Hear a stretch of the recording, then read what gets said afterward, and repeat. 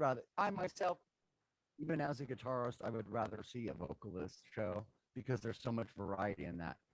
You can only do so Yeah. much with a guitar. I mean, as much as I Oh, a good. love guitar and as much as, or drums, or you can apply it to basically any instrument. You can't just do it with an instrument. You need a voice. You need something I that's would really love to see one some where kind it's of guitar guitarists instead of singers. or bass The- players or drummers.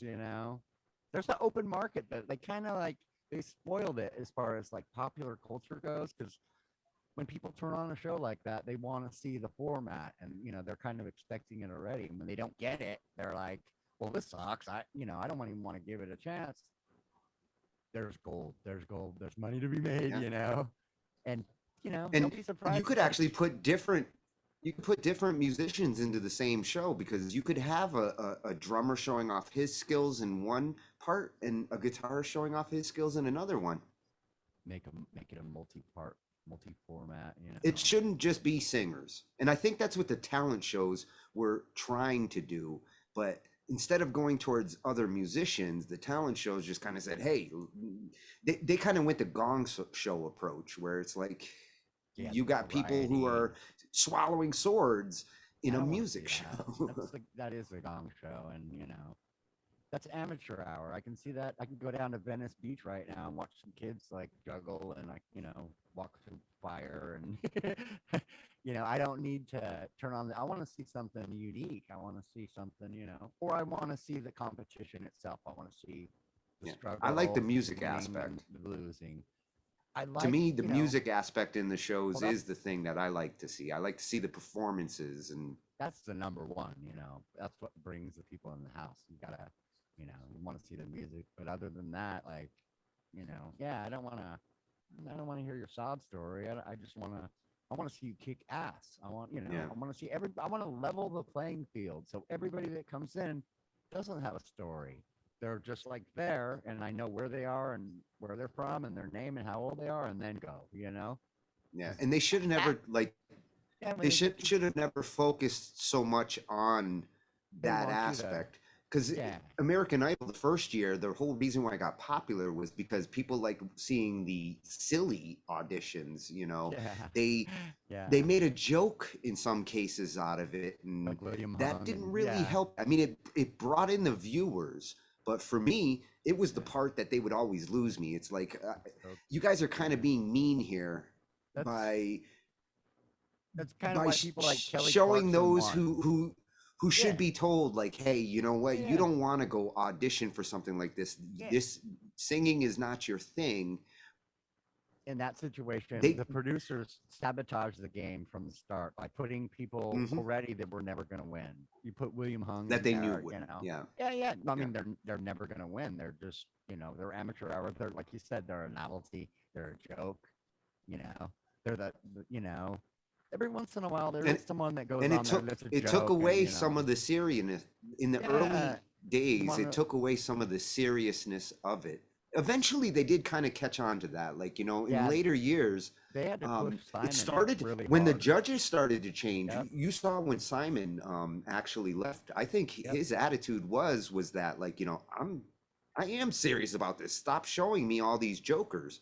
So they have Lionel Richie, Katy Perry, and Luke Bryant. That's who they have on there right now. Well, And those are so they good have, judges though. yeah, they're really good. But still, like like you said, that's the format. They come on, you hear everything about like every little detail about where they are, where they came from, like a little struggle in their life, and then they get to sing, and then it's a very brief interaction with the judges, and then they're whisked away to practice for next week or whatever. But there's not a lot of, real critique going on, and there's not a lot of, Luke, of the judges like actually like, saying, hey, they say words, they say, you're going to be a star, but they don't say, and this is how, and with judges like Lionel Richie, you should get great critique because the man is That's very another thing. knowledgeable They're in all, songwriting in the industry. they You want should to, get great yeah, yeah. information out of a judge like It's that. too bad because it's not honest. They want Lionel Richie to build up these people until the very end so that you don't see it coming, so that you keep watching. You know what I mean? So your favorite star Yeah. So when you watch them now, they don't really give a lot of bad, not bad, but like honest critique. They don't say, "Oh, well, you're too nasally." They don't say, "Well, Yeah. you're too loud or you're too They try to quiet." cushion everything. They It's try to cushion it all, and it takes that away, like part you of said, some of the integrity of it. Where this format Simon, and part of being in music is right, being able to take the punches. Like, right, some of you're not, yeah, you're not in the artists business. are capable of taking criticism, and they should be able to give it more. I I think agree, they're a but little nervous about, like, we don't want uh, to, we well, don't want the because audience to make it look like we're being criticism mean will kill to. an amateur musician every day of the week. Like if I told you no and you weren't ready to be in the biz, you're not in the business. Like you're gonna quit. Like you get used to Yeah. saying to hearing no because that's part of the business. Like once you get that in your head that like you're gonna hear no a lot and you're comfortable with it, then you're okay. Then you're open to hearing like, hey, guess if what? you're Maybe you really shouldn't. comfortable if you're really Yeah. comfortable with your sound, I mean, no doesn't matter. You can hear it yeah. forever. If you do Obviously there's feel times where, confident with yeah. what you're doing, you Yeah. power through the no's. When you're Obviously, insecure, yeah. that's when criticism sucks, because an insecure musician is constantly looking for reaffirmation of Yep. that, and every little criticism is like a stab in the heart. It'll kill But your when you're creativity. comfortable with your Yeah. own music, there's no out there that's going to get in your way. That's why people like you and me, it's ridiculous when we see judges like I love Simon. I thought he was awesome because he would be like, Oh, Simon was the part that I did he would tell enjoy. you, I don't know why He you're didn't here. You bullshit. suck. Yeah. That's what I Yeah. mean, and I was like, I agree. Why are they on here? And he'd be like, and he'd Yeah, be just Randy as wasn't shocked bad when either. Simon and Randy Randy were the Jackson, great yeah, yeah. dynamics for honesty. I don't like And Paula Paula was Abdul. kind of, well, He's Paula was a kind of comedic the, like, she was the comedic. cushion between the They're the ones straight who men would and she's the criticize. comic relief. I always Yeah. thought like she's there, and she's there more representing like a pop, which is like, kind of like very Well, she knows the lighthearted music anyway. industry. Oh She yeah, has gone I'm not, through it, so I wouldn't take she anything away knows from her, how the industry but works. she comes across as kind of goofy is what I'm saying. Like like a She, little bit airheaded about her approach to stuff, and she could never be like everything. She's like, I want to hug everybody, and she wants to yeah. love everybody. It's kind of like Katy Perry's a little like Well, that. I was going to say that's why they got Katy Perry. Yeah, I there's a guarantee you, formula when they were there. picking their judges over there, they said, Mhm. we want the same American Idol formula, but we need someone younger and more hip. And Katy Perry was the smart choice for them to get a Paula like judge. And it works. That's the Yeah. formula that works for Yeah. them. So I mean, but again, I hope that someday they will have a show And like then don't they be brought surprised. Howard Stern in on that Oh NBC yeah, talent show. Howard Stern and Howie Mandel, which actually I really love him. I admire Howie Mandel just as a that he can creative actually like go on genius. stage, having the things that he has going on in his life. I agree, dude. Yeah, He's a the man's he's a amazing. machine. Yeah, people always fuck with him too, man. It's like, what? And did you ever see Bobby's World, the cartoon? Yeah. Well, I did. My little brothers. Yeah, I'm I had to watch it because I was always babysitting my nieces and nephews, one of and those adult-oriented it's kids one of those cartoons. cartoons where you Yeah, can enjoy it as an adult, and it is still kid centric. yeah. It's like the Muppet Babies or something. They have an episode about Star I Wars, love and the like Muppet Babies too. kids aren't getting this stuff. No 8-year-old, no, I mean no 4-year-old kid, which is what it's kind of aimed at, is getting this at all. They're like, it's just going right over their heads. Yeah, A lot of the Nickelodeon children's programming in the '90s was like that Rocko's Modern yeah. Life, a whole I show think that based on like stuff's horror. Nick from the '90s is what evolved into Adult Swim these days. Adult So Swim, the I whole love it. reason why there's a cartoon network for adults all night Yeah, long is because because of me the and you. '90s kind of conditioned us. Even though again I was in the '90s, I was And already The in my Simpsons. 20s, and. But as adults, yes, we definitely pushed animation in a different way, and now it's all over the place. Like, at one time it was like a dying art. Think about it, like the only cartoons that were being pumped out was like Warner Brothers and Yeah. the Walter Lantz Now it's the stuff, dominant and choice. It's a Yeah, now dominant choice when you're thinking like there's movie TV studios that shows. are built on their animation, like Pixar. But that's all they do is animation. They make movies and like it's good stuff, man. I like that. And it really has helped the music.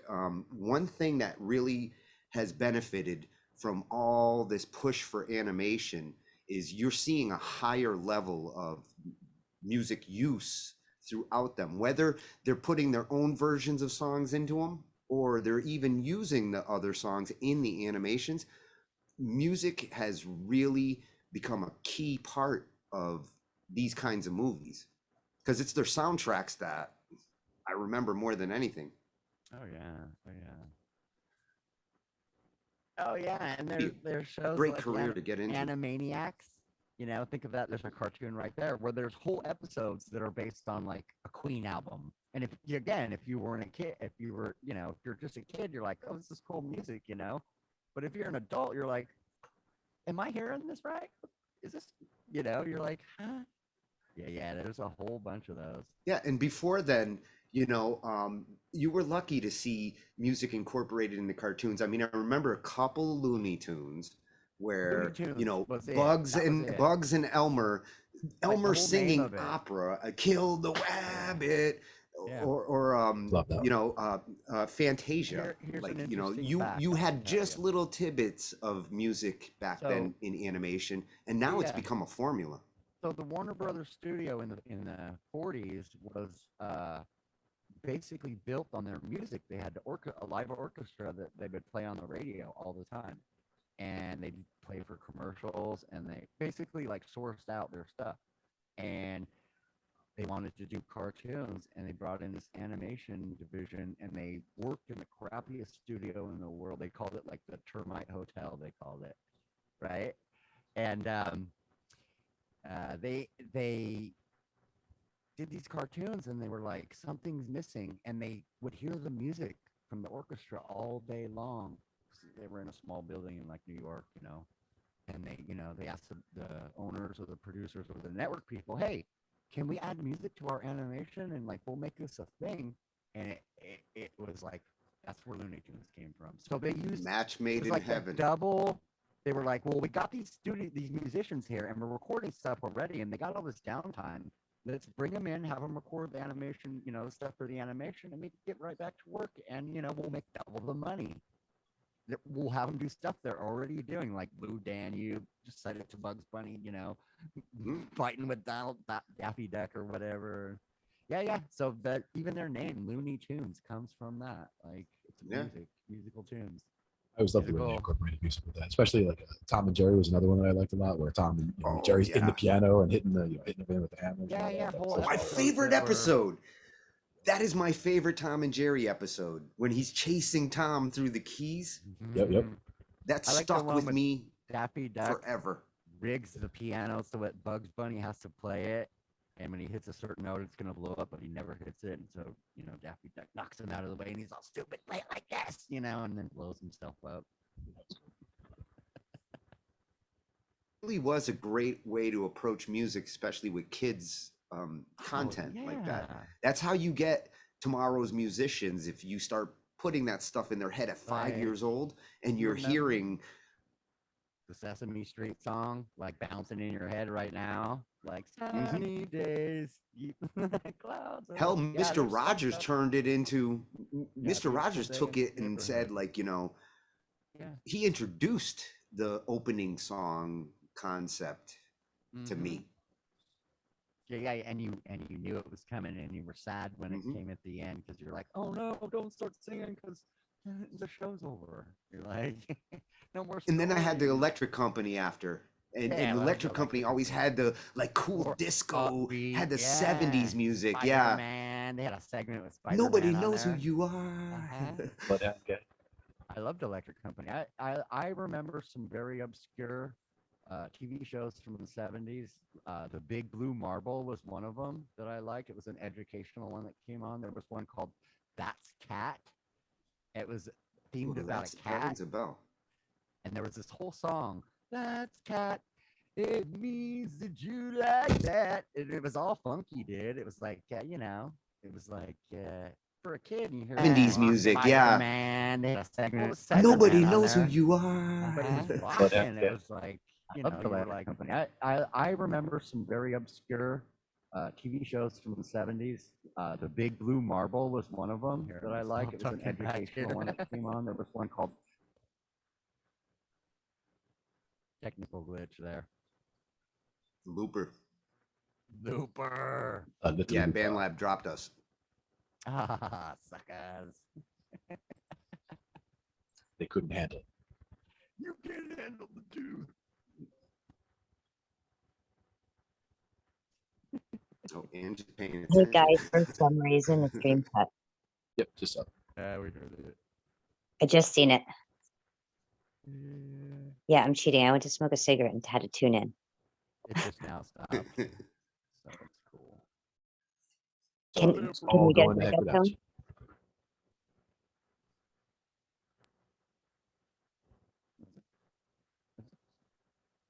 He's got the power, power, power. Let's try. Yeah. Hold on, I had to switch my headset. My other one's distorting for some reason. Oh, it's getting kind of heavy. It's getting kind of heavy. Little sister, don't you? Little sister, don't you? Little sister, don't you do what your big sister do? That's another one in my to-do list. I do a mouth guitar. Yeah, but then if you got to do that, you got to do it. You got to do it with as a mashup, like I did a Cyndi Lauper. I took a Time After Time. What was the other two? Girls Just Want to Have Fun. And Glenn, do you remember what the other one was? Cindy? Yeah, it was 3 songs of Cyndi Lauper's, and I put them all together in one. So Coco Girls Bart Want- played guitar. You know, girls want to have fun. Yeah, Coco played guitar. I'm getting a page not found from BandLab. You clear your cache to get rid of that? I did. Just close that tab, open up another one, and go back to bandlab.com, and it should work that time. That's the only thing I could think of. When I see that, that's what I do, especially if I know my cache is clear. I didn't clear since I cut stream and went to stream, but I really wasn't going anywhere. It And was you one shouldn't. site, and that was You under the shouldn't. amplified tab. It wasn't under that one. You shouldn't have to clear it every time like that. Like, No. granted, that does seem to fix it, but I don't like it as I don't have an answer for why it fixes it. And I don't like when something fixes something without logical reason. 'Cause Right. your cache can't be the only reason why it happens. Exactly. Maybe Kira's it could waiting be a about that Zoom party. thing or We're gonna watch Cruella. I think it's only in theaters right now, right? Because I it's think still in I think theaters. if you rent it, it's like almost $30. But I'm getting it for free. Yeah, that whole Disney thing right now, when it comes to like, even if you are you guys on Disney Plus? Yep, we got the Disney Because Plus. We got the. even if we you're got on it. Disney Plus, they're charging. Okay, looks like yeah, you're right. The tab, it's the session. That's why. Yes, So it's when the you make a tab. new tab, you clear the Clear session. that So session. as long Yep. as yeah. So that's So been now my workaround. I got you. now I gotta get the Zoom to push that right. Yeah, under more.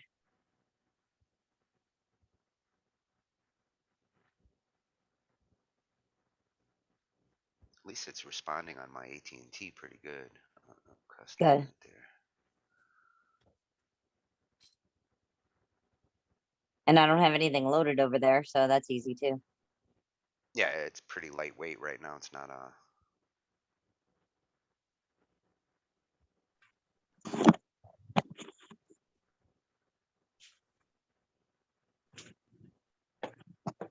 If you need me, you know how to reach me. yeah, I don't know what Zoom's doing here, though. It's not taking me to the Zoom page. It's taking me to the end of the BandLab page. Why? Oh, all right, hang on to me. I got you. Yep, do it one more time. Go to more. Oh, you're like, go to stop live stream. Because now it Yep. thinks it's Hit pushing back stop. to that one, huh? Yep. So you have to hit stop and then you got to hit start again. And then it should load it back up and it should load it up properly. Man, I don't know how the hell you do this as fast as you do, the way you've done it over the last couple of months. There we go. I told you I learned something and I go and I continue to learn from it and figure it out. All right. And then you got to go to the update. Yeah. Now we go to the new page. Do you want me to grab it? Yeah, if you can. I have a little delay when I try to do these. All My right, let's go. clicks I take got like you. 10 seconds. Yeah, I'm out. I'm out of the way.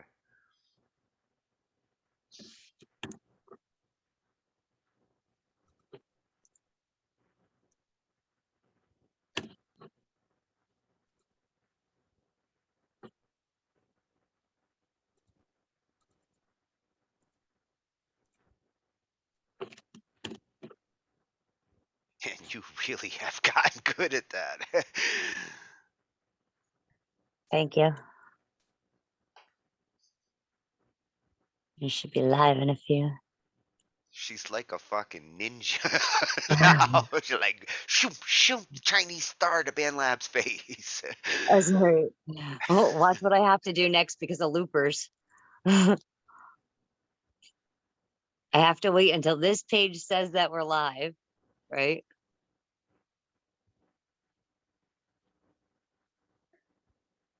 Yeah, it should be kicking in a Okay, second. right. And then I close this one and then I share this one and kill the looper.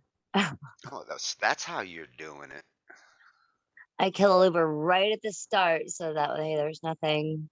Because It's taking basically in that everything. scenario, you would have had two streams going at the same time in those two tabs. So, You got it. And you're live, so you're good to go. all right, so we're Have back a to good normal. night. Thank you. Bye. Gotcha. Bye. All right, I just got to grab this and copy it and paste it myself. No problem, buddy.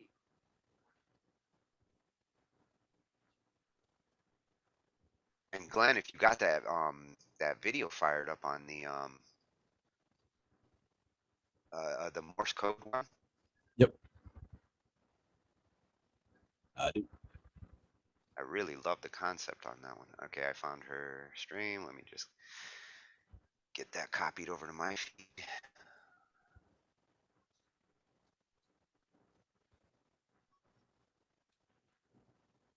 All right, we're good.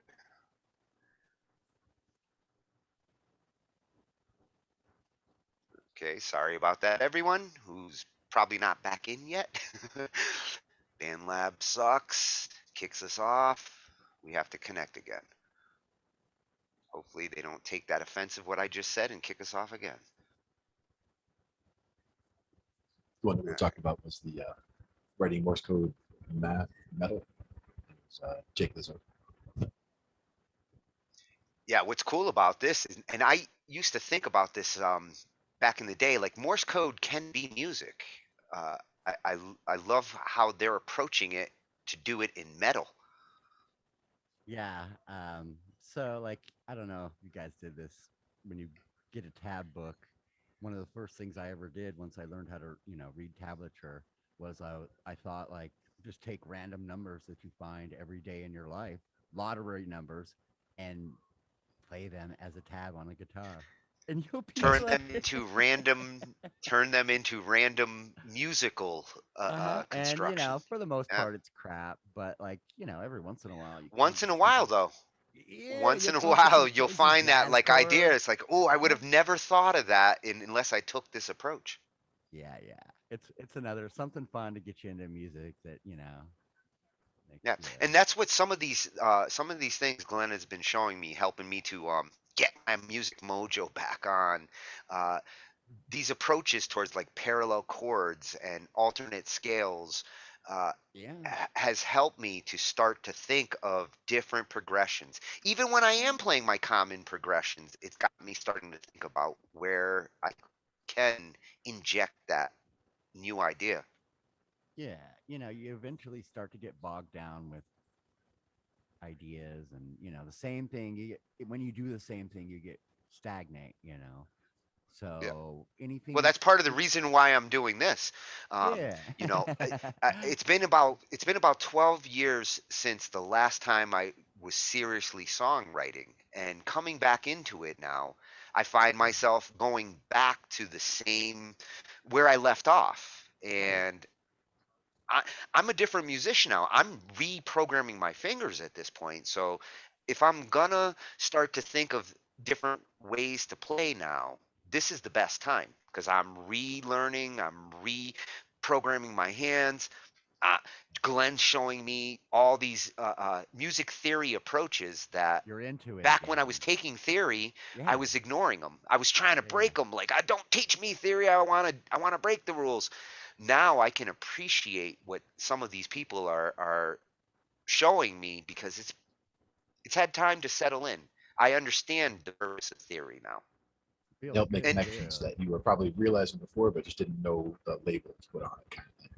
Playing something that was Phrygian, you just didn't know to call it that was Phrygian or whatever. yeah, Yeah, you I didn't have know more how to reference appreciation it. for those structure rules now. I know why the 1.5s and the 1.54s sound the way they do. Okay, BandLab kicked us again. You fucking Are you suck. kidding me? Just about to start the video and say, Eh, oh, yeah, only got 4 I minutes would to just register. actually, uh, if she's got this recording right now. I would just Stop recording. not even worry about BandLab. Yeah, we can just record it and play it later.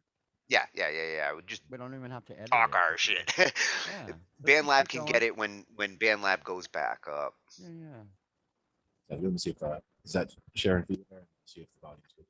Yep, yeah, it's coming up. Should be full volume. What I'll do is I'll jump to the part where they actually lead the song. He does the song at like 14 minutes, 10 seconds. And then skip that and come back to the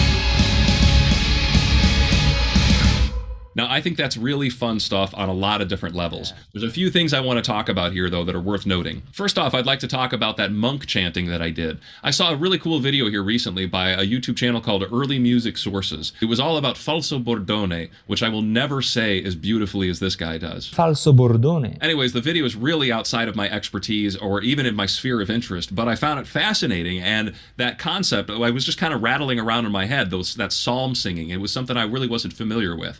And even though I guarantee you I didn't harmonize my falso bordone in the right way, it probably doesn't even classify as a Falso bordone. but either way, I figured let's just kind of rip off that idea. And the words that I was actually singing there, I went into Google Translate and I typed in, I love you, you love me, we're a happily family. That was a typo that I just left in. And it translates it to Latin. I'm sure it's incorrect, but I think it's way creepier to start singing Latin phrases than it is to just singing English phrases. Here's another thing. I'm not supposed to tell you that the lyrics here are complete nonsense and that the Morse code actually doesn't spell out anything terrifying, that it actually says I love you. You know, as a composer, it's a good idea to keep your secrets to yourself. You know, a lot of art is secretly done tongue-in-cheek, and if you tell everybody it was done tongue-in-cheek, it kind of breaks the mystery of it. So, you know, I'm not saying you need to be lying or you need to be dishonest about your art, but, you know, there is a lot to be said about, you know, not telling people that what you did it just kind of as a joke, because a lot of people might hear something like that and think it's really,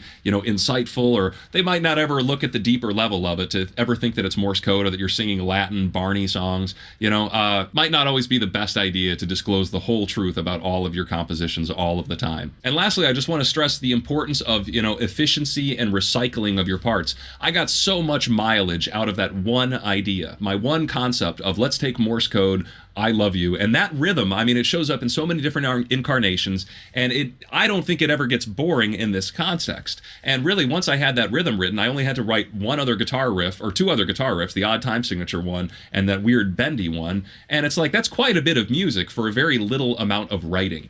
I'm always trying to, you know, tell people it's not about what you write, it's about what you do with what you write. And, you know, structuring things and using parts in many ways as possible and seeing, oh, this could work as an intro. Oh, this could work as an outro. This might work as part of a pre-chorus. You know, riffs don't have to just serve one purpose and then never appear again. Sometimes they have to. That's the point of the riff. But a lot of times, you know, you can really kind of spread them all around and use them in different functions in different ways, and you might get a lot of cool results out of that. So I hope you enjoyed this video, and I hope you learned something. If you did enjoy... Cool. Then you guys, there's a bunch of analysis and all the other stuff at the beginning, which we can also go through as well. Yeah. Just wanted to real quick show this page is Signals Music Studio. That's Yeah. where that came from. Definitely. Yeah, I'm following him, and I'm following him now. I'll go ahead and I'll start that beginning part, then we'll see what he talks about in a minute.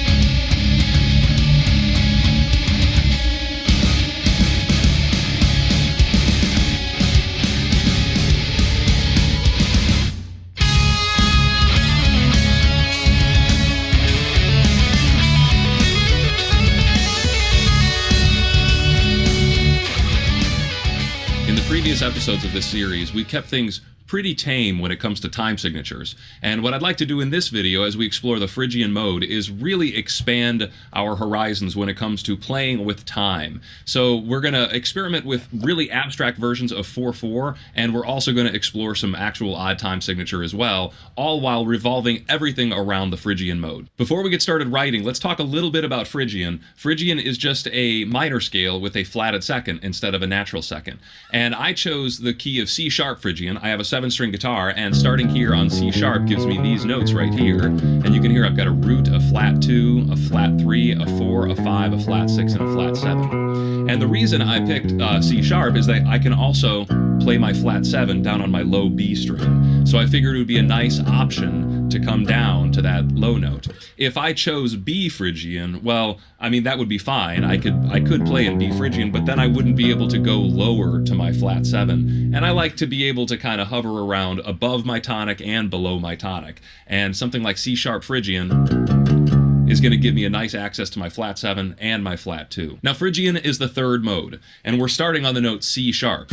So to figure out what major key we are actually in, you just have to think about jumping back a major third. So we're starting on the major third of some major scale. So let's just count back a major third from C sharp, and you'll realize that takes us to the note A. So when we are writing in C sharp Phrygian, we are really using all the notes of A major, we're using all the chords of A major, but instead of focusing on the note A, we're going to focus on the note C sharp, the third note. Now, before I begin writing, I like to have a general idea or, vision of what I'm going for. And in this case, I didn't really have any inspiration. So I just picked up my guitar and I was thinking about Phrygian and its properties, and the flat 2 is really what rings out to me more than anything else. It's the most defining characteristic of Phrygian is that flat 2. So I thought, well, let's just play a root and a flat 2 in a higher register. So here's a D and here's a C sharp, and we'll just pedal between those two notes to create one of the best sounds you can possibly make on an electric guitar, just sustained minor seconds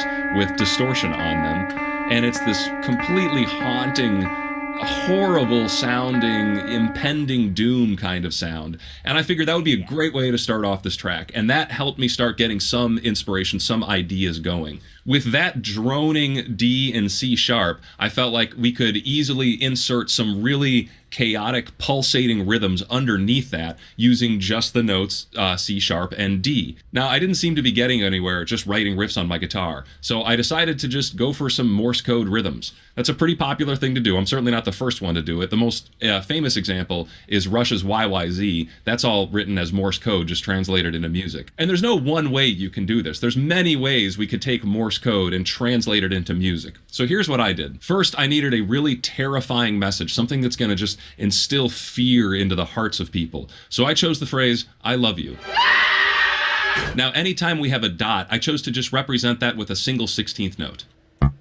If there's a space in between words, I represented that with an 8th note rest. A single dash is going to be represented by a single 8th note. And if there's a gap between two letters, I'll represent that with a 16th note rest. Now, at the very end, I had a little leftover time, and I figured I would just stretch it out to meet the end of a 4/4 measure. And that gave me this rhythm.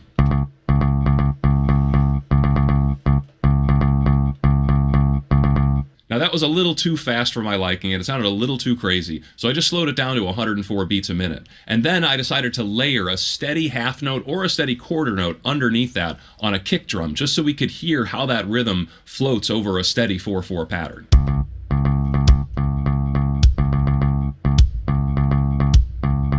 Now, right now I'm doing this all on the note C sharp, but I decided to add in the note D as well, and I just peppered it in where I thought it might work well. A lot of times I used it on the last note of each one of these phrases. So, if we turn on the metronome, try to count that rhythm at the same time that we play that rhythm, what we get is this. 1, 2, 3, 4. 1E, 2E, a 3 and 4 and E and a 2, and 4E, and 2 and E and a 1E, 2E, a 3 and 4 and E and a 2, and 4E, and 2 and E and a. So it's a pretty disjointed rhythm, but it makes sense because we've got that steady 4/4 pulse going underneath it. And what I think is nice here is that it's not just 4/4, it's 3 measures of 4/4, which is slightly weirder than 4 measures of 4/4. We normally see things blocked in 4. So we're getting into some kind of weird territory here by having a really crazy rhythm that's blocked into 3 measures of 4/4. So that idea took a while to get just right, but then I was able to stretch it into several different sections for my song. I figured we could start off by doing that with some quiet palm mutes and doubling that rhythm on some low toms while keeping a half note on the kick drum.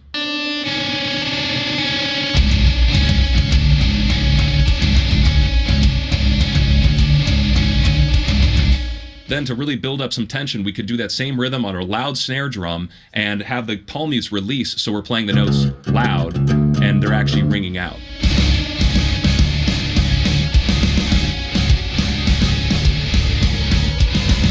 Now we can turn this into a full band groove. We'll have the drums play a steady backbeat, but the kick drum will play that same pattern we were just talking about. And meanwhile, the guitars and bass will keep blaring away at this pattern.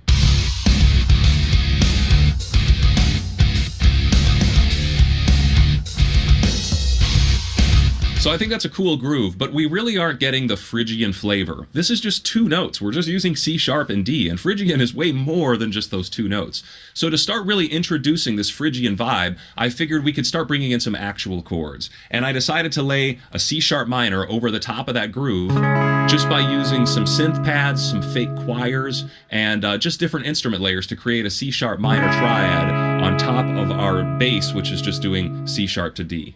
Then I decided to bring in a D major, which is the flat 2 chord, and even though the bass is not changing, this will just kind of be like pedaled over the top. So the bass is consistent, but we'll have these chords slowly kind of changing over that steady bass. Next, we're going to bring in a B minor, which is the flat 7 chord, but I'm going to add in the natural 6 to that B minor, and it's going to give me kind of a hybrid chord. We could think of this chord as a G sharp half diminished, but we could also think of it as a B minor 6. It's depending on how you want to parse it. It could be either of those because our bass is still playing C sharp and D, and we're just going to have some of these notes of a B minor 6 chord on top. Should create a little bit of weirdness. Now here's the deal. We know that this riff takes up 3 measures of 4/4. So why don't we have our chords switch every 2 measures? That means that like we'll have 2 measures of our C sharp minor, and then we'll have 2 measures of our D major, but it's going to overlap into our next measure. And then we can have 2 measures of our B minor 6, and it'll finally kind of help us repeat things. So now we've got another layer of complexity, right? We're putting in a layer of 3 on top of our layer of 2, and hopefully this makes our 4/4 even a little bit more confusing.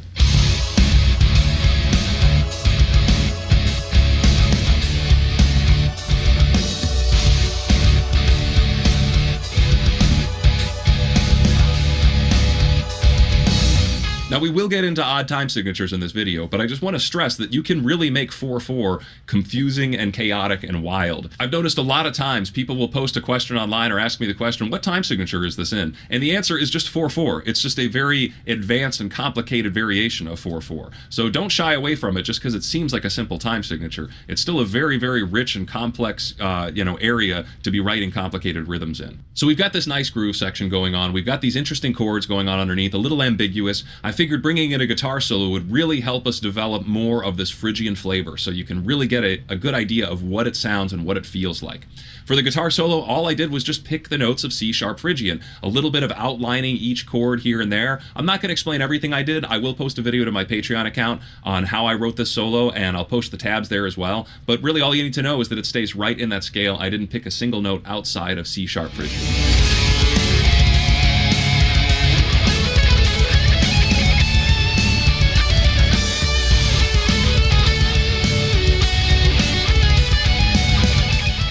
So this has been quite a while now, and everything has been revolving around one riff. Actually, just one rhythm. It's just been that rhythm in different incarnations. We did it without palm mutes. We did it with palm mutes. And the second half of the guitar solo, we did it with actual power chords. But it's just one idea so far.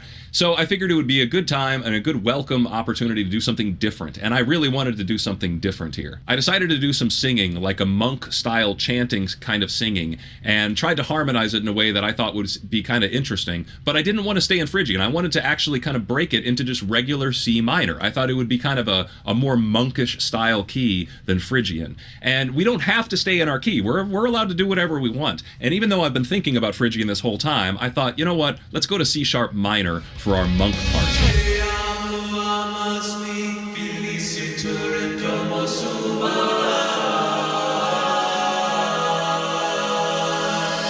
So our monk chant ends, and that was firmly in the key of C sharp minor, but now we're just going to throw everything up into the key of D sharp Phrygian. So we're basically going to be playing with 2 different Phrygian modes here. We're going to be in D sharp Phrygian, we're going to be in C sharp Phrygian. This is the Metallica modulation. I've talked about this several times on the channel, but when you're in these minor keys and you just plop everything up a whole step and then back down, there's a really cool effect in there, and I figured this would be a good opportunity to employ it. We really got to introduce a new riff here. We can't just keep playing that same rhythm. And what I decided to bring in is this chugging riff that really plays on bending from my flat 2 back to my root. And the rhythm is pretty confusing here. It's all based on small little subdivisions that kind of, overlap into weird spots. And then finally, I close it off with a simple little 4/4 phrase of going up and down some of the notes of the Phrygian scale.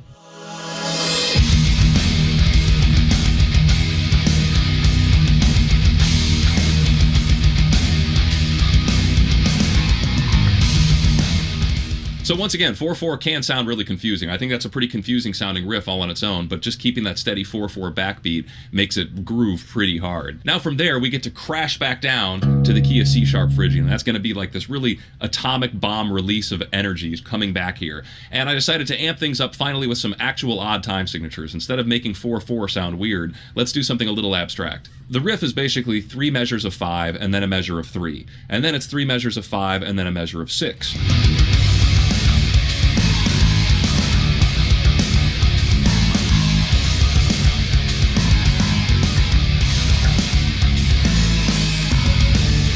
Now, how that riff actually came about was the classic guitar player thing. You just hit record and you just start playing. And whatever comes out, you know, that can be your riff. All you got to do is just chop it apart and figure out, okay, what the hell did I actually just play here? Oh, it was a measure of 5. It looks like another measure of 5. That looks like a measure of 3. So I didn't go into that riff, you know, planning on doing 5, 5, 5, 3. I just wanted to play notes. And then later on, I'll have to figure out what the heck is actually going on there. From there, we get to come crashing back up a whole step into D sharp Phrygian again. And we do the exact same riff as before, but I had my friend Mike Mugley add some really cool sounding synths on top, distorted organ style stuff that just like totally screams and gives that riff even more weight, even more heft. I think it just crushes.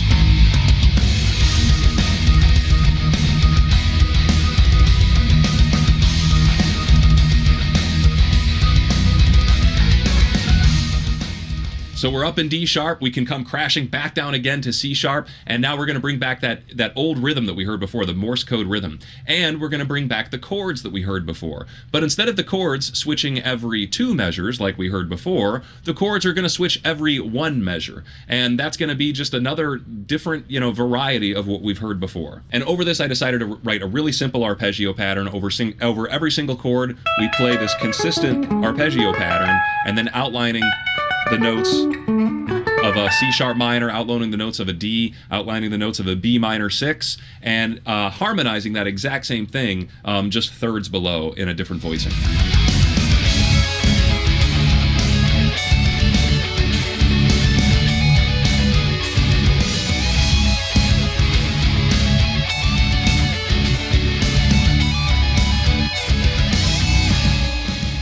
Felt like this was a great way to ramp things up to closure, and all we do is bring back that rhythm again that we've heard through this entire song, add in some like rising sweeping crescendos that really kind of add up the spook factor here, and it should give us a really terrifying ending. So now I'd like to invite you to turn down the lights, grab your pentagram pendant, and have a listen to my Morse code math metal track, War Monks.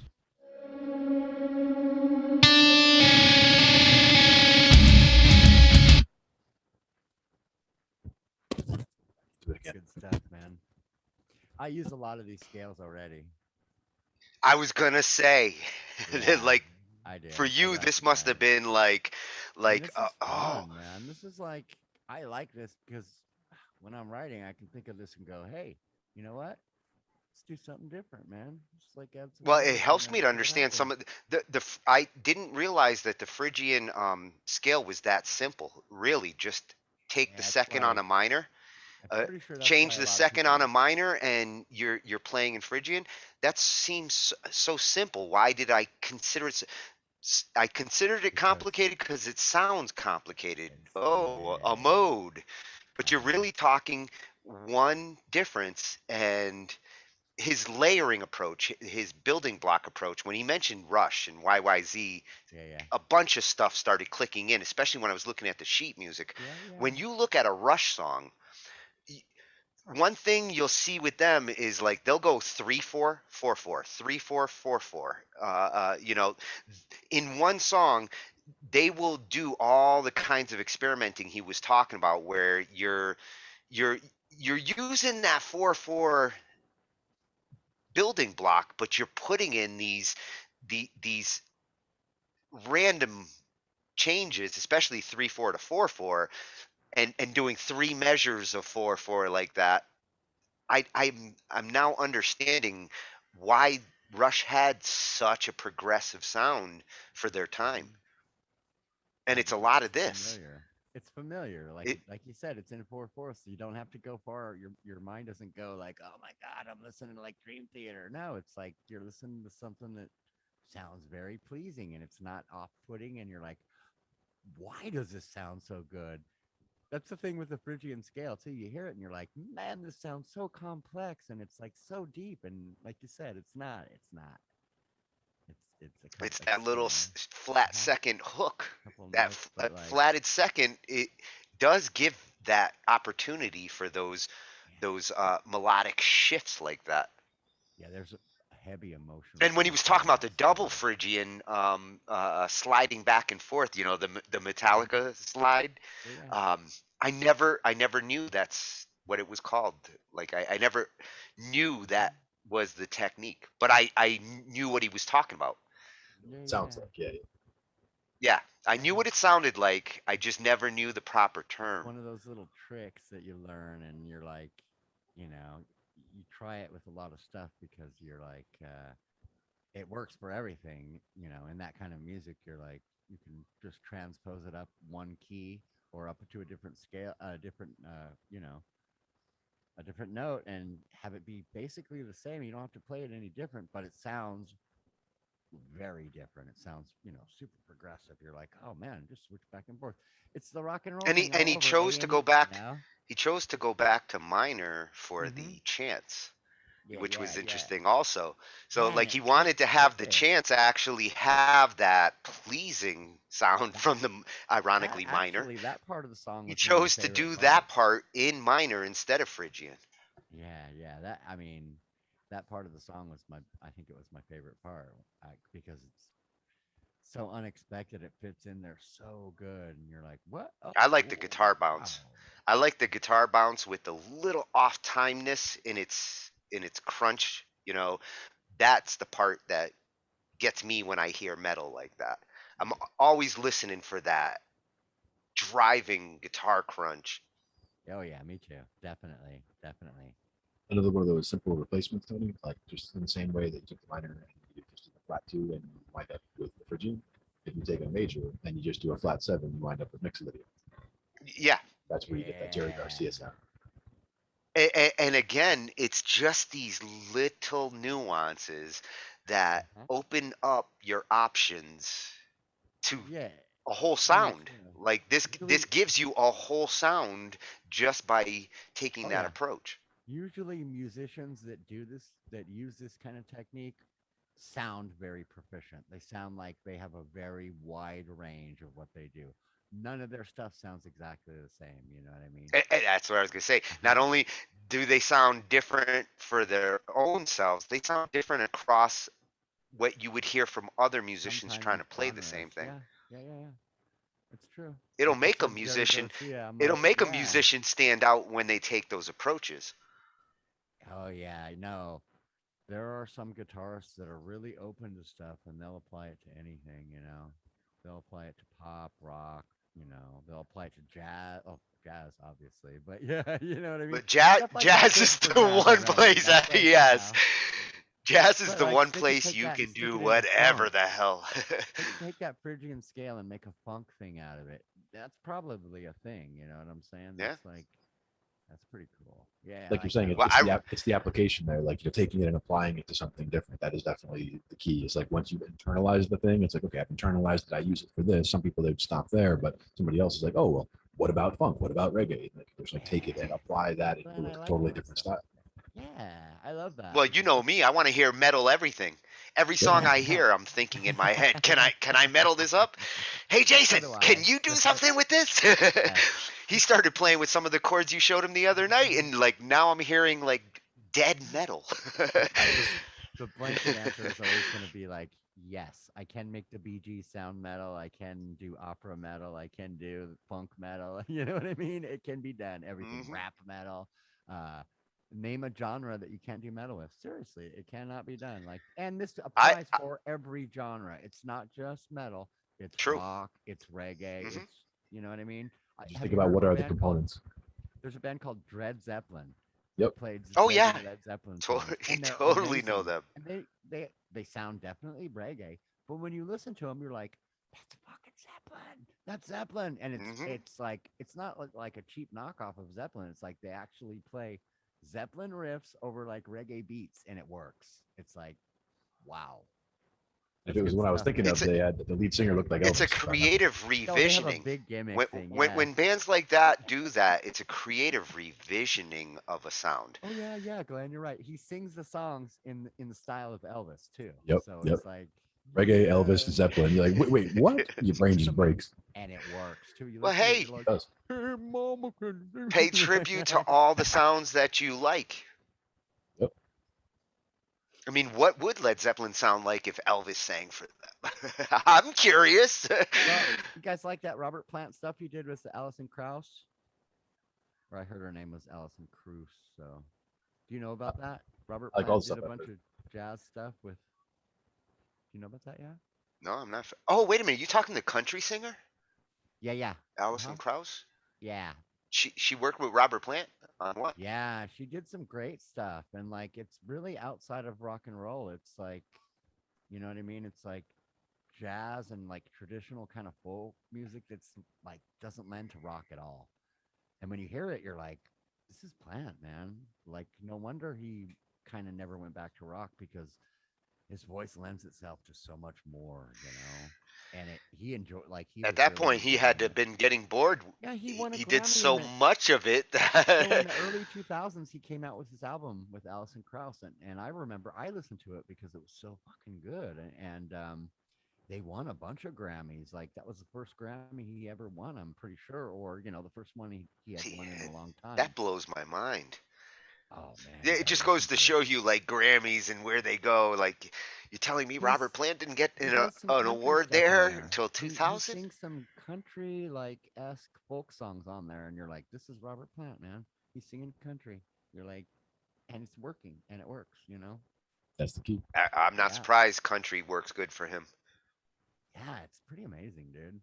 I I was mean, listen to the directions he went in the early 80s, you know, as he yeah. was going out on his own. I'm in the It mood was for not what you were expecting. melody. I mean, for me as a Zeppelin fan, it wasn't Mhm. what I wanted to hear then.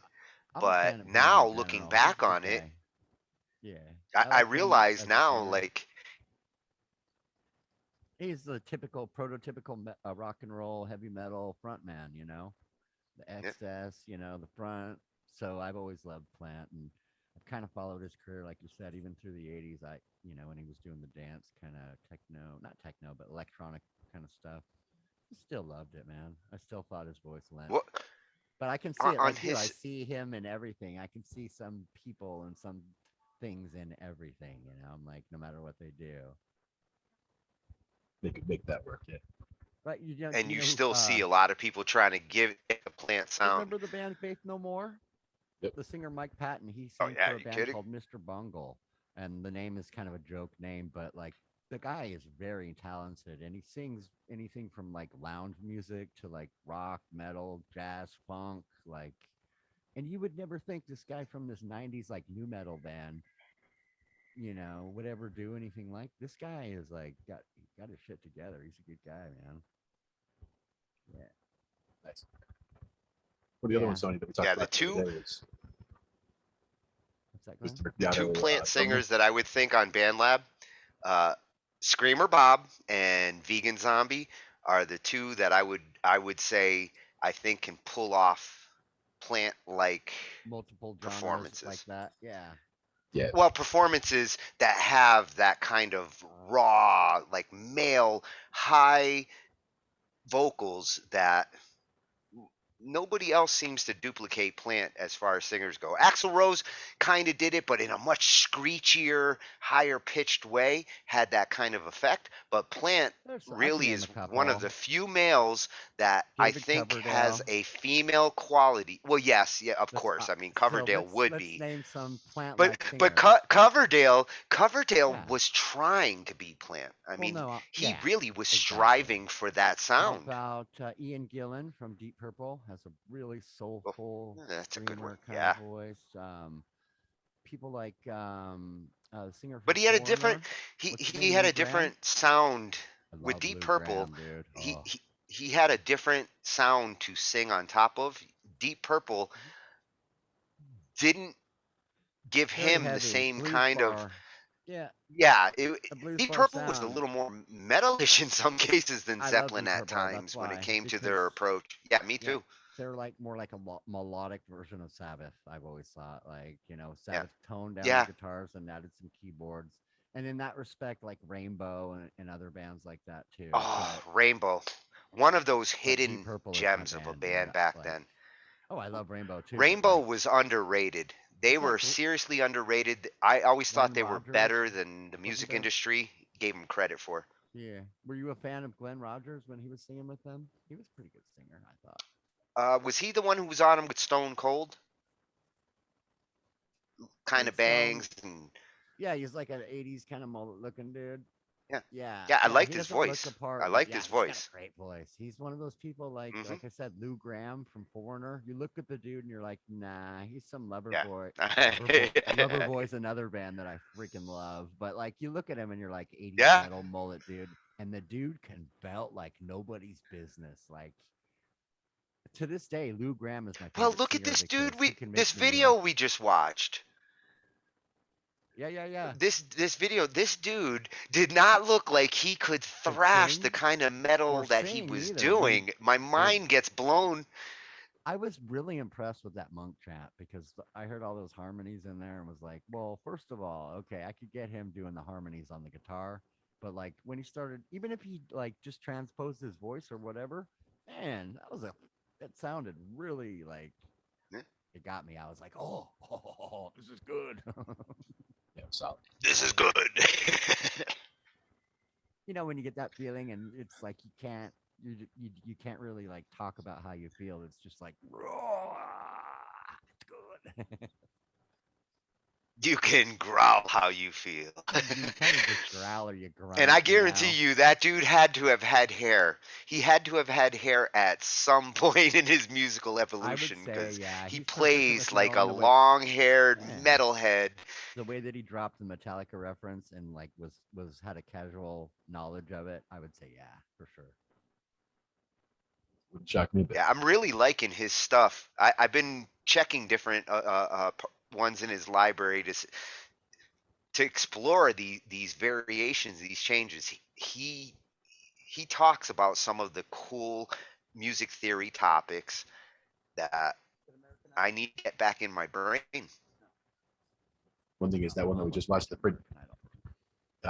Phrygian one is one of seven. Like they had one for each of the modes. So we had one that was like Dorian Dad Rock, and you had another one that was just Ionian Yeah. major. So he's got See, one. I'm gonna go through each one of those. He helped me understand. He helped me to understand Phrygian so fast that it's worth going through every one of those modes.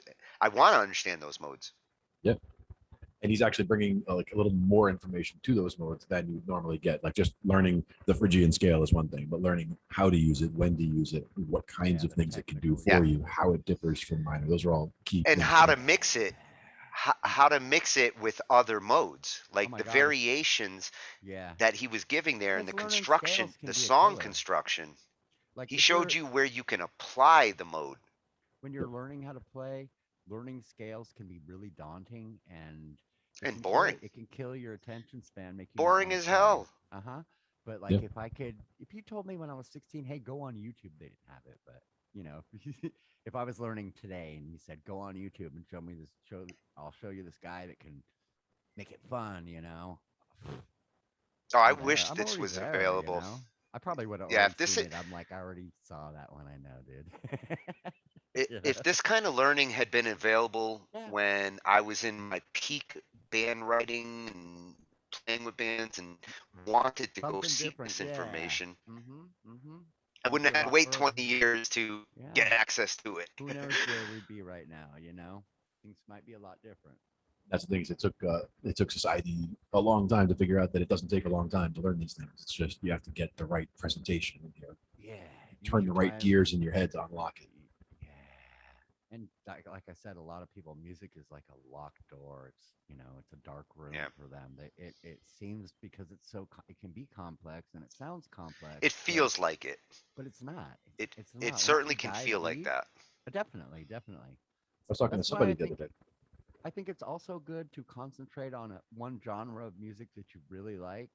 Also, to be open to others, but like keep concentrating on that one that you're good at and you really like because you will get really good at it because you will start to use the stuff that you learn from other techniques and stuff and apply it to Yeah, that's a what you good really approach. love. Yeah. Find your path of least musical resistance. That's why I Pick make your metal instrument, everything. pick You your know, sound, I take a find your Taylor. genre, find Exactly. your instrument, and then find your creative So if you vision. look on my BandLab page, you'll see that literally everything that I post is metal. I've never posted anything other than a metal song. Maybe I've I noticed that. karaokeed some, I might have karaokeed an electronic song here or there, but yeah, so I do what we're saying. I take like, a song that I like. I'm like, oh, well, why should I not like play this song just because it's not heavy metal? Why can't I, apply what I know? I And like your metal translations.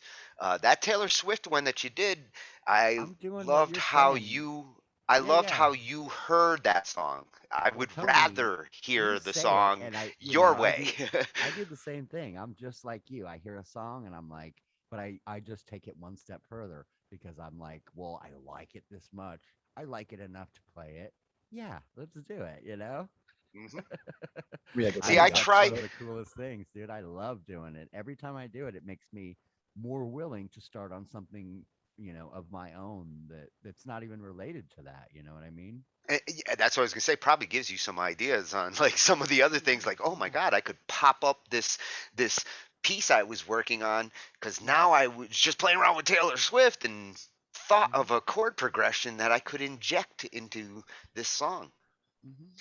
It helps to encourage thinking out of the box in other things. And I also don't have to I can still I don't have to stop playing my heavy metal. I can still do that. People can still know Yeah. me for that. But I can also say, hey, there is a world outside of heavy metal. And I'm not ashamed to say that I listen to it sometimes, even though I only play this. I You don't listen have to to. every genre, but metal is always my like home. Yeah. Like I want I will somebody to hear explore that. the musical genre world, Yeah, but yeah. I always want to go back home.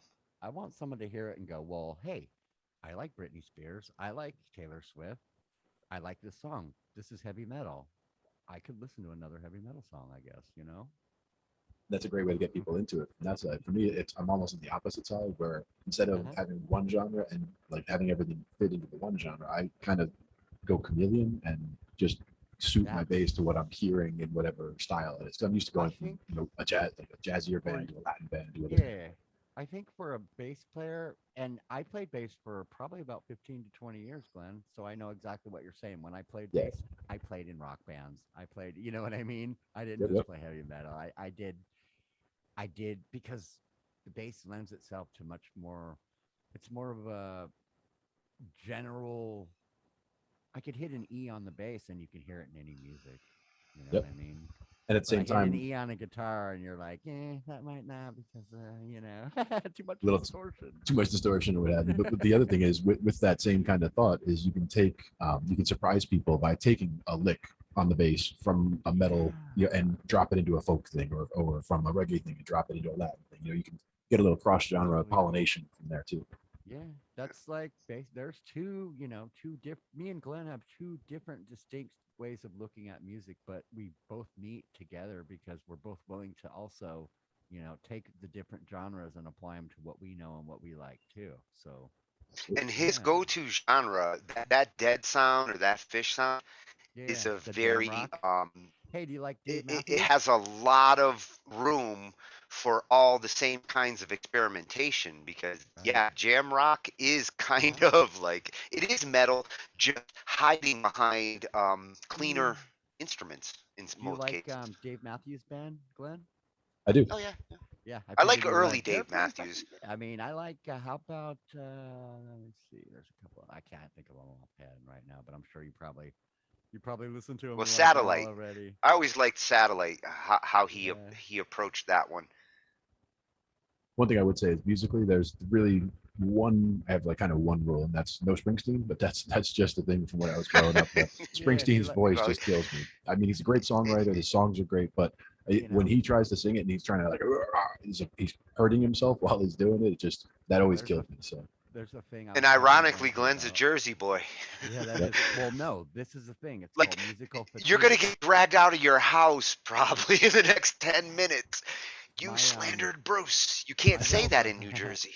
both of my little brothers are they do this thing where they listen to music and they'll play a song and they'll play it 100 times a day and they'll play the album 1,000 times in a week. And Yep. if it's a song that you like, forget it. You're done because if you're like me, you like that song, but you don't want like the old style radio days where you hear it every 20 minutes and you're like, no, no, no, no, no, not again, not again. For me, that's Stone Temple Pilots is what that's. I mean, I Right. loved songs by Stone Temple Pilots, but the radio so So killed those songs. I you couldn't listen to them for sympathize, years. But right? now I hear two Princes. I'm like, Absolutely great agree. song. Right. There is a million bands Now like that you for can me that are enjoy them. not bad. During that time, the radio But made it so you couldn't. yeah. So one of my friends in high school played Rush all the time, and guess what? It killed Rush for me. Even though I still like Rush, I couldn't listen It's to them, hard like, to at my kill own will. Rush. I know. Gosh, yeah. Corn, I can't listen to Corn because my one brother just played the crap out of it, and it's like I don't ever. I wanna go did up get to a it lot of again. corn. My rhythm Run. guitarist Blink 182 just my would younger not brother was stop. like Blink 182 for everything, and I was like, no, please, I'm done. My little sister, Madonna this, Madonna that, Madonna. I'm like, these are all good bands. These are all good, you know what I mean? But it's like now my mind has turned it into an aversion. There's like Yeah. a Pavlovian reaction to it, and I don't That's what I want have to with like. Springsteen for sure. And that's what I That thought. cat And I was is like, dead. It was I actually my thought sister was a exactly. big I'm like, you're Springsteen in fan. Jersey, dude, and you don't like But Springsteen? This must I be loved some Pink kind Floyd. I loved Pink musical Floyd at the fatigue, time, yeah. and she loved Springsteen. So like, but she was older, so she'd be sitting in the front seat because she was getting her license first. So like, she had access to the radio. So like, Pink Floyd would come on, and she'd hit a button and find a Springsteen song instead. And I'm sitting there back like, yeah, are you kidding me? You can't do that. Yeah. Well, yeah. I can do anything. There's 1,000 bands that I like that I had to tell my friends, turn it off, stop playing it because I really don't want you to ruin this song for me. And they think I'm crazy, and they're like, you're a musical snob, and like I am not. I am not. I'm just. I want it for myself for later. I don't want this It's to be your it's making song, sure you digest it properly. You go shoving a song into your ears like gorging it. Yeah. No.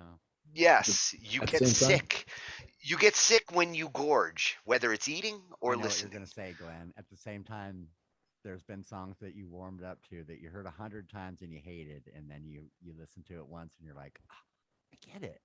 it's also the I was talking to Tony about it the other time. I had one tape back when we was cassettes in the car, right? So I had one cassette that was Pink Floyd Exactly. Animals on one side and Pink Floyd Metal on the Oh, other that was a side. great one. And that tape did not come out. Like, if I was in the car, that tape was Mhm. playing, and it didn't pop out, and it didn't stop playing for like 4 years that I was in that car. Like, it was just anytime I was in the car, it was going to be that album. Every time I got in, turned the car on, it's like, oh, great song, because it was always right there.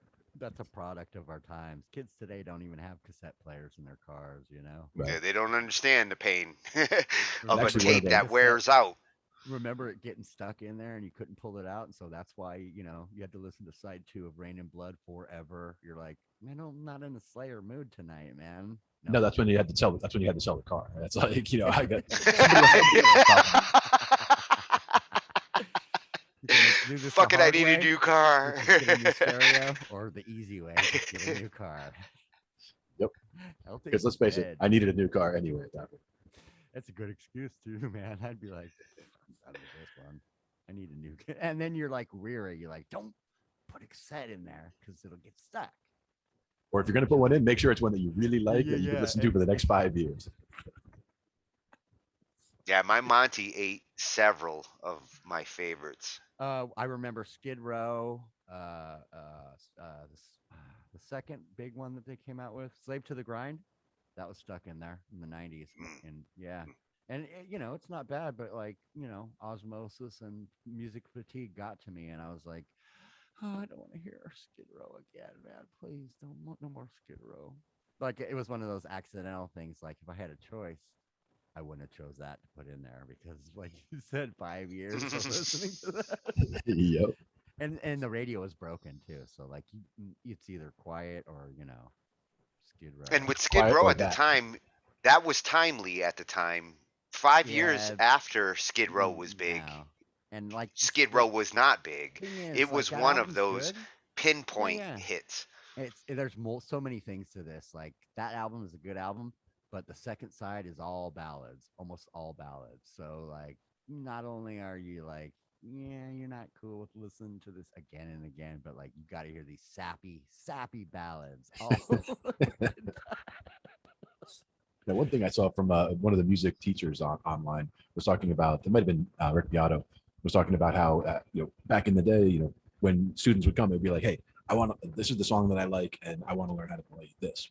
And now students come to them and they're like, I don't know what I like. I don't know what I want to play. Like they just come and they're empty. They don't know, they have access to so much that they have not focused in on any one thing. That's In a lot of place cases. to be in, man. I don't ever want to be there to where like, I would.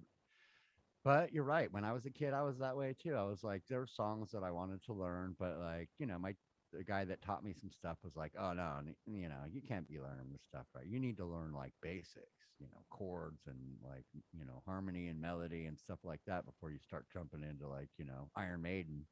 And maybe if you work hard for 6 Well, years. yeah. Yeah. Before you go to Maiden, you should at least start with Black Glenn, Sabbath. I said, you know what, dude? I don't care what you say. I'm not gonna. I just went home and learned how to play Iron Maiden. Was playing at a party within a year. That was that. Well, You you pick shit up fast. That's No, I dedication. just wanted to play. I was like all about impressing people, girls, especially then. I was like, and I wanted my friends to have fun all the time. So I was like, human jukebox, we can just do this. We don't need a radio anywhere we go. We'll just bring my guitar to the park and just, play and have fun. And What was funny is I did the piano lessons as a kid. Like I'd said, I did 10 years of piano lessons, but it never really stuck. It wasn't about making music with the piano. It was about how to play this song that way. But then I didn't. I mean, I was surrounded by musicians my whole life, guitar players, they were friends, I had guitar players in the family. My dad plays classical piano to this day, 2 hours every day. He's turned 80 years old. He's 80 years old now, and he's playing 2 hours a day. But basically didn't get started back into really making music, guitar, bass, and everything else until about 2009 thereabouts is when I bought my 5-string bass and my SG and decided, okay, now I'm going to sit down and actually work on this. So I got some books and I got books of tabs and all that. But then after I bought all these books of tabs, I realized, I'm looking through and I'm struggling to just, to read. It doesn't come fast. It's not fluent. It's not like I'm, playing it at speed just off the bat. Not the tab is hard to read, but just not being used to it, Yeah. And then I realized that I'm hearing songs better and that I can just Your ear is that throw it good. on and play. And my ear is that good. So I just like, well, why do I even have this book? And I just put the book down and suddenly I could learn 50 songs in a clip just by listening to it and playing. I think we talked about. Yeah, and I've noticed that about you. I've noticed your ear is that good. That's why when you started helping me with Lou's song that other night, Yeah. I was like, this is the musicians I always love being with who have strengths that I don't. I don't have a good ear like that. Say, hey, what is that chord? I think there are certain musicians that look at tablature. I'm one of them. I think we talked about this the other night. And there comes a point, where you go, this is bullshit. Why am I even doing this? Like this, it clicks. Either it clicks or you go, why do I need this? Like I'm actually doing more like learning without the book than I am with the book. Yeah. Another thing I noticed. Or you're learning faster. It bogs you down and you're like looking for notes when you already know what. Was it you, Jason, who was telling me like time is like the biggest obstacle? It is. Learning faster is something you don't want to spend 5 years learning a concept when you can spend 5 minutes. That dude showed me more in 20 minutes of video than I've spent in the last 25 years trying to understand the Phrygian scale. Because he makes the information approachable. 20 years ago.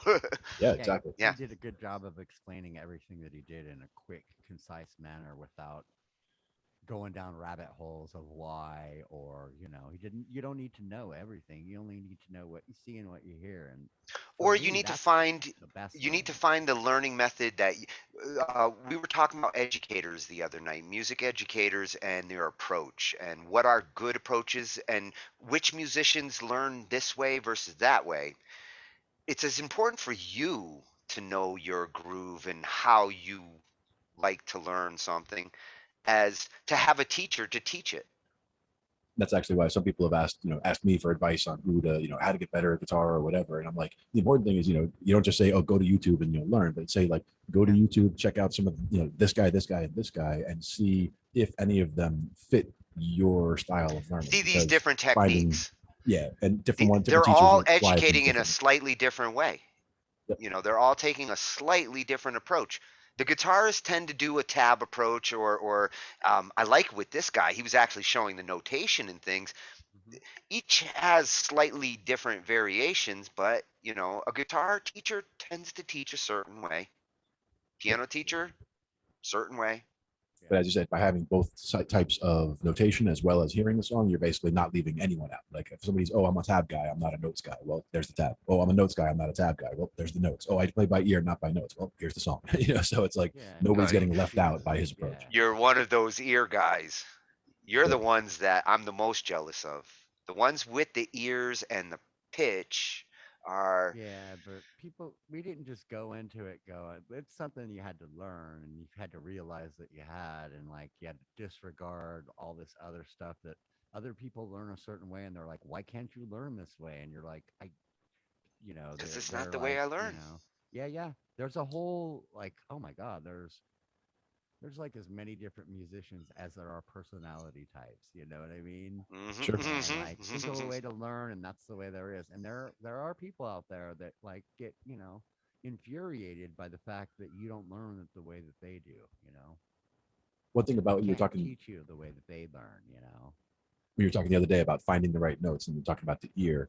And to me, it wasn't so much about even knowing that it's the right note. Like when I hear something played, I don't automatically go, oh, that's a B, and jump to a B. I basically hear, oh, that's a note, and I hit a note on my guitar or bass, and it's like, okay, it's either going to And be then higher or figure lower. it out. You, Yeah. you And start to then, is it a little snipe. or is it a lot? Yeah. You start to Yeah. snipe into your area and But and, then, and yes, find. yes, it's not an instant recognition. You don't recognize it immediately. Some and people go, "Oh, do. this is us," Jeff right? Beck, I have no doubt. Yeah, that's another Glenn's type. Yngwie Glenn's Malmsteen, Jeff You're has playing an in B instant minor ear. diminished augmented, sixth. You're like, what? Shut up. Yep. Well, not only that, but if you saw some of Rick Beato's stuff, Rick Beato's got a son who's like, I mean, he has a video from when Yeah, his son was like yeah, 5 years old. yeah. Rick His will sit there on kid the piano, is. he'll play like a 6 note chord, and Oh yeah, yeah. he'll ask his son, okay, what was that? And he'll tell you literally like, oh, that was a C, an E, a G, an A. I He'll literally read every note to you. I saw that video too. I was like, oh my God, this is amazing. Well, can you Yeah. imagine being Beato's kid though? I'm not surprised if you have a kid who was listening to music and music analysis even from the womb. He was I probably hearing it. I'm not surprised that you get I that would be result, because I disappointed bet if I you had a child I that was bet you learning those kids music. that hear from the womb like that do come out musicians. Yeah. Yeah, if I had a kid that wasn't into music, I'd be disappointed, and it would be my Me fault too. too. So I, Well, no, it wouldn't.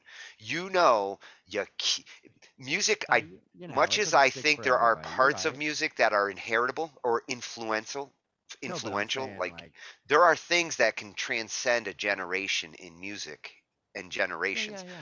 But whether your ability to play or your interest to, if Yeah, those that's are two different inheritable, things. Eh, I could One thing teach is you enough inspiration. That's time. one thing, because Yeah, like but I you can't can teach teach a you. lot of stuff, but yeah, Yep, like my nephew, I wanted him to be musical and yep. to be inspired to be musical, and basically just by being around them and by playing, as my playing has kind of grown over these last 10 years, like I was saying. So he's kind of Yeah, seen my playing go from very early to now, it's and inspiring. he's ridiculous now. He plays a Schecter Demon guitar. He's like, he can shred on that sucker, and he plays trumpet, he plays piano, he's composing music, he's in college now, he's taking college classes on composition. It's great to see it. But at the same time, like, I know that when he was much younger, my sister had asked me at one point if I wanted to officially become his teacher for music, and I was kind of on the fence. I was like, I'd love to sit down with him anytime and play music, but I don't ever want to be the guy who has to say, oh, did you do your scales today, and that kind of thing. yeah, I never yeah. was going to go to that I don't level. want to be the guy who's the buzzkill. Exactly. Sorry, you can't go to that Yeah. party tonight because you got music lessons. Right. Is So this I the wanted to nephew? be. Is this the one doing flute on Andrew's track? No, actually, that's my cousin. That's cousin Linda's brother's son. So it's her nephew. Linda. Oh yeah, So yeah, he's my second cousin, but it's her nephew. Yeah, that's yeah. David. But he's another good example of like Definitely. a very young teenage savant, like going with the right starting instruments. His flute work is awesome.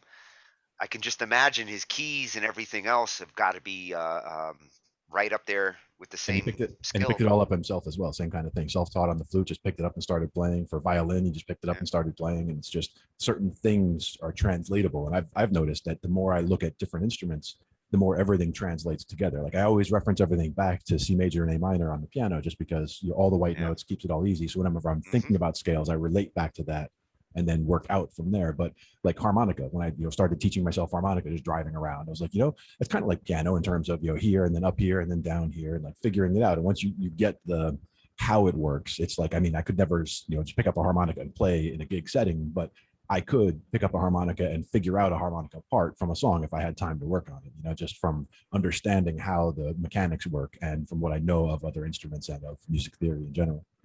Makes it a lot more. See, easier to harmonica apply. confuses me. Yeah. I could never get.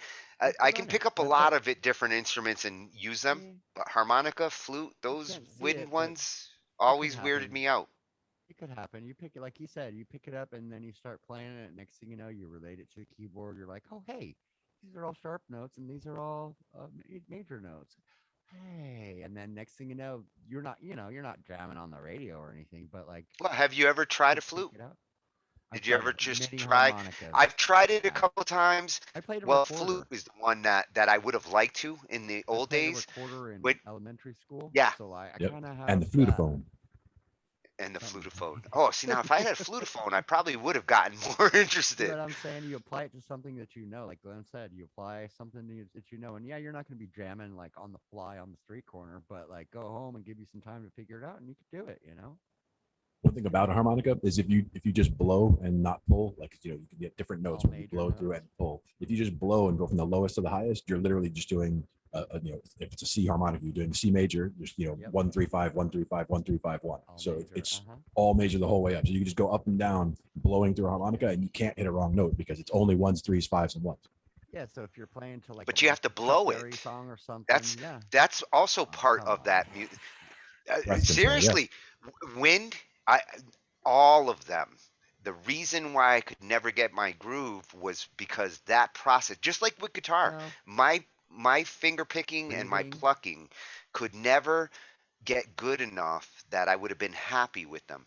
I could figure out my fretting hand, but how I was getting that everything that you know chord to about work. keyboards, take everything that you know about keyboards and just forget keyboards and just say you never picked up a keyboard. You picked up a guitar instead. Now, I know for a fact you'd be as far as you are along now or further, depending on, things that happen in your life. But you'd have the same basic knowledge that you have about the keyboards, only it would be on the guitar. I don't know. The wind instruments, I always thought that they were making the sounds with their like a voice. harmonica. Well, they Yeah, definitely I use a think lot of breath you're making the control. tone from your Yeah. breath, and you're really Okay, well, not. But in my using a head, reed, it's always seemed to feel that way. a reed in like a wind instrument isn't hard. You just blow into it. But a reed instrument, you actually have to make a sound with your mouth, like a saxophone. Yeah. Clarinet. What's the other? Clarinet. Yeah, Exactly. clarinet. Those That's are my tubes favorite that are. one. My I friend would has love a to saxophone, learn and that he one. learned how to play himself within 5 years. He's like, we jammed, on the streets. We would go and jam, and he would say, you play everything, Jason. Give it a shot, And I can't even make the fucking noise because it's like you got to take your tongue. All I'm gonna do is spit into that thing. Yeah, he's like, and I played a trombone, so I know that like you got to use a really concentrated the breath. spits. Spits. But this is Yeah. I'm like, yeah, I'm kind of with you, but like, perseverance. If there was something I wanted to play, knowing the person that I am, I'm gonna learn it. Whether if and I take the energy that I put into guitar over the years, and I put it in drums, or I put it in bass, or I put it in a freaking So, accordion. have you tried I'm gonna violin? be, Have you tried I've tried violin, or violin. have you done the bow? How did the I bow have. work for you as a guitarist? You How did can't. the bow feel?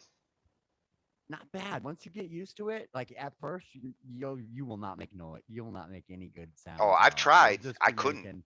But once you learn how to Violin hold is the the bow, worst sounding one that I've ever tried. I was like, oh my god, I should can't never play explain it. this instrument. But if you hold it like a little harsh and you kind of press down a little more than you think that you would, and tilt it to the side a little bit, then you kind of you start to get it. And yeah, I got to violin.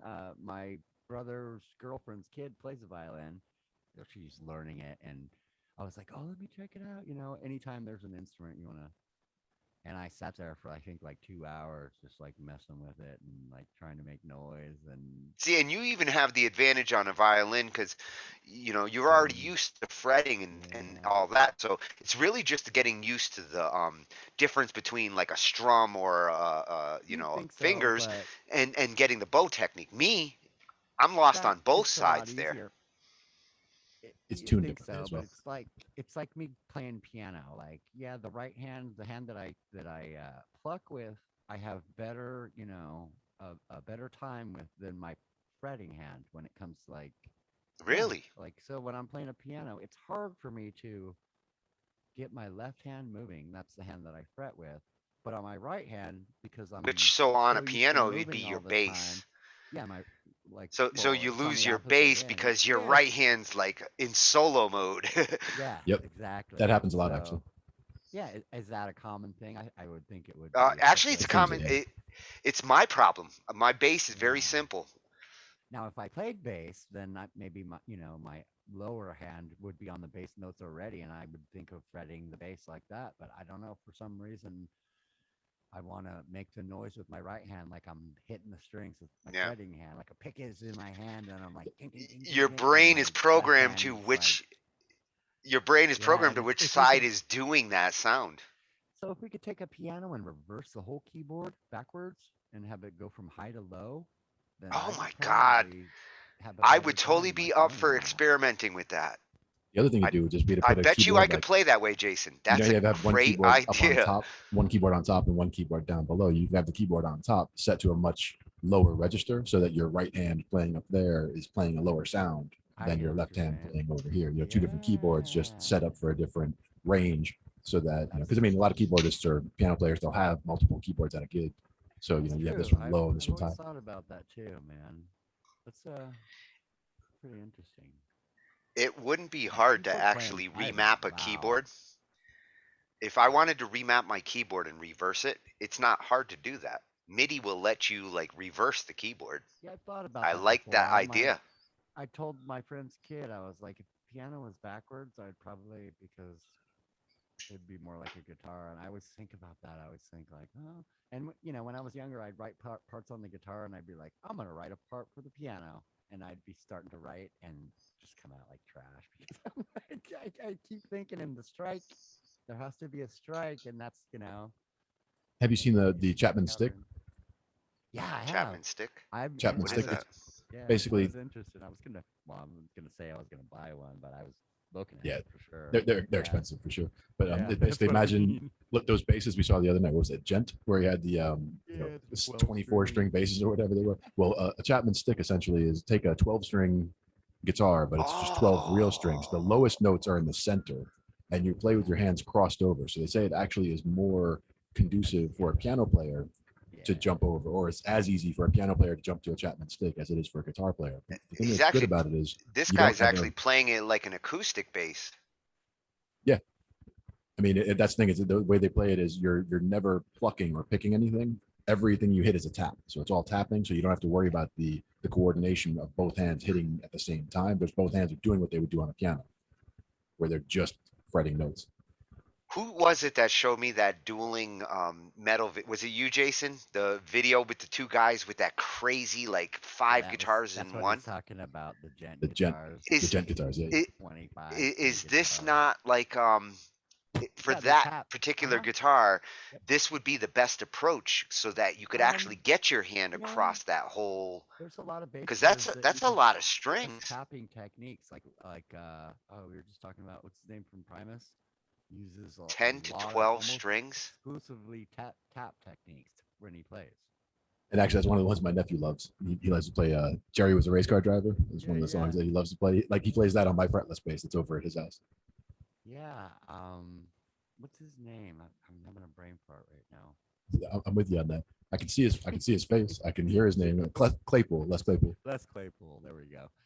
For a while, he was having a hard time finding a place to fit in the music scene. There was a big thrash thing going on, in the early '90s, mid '90s, and he ended up I don't know if you know the story, but he hooked up with one of the guitar players of this band called Possessed, which was, really crazy band.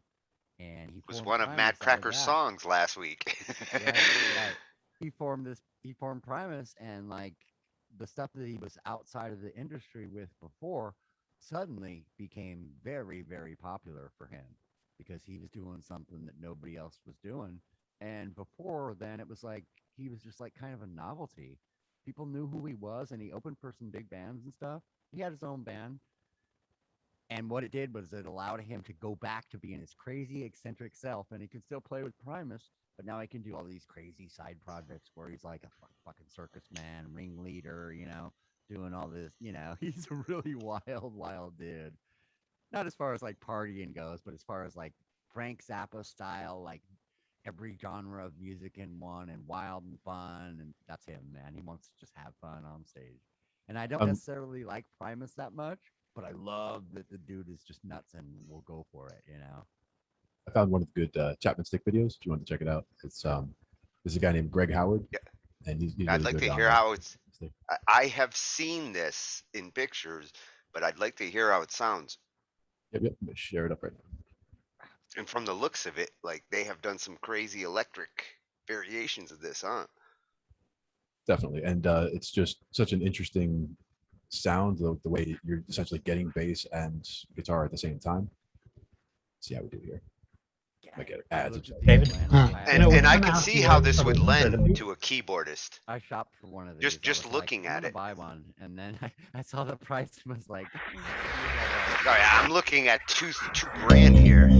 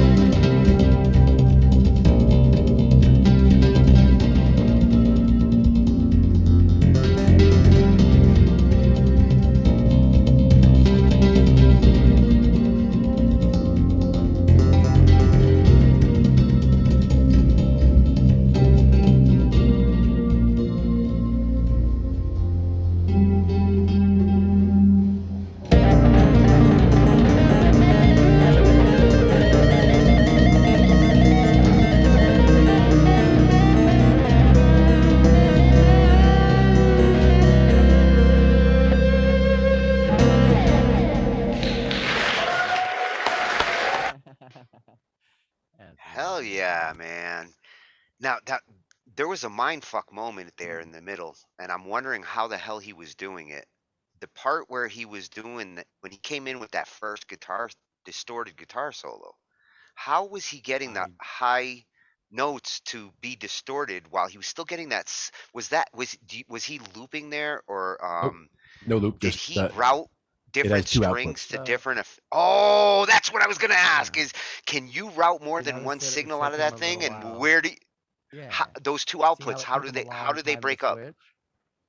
He had to How go do those step two on the pedals. outputs break up? Do It's those two basically like Yeah. outputs? imagine it like a bass and a guitar being welded Oh, together. so one So it's just two output is outputs. the bass and one output is the high strings. Basically left That's side, right how. side.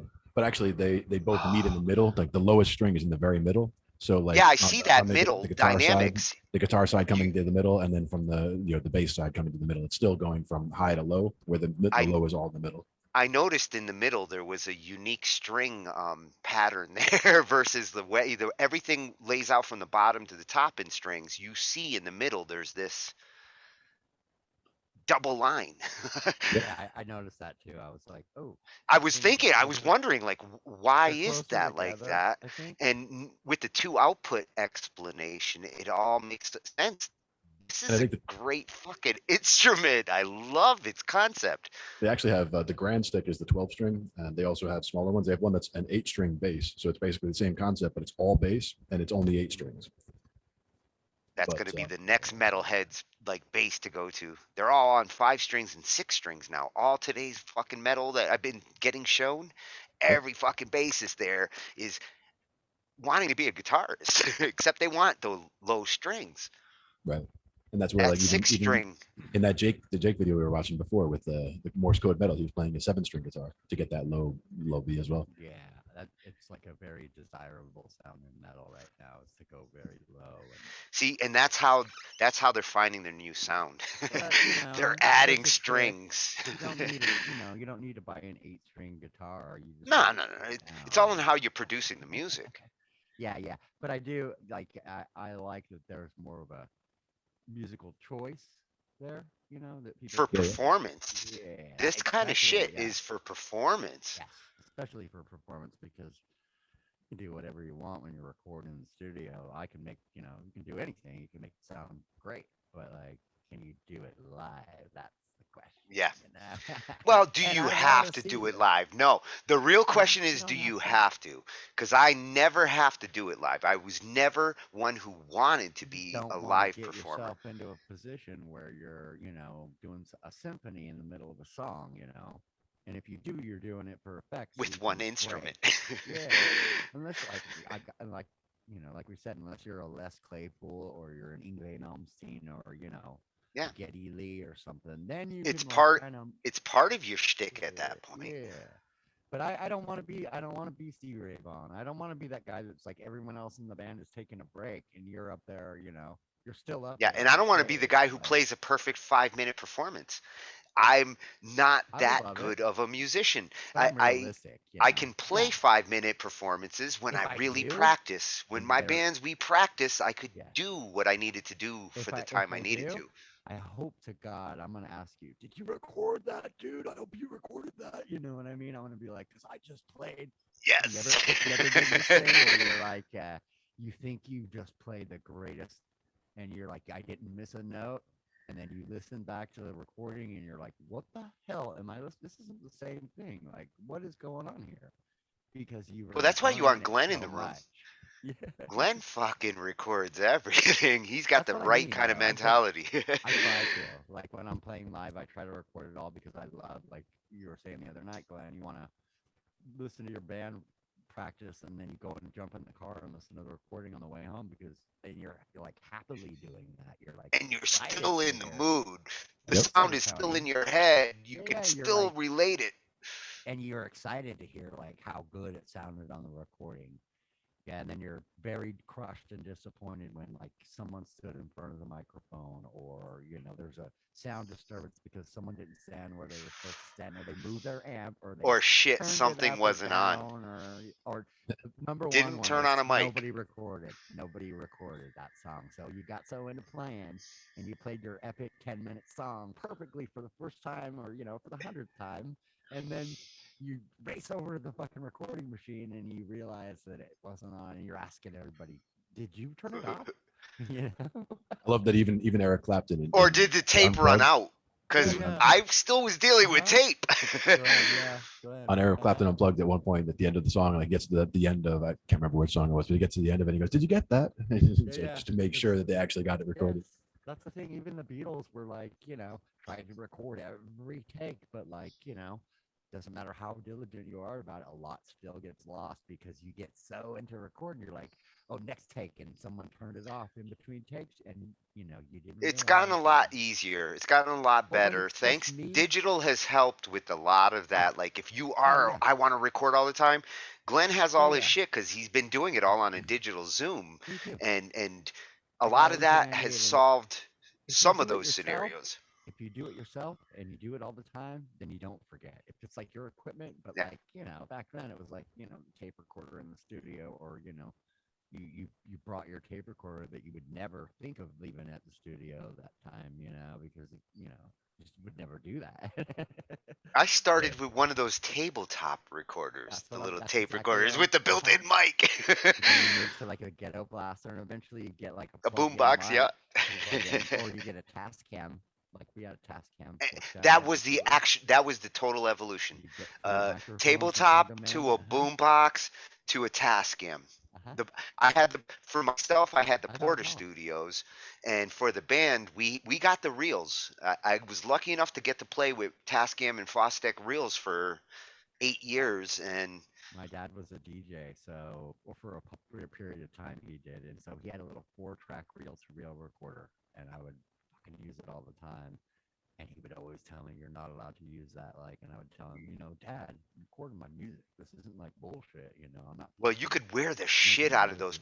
those And no, it recording was heads old. It was from on the those 4 '60s, tracks, so especially yeah. because when you had to bounce and the way Oh, it was dude, we got breaking so up much the trouble. tape. Because Oh to yeah. make the 4 tracks, it was taking that little sliver Oh, of but each part of the same tape that listen, did you normally hear was that? You guys stereo. hear that? Was that lightning? Fireworks? Ah, there you go. I saw the Yeah. flashes. Oh yeah, Oh yeah, yeah. yeah. I see some. Still going on. Well, if it's fireworks like what you showed me Oh the my other god. night, and you're gonna have like a It is 4th fucking of July war weekend. zone around you. Yeah, yeah. Oh, well, hopefully, I told Tony I'm gonna try and take my GoPro outside on the 4th Yeah, and yeah. record, and you're gonna be like, because I just live nowhere. You know what I mean? It's like just houses and apartments everywhere. There's Well, the no. cool thing is on Monday when you're doing your show, you can Oh fucking yeah, go capture some of those fireworks and use that yeah. shit as like I'm going to my buddy's for the visuals 4th. and Yeah, yeah, yeah. I'm gonna go So light up Tony, some fireworks.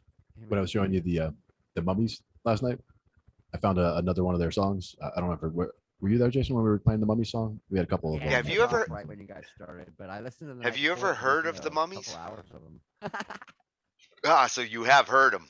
Yeah, yeah, yeah. I love their sound, man. After Mhm. listening to it, I was just thinking of all sorts of metal So brass, that's the kind of music my heavy dad metal liked too. brass He's fucking into that sound. kind of jam rock, like the Doors, like you know what I mean. That kind of they could take a song and play one song for 10 minutes, 15 minutes, and then go right back into the same song. My dad loved that kind of music. He's That like was into They were that. doing that in that Moody Moose show I was showing you He loved the Moody from Blues. Baltimore. That's why I was like, "Oh, Moody Blues." No, no, I know all these songs that they're playing too. Oh, he said Moody Moose, but Moody it does Moose. Oh, sound okay. like Moody Blues, Yeah, and I yeah, do that's what love I the was saying. Moody They Blues. sound like the Moody Great Blues, like they're definitely influenced by them, dude. Even though the Moody Blues is super like serious and but they had some but great songs. very Yeah, progressive. Like yeah, yeah. when it That's comes it, to though. like Exactly. My dad was into bridge progressive rock. music, like they were bridges across the great music frontier. Like Now this one that I Yes, was doing, this one's called the band Pants. Yes. Uh huh. Oh, I love Yes, yeah. Mhm. this was a song called Pants, and like the hook or the main line is like, I'm coming in my pants, my shirt, and my best new suit. It's like, but the way that it all puts together, like all their songs seem to have like double entendre. Like the one was the Well, like the one last Prevention. night. What was it? Attack of the Wiener Man, or Kind of Lingers. No. It was the other one that I couldn't help cracking my ass up. That was kind of Lingers. Kind of list. Kind of Lingers. Yeah. Kind of link. It was so geniusly titled, and when you hear it when they're singing it, and the way they sing it, and the music that they play at the time, you want to laugh your ass off. And the genius in the mix actually put a guy laughing into the track. So every time you want to laugh, you do hear a laugh, and it makes you fucking laugh harder. And these guys have killer horn section, like you were saying. Like they've got in this case, I want to say this one only has 3 horns, but like the one we watched the other night had at least 5 horns on that one song. Let's see what we got here. The brass arrangement that they had on those 2 songs was full. Four saxes, 4-part on the saxes, a trumpet, and there might have even been a fucking dude on the left side or 2 who they were switching between fucking like playing bass and then putting up a fucking trumpet for a second and then going back to bass. These guys are great musicians. I would love to be in that band. And the one guy who's playing one of the horns over here is going to go back and forth to the congas, I think. Let me see here. We take a break really quick. We'll be back. Yeah, sure. Before you start it, just give me like 1 minute. Yeah, no problem. Meantime, I was just about finding the other one as well. I bet you all these dudes are like music teachers or something, because the guy who's going to fucking switch between like, say, a bass and a fucking trumpet and go back and forth, or even that bongo player, I mean, he has a sax behind him that he like whips around. Yep. The one that we saw that was the animation Almost none of these dudes don't take advantage of everything they could do at any given time during the song. I want to see the animated one we watched was the Freak Flag. That was the one we were talking about for Slithers, like with the animation of the mummies and going around. So that was Freak Flag was that one. I was trying to remember the name. Hopefully that gives him some good vision into like what can be done. And he's got some good working tracks for all that stuff that I want to do with him. He's already got a nice palette of songs that can be built on top of. He went through his fucking library with me after the first show, and nice. Just like his intro, the shit that he wrote for his intro, all the other stuff has the same kind of catchy hookiness that you can literally play it for 2-3 minutes, and it's a soundtrack group. This one's got 2.9 million views since November 2009. When did these guys come together? At least 10 years ago. 2015, 2016. No, this one right here was recorded in 2009. All right, back. Oh, really? They really go back. Yep. I think we're gonna do a little song. All right. About your britches, baby. About your britches. About your britches.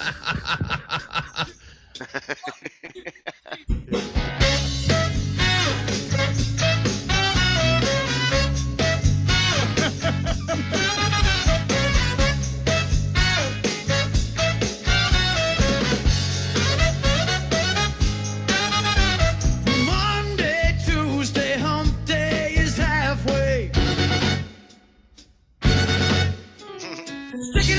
Awesome fucking hits. Quick and anything, 48 to rendezvous. I'm gonna blow a wad on you.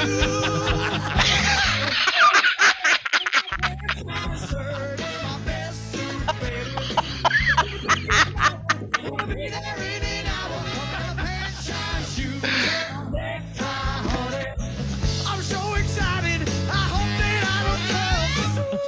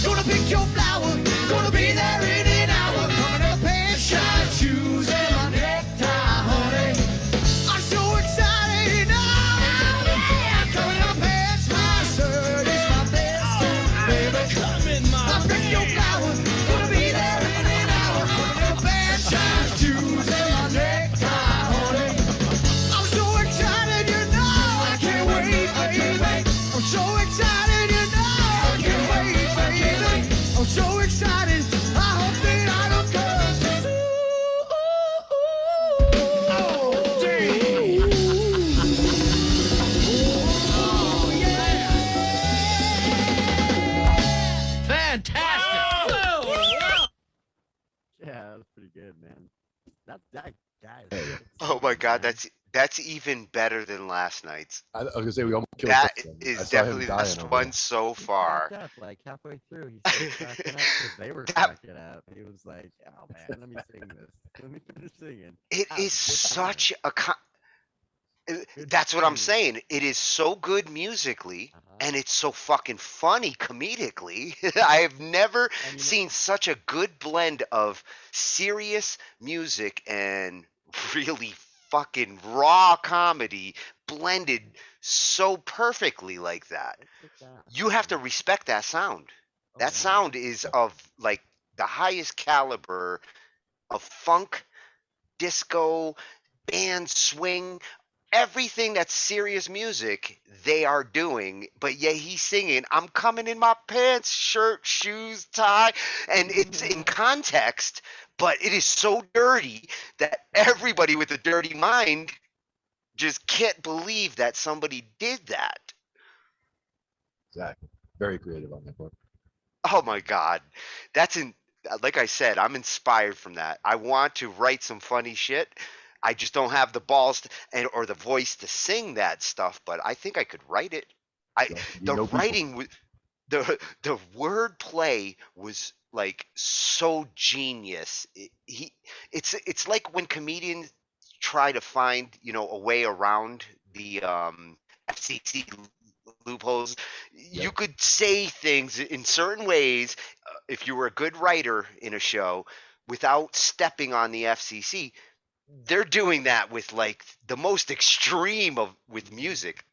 That I'm was on a coming radio in my show. pants sounds the dirty old, as fuck. No matter how you try to do it, but they managed to yeah. do it. It's the old Dr. Demento, shaving cream. Mm, mm. Hmm. Or like Guido Sarducci. Oh, the- Father, please. Dude's an ordained minister of comedy. Yeah, the one we did Yeah. the other night was Kinda Lingers, and there's also the Attack of Oh, the yeah, Wiener Kinda Rat about Lingers. the hot dog vendor. It's a great shtick to work off of it, and to have such good sound to put behind it. There's no way you can't take that comedy like super serious because the production value of that sound. You wouldn't have to do something funny on top of it. You could have that sound and do all sorts of other shit and still be successful. But to do it with something funny like that in today's 3 to 5 minute attention span age, that kind of comedy is like 5 minutes of pure fucking. So yeah, there's an algorithm thing on YouTube where, where you click on your homepage or you just, open up YouTube and Why is it getting right clicky? away. I'm getting. Oh, C- sorry. can we do a mic check? Make sure every. Am I loud? Because Soft? it's Is it me? no, no, no. It's not loud. It's soft, but it's click. It's distorted. It's cracking up. Is that his or mine? Are you hearing it, Glenn? I'm having some No, clicking on my end, but yours is good. No, I think yours it's is from good. my headphones is what I'm Oh, hearing. you know Bridget. what, dude? I'm sorry. I unplugged my fucking. No, no. controller. Jason's gets a little broken up at I times. unplugged my guitar and I left the cable plugged in and didn't turn it down. I just moved the cable like while we were talking. Okay, it's a little There you go. That better, could be it. but the levels are still low. About that. But I'm still getting crackle. I'm gonna turn mine off real quick. You sound good. Crackle's Oh, not no. here myself. That's how I know. Like when I hear yours and you sound okay and something else doesn't, that's my point of reference there. I heard something snap in, Yeah, that was and my I microphone. Not plugged in all the way. still low levels. I'm a fucking dumbass, man. I swear to God, I need to Velcro Getting and better. sit down or something. What now? Levels are getting better. Better? Better. Much. There we go. Yeah, I'm an idiot. Okay, dude. but I still get the crackle. Do you get the crackle, Glenn, or is that something going I on hear- my end? I hear the crackle. I'm wondering if it's like if he's at 100% on his mic and then bringing it down in the PCD or vice versa. Like it might be that it's Yeah. coming in too hot in one of those places. Something's coming in too hot because Okay. it's crackling through something that's too You know, hot. I hear so I would go. interference. Oh, now the level's really good. Like now you sound like right there. Get rid of the crackle and we're good. That's the level you want.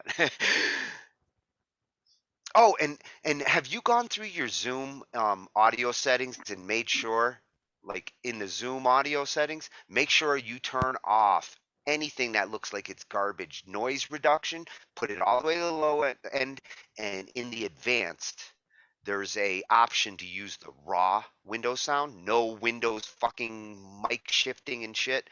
Use the Windows raw in the advanced Zoom audio. Yeah, I had all this stuff set already. Now you're way low. Yeah, it's I back to reset- low again. You know what I did? I unplugged my Focusrite because I think I jarred something while we were talking here when I. Cause I You did a unplugged my Louis. guitar and then yeah, I think I. How does it sound now? Is it Sometimes better you or is it gotta. too low? No, it's there's no crackling anymore, so you got rid of Okay. the crackling. Now Yeah, just it turn was- up your level on your Focusrite. Bring your Focusrite mic How's input that? up. Is that better? Even Good. better. Test 1 2 With 3. no crackling, you can bring your level up because it's nice and clean. Yeah, That shit I mean, does I sound can good. hear myself Yeah, in my that's what headphones we're on talking here. about. There we go. Okay, I'm sorry, you Oh guys. I well, didn't if mean to- you're also monitoring yourself, that it is I don't know kooky, why. man. I had to turn I don't know why when it's I'm on doing that that on Mackie. here. I hear myself. It fucks me up, man. I want Oh, to I turn know. myself off. There we go. It's my Focusrite. I have my monitors turned on, so when I hear whatever goes through on my headphones. Oh, you were getting echo. Yeah, yeah. This sounds good. Yeah, This is the preset. Save this shit as the preset. It's the I'm it's telling you, I need to Monday. Velcro this thing down and like, yeah. Monday, this is how you want it before you start. Yeah, I'm definitely gonna test it. I'm not gonna mess around like that. But Well, anyways, you will have to. Believe me, I have to adjust shit constantly on these knobs. But I know my preset points. yeah. I do know where I need to. It's few things. My Mackie, I set like 3 things a certain way. My Roland, I set to a certain percentage, and I shift it 25% when I'm actually trying to play. Because I do have to push my Roland to get it to zoom. It comes in very soft compared to like the fucking mics and everything else. Your guitar is actually in a good place when we were testing it the other night. So if you plan on like fucking playing or anything during your show, it's always good to have the fucking line electric guitar ready to Yeah. flip on and off, just like talking. Yeah.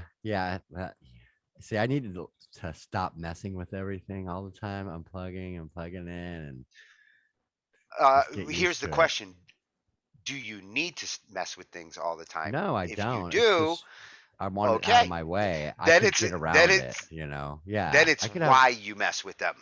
Yeah, I'm just used to putting everything away because it gives me more space to move around here without, walking on everything. But Yeah. really, I don't need to walk around when I'm sitting down in a freaking chair,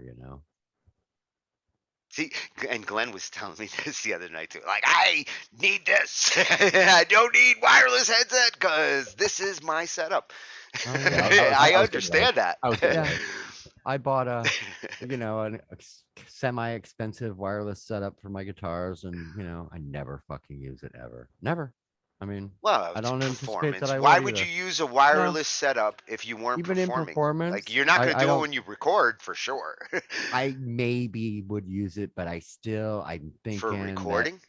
no. For performing, I'm thinking I'm not going to use it for performing either because Well, here it might be useful. If you're doing your show, a wireless guitar is one less thing you might accidentally pull because you're trying to do shit during your show. that's why I A got wireless guitar But, is like, useful it. there.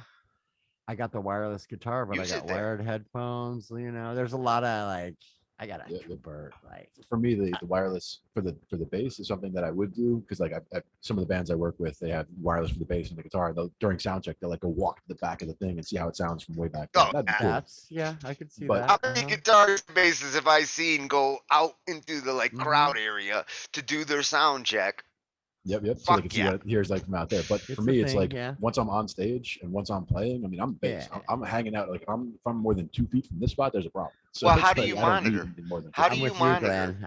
I'm not You- like. do you I'm have here your to own play. little- That's why I'm here. Do you have your know? own little bass monitor, or No, I'm are usually you just standing. like picking like- yourself up? I'm just You got your standing at the spot. bass stack. I'm standing at the bass stack, You don't- so I've got my 115 and Oh. 210s right there. So Yeah, I like Okay, to your stay stack near is my your amp monitor. so I can. That's good. I don't trust anybody to know my sound better than me. So if anything happens, I need to be able to, change a chord, change a string, whatever. So I want to be in the same place every time I play, which is like probably directly in front of my amp. yeah, sometimes at open jams, I'll like to Yeah. make it easy for myself. I'll just bring my my DI box, Tech 21 Sans amp, Yeah. DI box, and I'll plug into that, and I'll just feed him an XLR to the sound guy. So give the guy, give the sound guy an XLR Oh, cable. so and that's say, like "Give a me phantom." relay signal. I tell him to give me phantom So power. you He can push power your me from there. signal. Yeah. Well, I could just do my whole thing from there. No amp, no anything. Just basically Yeah, from you my don't even bass need an into amp. my DI box and Yeah. then Yep. to him, and we're good. But there was Less also a overhead. there's a secondary. Total output. less overhead. Total less overhead. No battery in the equation because he can just feed me phantom power Mhm. and I'm good. And then I just Yep. fed the parallel out from there into What they had batteries as do a you have bass to stack. rely on when you perform?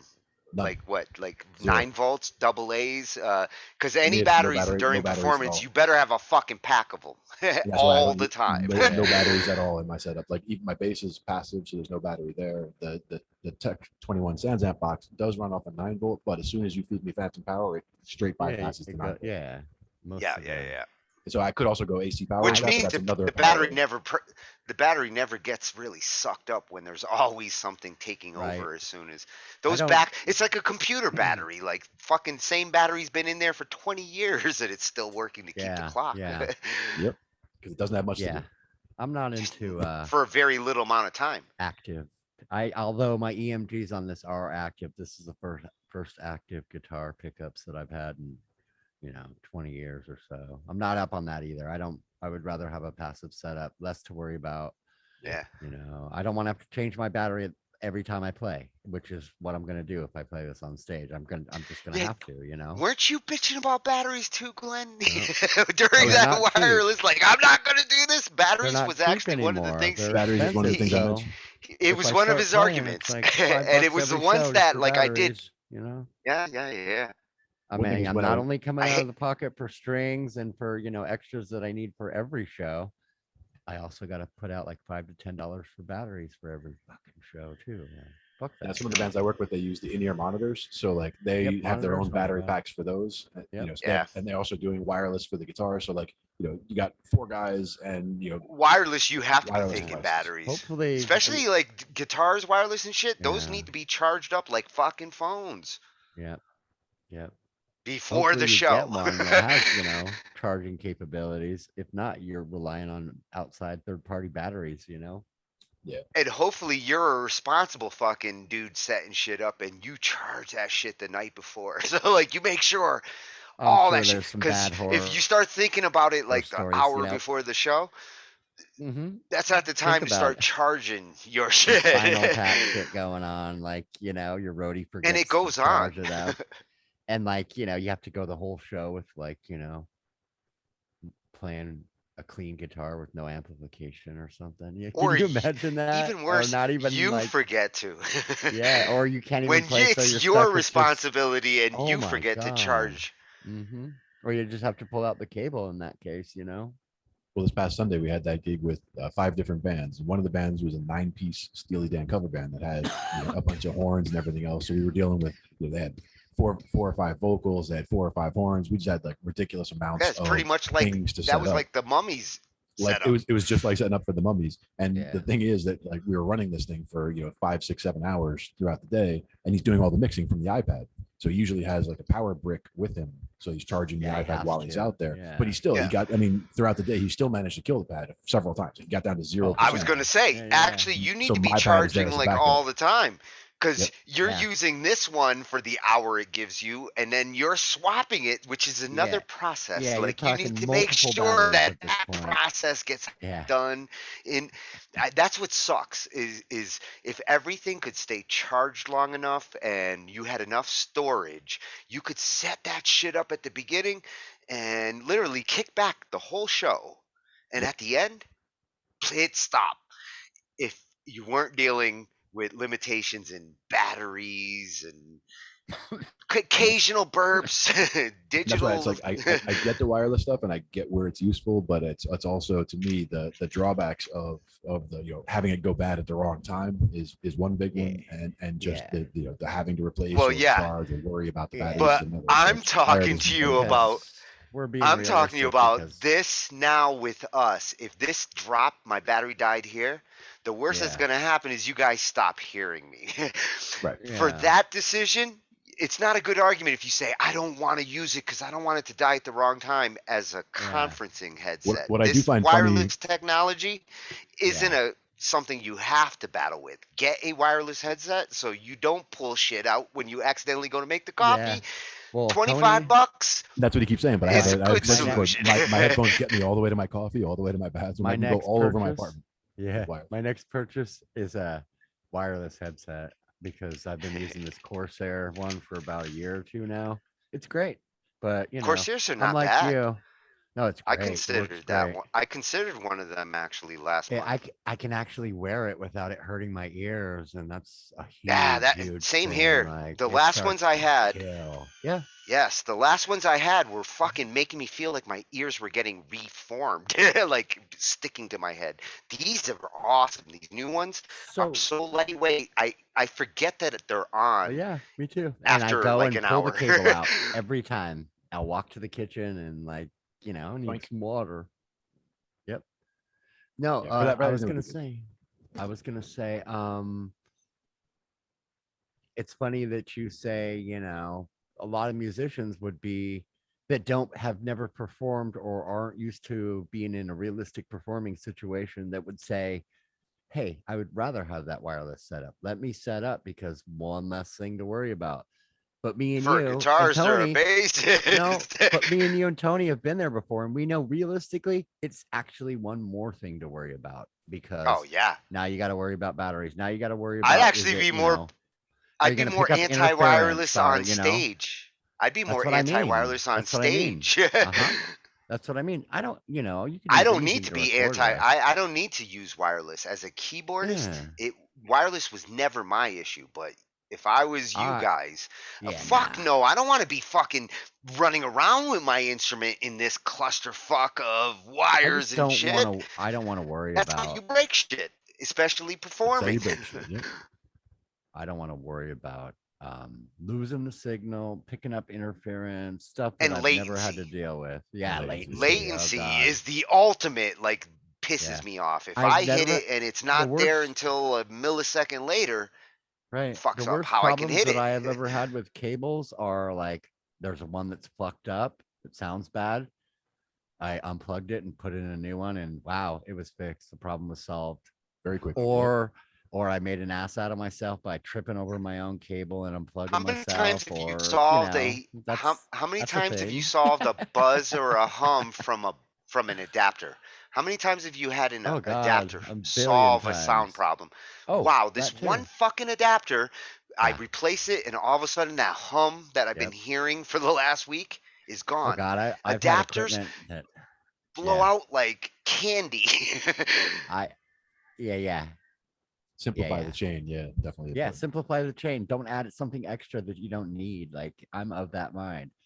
Only because man, I've been there. I've had my friends had the wireless set up and it's picking up the police station while we're at a show. And it's like, Oh yeah, the back hell then is that was a that, dude? huge problem.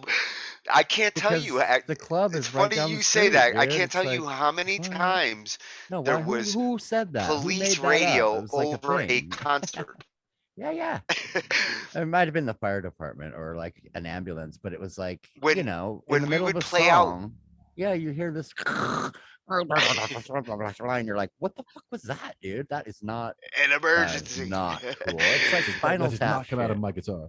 yeah, and it's like comical and it's Spinal Tapness, like you know what I mean? It's like this is unreal. This is like absurdity at its finest. Like, of course, this happened to us tonight because who would it happen to? You know, this is a thing. Yeah. yeah.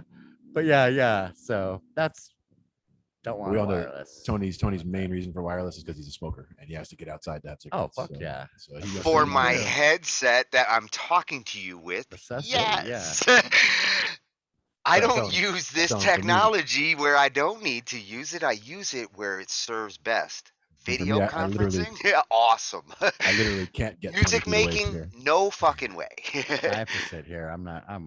Where am I gonna go? You know.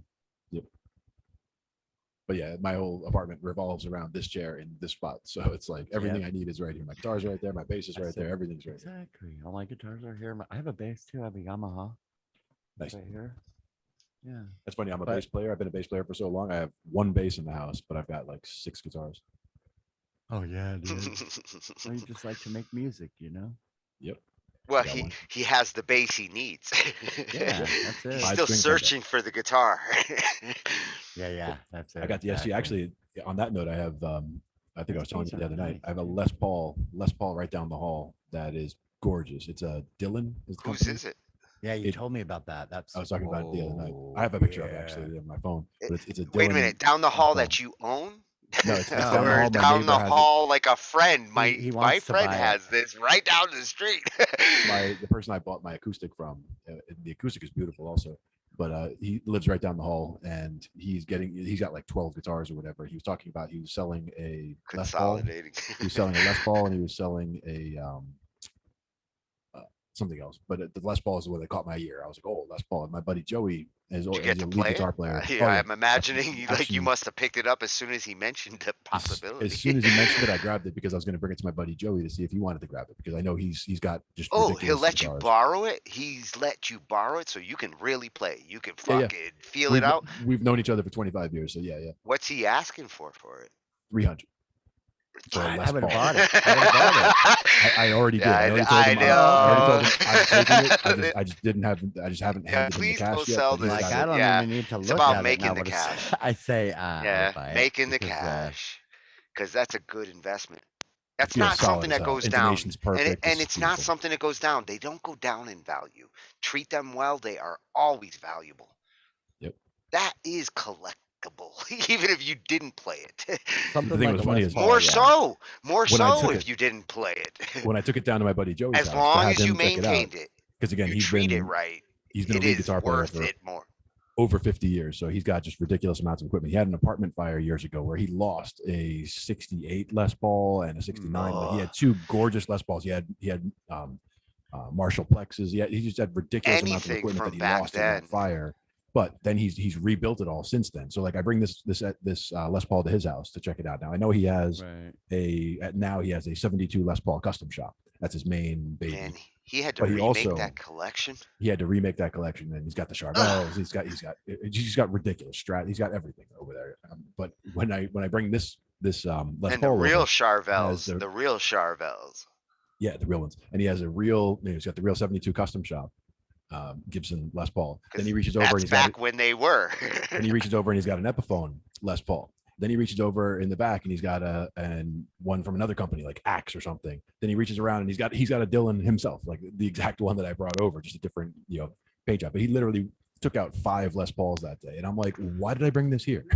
I'm like, you have 5 of them. I only need 1. So I'm like, I'm gonna keep One ring to rule them all. Yeah. It's my Charvel right here. Nice, yeah. Has regular fat markers on it too, but they're pearl. Yeah. But this thing weighs about 30 fucking pounds. It's heavy as fuck. yeah. I'm like, oh It's my like God. old cars. It's really Classic nice. shit weighed more. Now they've gotten I'll all show it light to you in a dynamic better and light. Maybe Yeah, take less- a picture or two. less bulk, but classic shit. You Yeah, needed no, this muscle. thing's a beast, dude. Yeah. I hardly ever far as- play it too. like for my stuff that looks pretty good. The SG looks nice. That's the black SG looks just like Angus's. and then I've got Oh, the, nice. You got an Angus. that's the one I have as mine, Mhm. and then the Gibson 5-string, is I That's very love cool, fucking. sorry, man. the Fender 5-string is the one I'm using. over here. Angus's approach to guitar, just like the dude who, for Cheap Trick. I love those fucking guitarists in the '80s that were like weren't afraid to have like a double fucking neck or it's 3 necks. Fucking the dude from Oh, Cheap yeah. Trick is the Yeah, yeah. ultimate in like craziness. He would Well- have invented that guitar from that video. Jimmy Page did some of that stuff too when they played Yeah, live. yeah, well, yeah. He played Page started Stairway it with and- fucking yeah. Well, it's He mostly for started it looks there. because he really didn't play them both exactly. at the same time. You know, he played a little Sometimes bit he on one, did. a little If bit you ever on the saw, other. if you ever saw some Yeah, of his for- like for- live shit, there were times where he did go across necks, and that is impressive. I saw somebody play with both I don't hands one time on one guitar. necessarily. Yeah, now I Hmm. see people do it all the I've time. seen Oh, I've dude. s- I want to say it was Stevie. You guys alone have Sammy shown Hagar. me shit last There week. was, there I was a somebody guy was in never the playing thought 90s. I'd 90s. see. It was a guitar that shaped like a heart and had a neck coming out this way and a neck coming Right. out that way. And he would do tapping basically, but with Yeah, both yeah. hands at the same time, one on each There neck. was a guy in the 90s, black guy, that would play with the guitar sitting down. Stanley, do you guys know who I'm talking about? I don't remember his last name. Let me look it up real quick before I go further. This guy Anyone? was amazing. He was probably one of the first people I ever saw that played like a tap, sit down style guitar. How do you. Stanley Jordan? Man, I'm seeing Is that it? tap technology, tap techniques. Like Yeah, I never Stanley Jordan, imagined dude. with the guitar. Just know in what those Stanley last Jordan couple is, of right? instruments. Sounds familiar, yeah. Doesn't ring a bell. Oh, he's a jazz player, obviously. Yeah, see, I don't know a lot of jazz. Me I only neither, know really, jazz but when somehow. I trip over it. Yeah, so he had this thing they called it the touch technique back then, not the tap technique. It was all Not about surprised all though. hammer- all hammering on. I'm not Yeah, surprised Eddie that Van that Halen kind was of doing technique, it too. So that kind of technique was likely invented in jazz. It's the one genre you can do whatever the fuck you want. It's a way to get fast too, because you don't have to worry about the exact timing of the strike of the pick on this hand and fret on that let me hand. show you this. And guy. if you are an improviser, if you're like the Jeff Becks of the world, like it's the perfect genre because you can improvise forever in jazz and blues. I mean, both of them. profoundly unique way by tapping the I strings guess this almost isn't like a an piano. old video, And it was but- you, Stanley Jordan. Back then you had an afro, and man, you changed the game. Yeah, I saw him playing in the I could sit 90s, I here and think, or the explain it, 80s. It but might have been late 80s, in your early 90s. words, Now, Maybe it was- tap technique came along because of electrical guitar, One hand holding down the string to select the note. right? The other one Because there plucking weren't tap breaks it techniques with down. acoustic. to create the sound, actually play the note. So you have to have two hands just to play one note. But there's another technique called hammer-ons where if you just hit the string against these frets, the impact creates the vibration. So you can play guitar with just one hand. Stop. So what See his strap that he has? Star. Man, this is some nice fucking pickups. Damn it, I hit my shoe.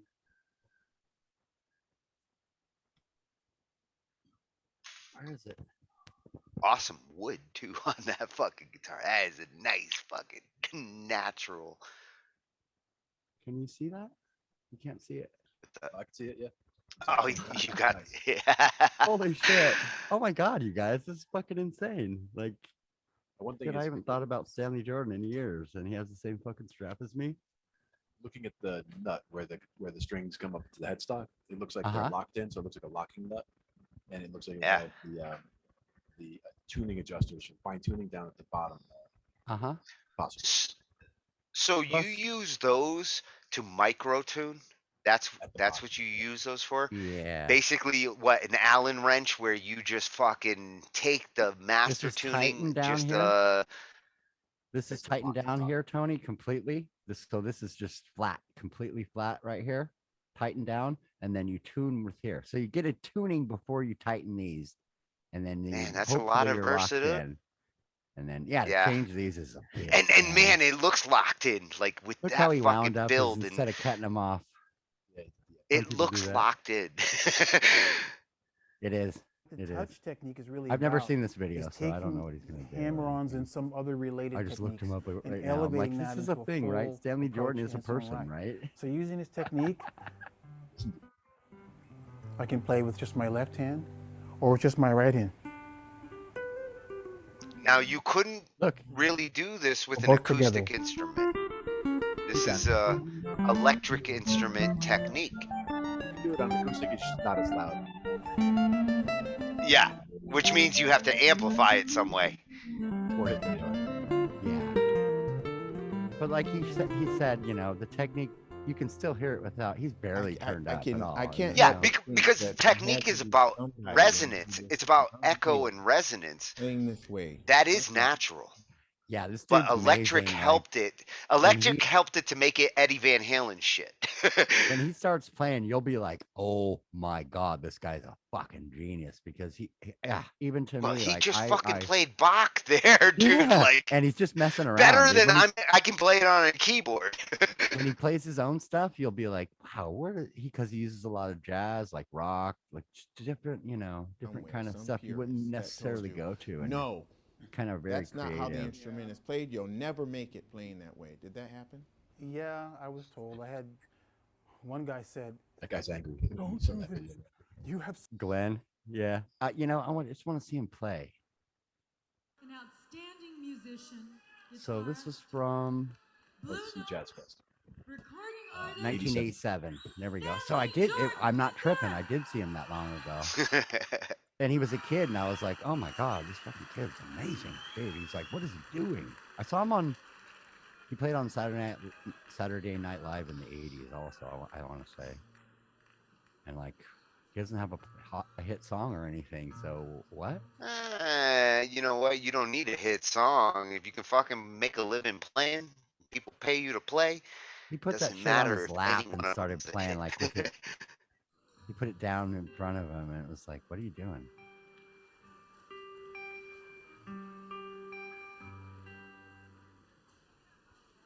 Turn it up. Man, he picks nice natural fucking wood guitars.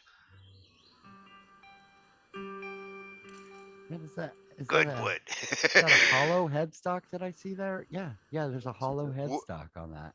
Wood is the most fucking key ingredient in the fucking sound machine. Why the expensive ones cost as much as they do. Look at his right hand, doesn't even move. Like only the accent. Look. Hey, what's up, guys? I'll just play this. Yeah, and he's, you know, he's getting that fucking level right where he needs it. You know what? I bet So if he he had can- one of those sticks that we were looking Chapman at. sticks, yeah. Yeah, I bet he would fucking Mhm. shred on it, dude. He would totally tear that thing up. He's just he's a really good player. He stood out to me even back then. That's why I remembered his name for this long. I haven't seen this see, dude in that years. is- I'm glad That he's is still half alive. keyboardist. That's half keyboardist, half guitarist right there. I don't know what it is, but it's great, man. Well, the technique he's using is more yeah, it is. keyboard-like than guitar-like. It's not plucking, it's not strumming, it's tapping, you know? It's what you do on a keyboard. You know, Crazy part is using the same strings in both hands for the higher notes and the low notes. So he's playing a chord down low and then What- he's hitting the same strings higher up. Oh, and he, you know, when he does jump back to, he does occasionally jump back to the fucking pick area for a reason. When you're listening, Probably harmonics. What is he doing now? He's just yeah, the ripping. the extra.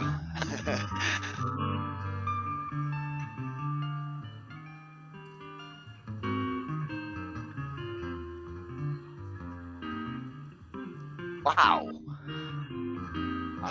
Amazing. Kind of takes my breath away to see that kind of savant. That is a fucking savant Does he in. even like? Does he even look at what he doesn't even? Like he's like, this is nothing. I'm just taking a walk No, down the he's street, not you know? looking. He does. He's like, There's no need to be looking there. Like everything that's going on is feel. seriously, he's like, I'm taking a walk down the street, guys. Don't even look at me. I'm just chilling. I'll let you know when I'm It's gonna got play the something. see. It has the same kind of magic as Jimmy. Like you. That's why Jimmy Yeah, looks so I got beautiful that too. playing. Cause you were like, holy shit, Oh, this dude is little like band there. just.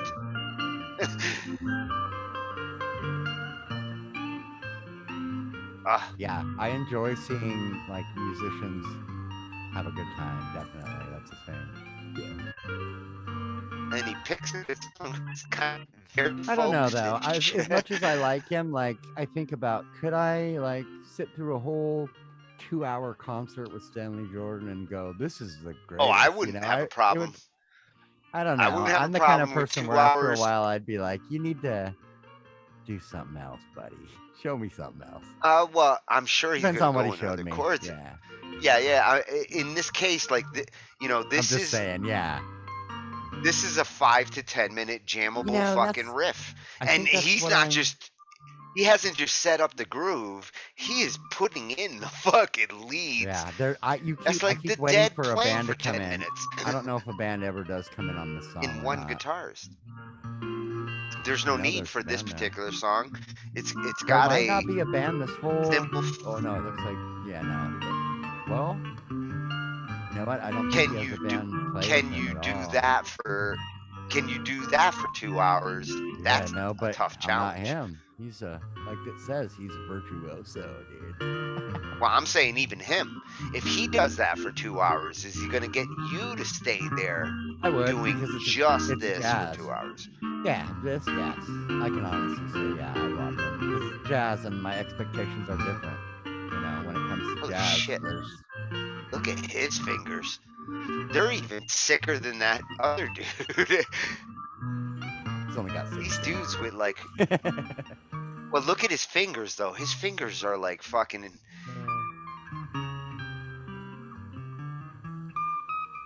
I got short stubby shit, man. When I see that, I'm like fucking jealous. His hands are all fingers, you mean? He's like a big old Yeah, monkey paw. actually, his whole hand is fingers. Uh-huh. There's almost no hand. Like I see his finger, not his hand. Yeah, he's got a big old claw. With the scratch on the piano, I can comfortably play a C to an E, and I can actually reach and hold down a C to a G. Over there. Oh, That's what good, the dude. fucking distance you probably have? From You should playing be the able to bass, go huh? 2 octaves. I got some pretty long fingers, so I can get a good stretch going on the guitar. Yeah, you got but good that's ones just kinda too. Long. You do I'm too. playing. Yeah. Very cool. And they're It's good, yeah. muscular because of the playing. Like there's an Yeah, I want to actual say like muscle I don't remember them to being your like this when I was fingers. in high school. I remember like No. My fucking mine were fatter in high school because Actually, I noticed my left hand has gotten larger. The fingers on my left hand have gotten larger than the fingers on my right hand from the fretting. that's I'm interesting to see it. the perspective. I noticed that on my fretting They're hand, both the same. my pinky is almost as big as my middle finger on the other hand. So you don't notice it when you look at them, but when you put them like right next to each other, if I compare the two So, pinkies next to each other, I So, have this thing, Wh- you guys, which where my hand? Which ring hand seems to be finger larger, Glenn? my Your ring finger is the fretting same hand? size as my first finger, as my pointer. You guys see Yeah. that? mine actually Well, both yeah, actually, I see it. and that has to do. That means that you're good at math. Also, that's. It's not that the Ah. finger makes you good at math, but the same gene that controls if that finger is longer. Balance, like I'm okay at perception, math. balance. I don't think about Your you, math. fingers it's are a actually- representation. You're like my dad, actually, where on one hand the ring finger is longer, and on the other hand, And it's like not. it curves. I think that might be from I don't know what that's from. On the hand that I'm seeing on the left, the ring finger is shorter, and the hand I'm seeing that one that you just waved is the longer ring finger. Did you ever And the break other- any? This is the finger that I play guitar with, You ever break a finger? the hand that I fret with, and this is my picking hand. Right. No, I've never broke a finger. Well, as long as it's not the fingers, anything below it would just I've affect cracked, the ability but to do not my shit. fretting But hand. fingers, when they break, they are I had like I fucked up my thumb when I was young, and I had a carpal it's tunnel thing about never. 10 years ago. I've got a where- couple of little notches in my hand Yeah. because of weird cracks or irregularities, and fingers I never started go getting- back to perfect normal. They don't. They I can't put them in started getting- cast. So yeah. I started getting like hand and wrist problems from repetitive movement from the keyboard, playing fucking games all the time. Computer like, keyboard? Yeah, yeah. Yeah, yeah, yeah. From like It's worse with that than it is with, like, say, an instrument. You Sort don't. of. We didn't hear got a a computer. carpal tunnel and shit like that. Musicians been around forever. Yeah. You didn't hear about carpal tunnel syndrome until all of a sudden you put a fucking weird keyboard and made people do that's what it this was. shit I instead didn't even of play for that this long, and shit. I just didn't know how to sit right, or I didn't know anything about like proper way that you should sit with your posture, and I was doing it wrong. Just say, and next thing you Well, know, there is a wrong in. oh man, it was so bad, horrible, the worst, and like I thought it was going to be something. I This meeting is being recorded. Excuse me. Hello. Hey, Ronnie. Okay. You have to turn off your. Veronica, can you bring down? There you go. Yeah, because I'm getting an echo, and there we go. Don't hear the room anymore. Oh, because she muted. Because When I you muted. yes, I when muted, you I- unmute, I'm gonna check when how does this I, sound. yes, turn off the speakers because I hear myself. Oh shit! I didn't even realize those were on. It's very disorientating. Trust Of me. course, Like of you have to course, get that shit off. Of course. You're in our heads. No, I'm in my Why own isn't head at my that point. video working? After. Okay. Why isn't my video working? I don't know. What are you sending to your video? Your video is going to OBS virtual cam. So OBS is either not on or you didn't start I don't virtual have cam. the OBS on. Oh, Okay. it's going there. Your Oh. Zoom is going to your OBS virtual cam. So if you wanted to go to a physical cam, you got to go into Zoom and say change the cam. I actually popped by because I was going to just ask if I could get two people to assist me with something. But you're obviously very busy with something. I need two video cameras because Video I'm trying cameras? my OBS, the Ninja stuff out. And I was just hoping to get somebody. Louie's not feeling well, and Christine just got tired. We were doing so much work, and I forgot to do this test. But nice to see you guys. I want You to know see why that- my camera doesn't work. Quick hint, Veronica, on Yeah. if you need to test a video, Uh-huh. just one signal between your computer and your tablet. Connect those two so Yeah. you get like a host interview setup. Everything else is the same afterwards, and you have two devices you can always test what you're trying to, and it's better to do it there with no other humans, so there's no confusion about like, are you connected, are we working? Get your tablet and your computer to do the OBS Ninja, Yeah. and I you could will get the have your telephone. typical I guess I host could get my interview telephone as two video Yeah. scenario. Yeah, That's how I test. I test with OBS. this and that machine, Yeah. and if that works nice, then hey, somebody want to try testing it from out there in the internet, but you don't need to go out to the internet to test that scenario. Tony was also talking about the fact that OBS can take anything as a virtual camera. So whether it's your actual camera or your pad or an actual. OBS can represent whatever video picture as a virtual cam. When you start the virtual cam in OBS, basically Windows now sees another webcam. It's not the cam, but it's whatever OBS is. Cam is a thing. Well, Yeah, cam I could is test it the like one that. that. I could test it like that. The only thing is that it would be so much easier for me to have some people help me, because my biggest issue here is I know that it works. I know I could bring people in, but my communication is an issue. And I have a couple ideas about communication, some of them being visual and some of them being messages and that. And I want to try them out. There's another system that I found. It's really exciting, but I haven't installed it yet.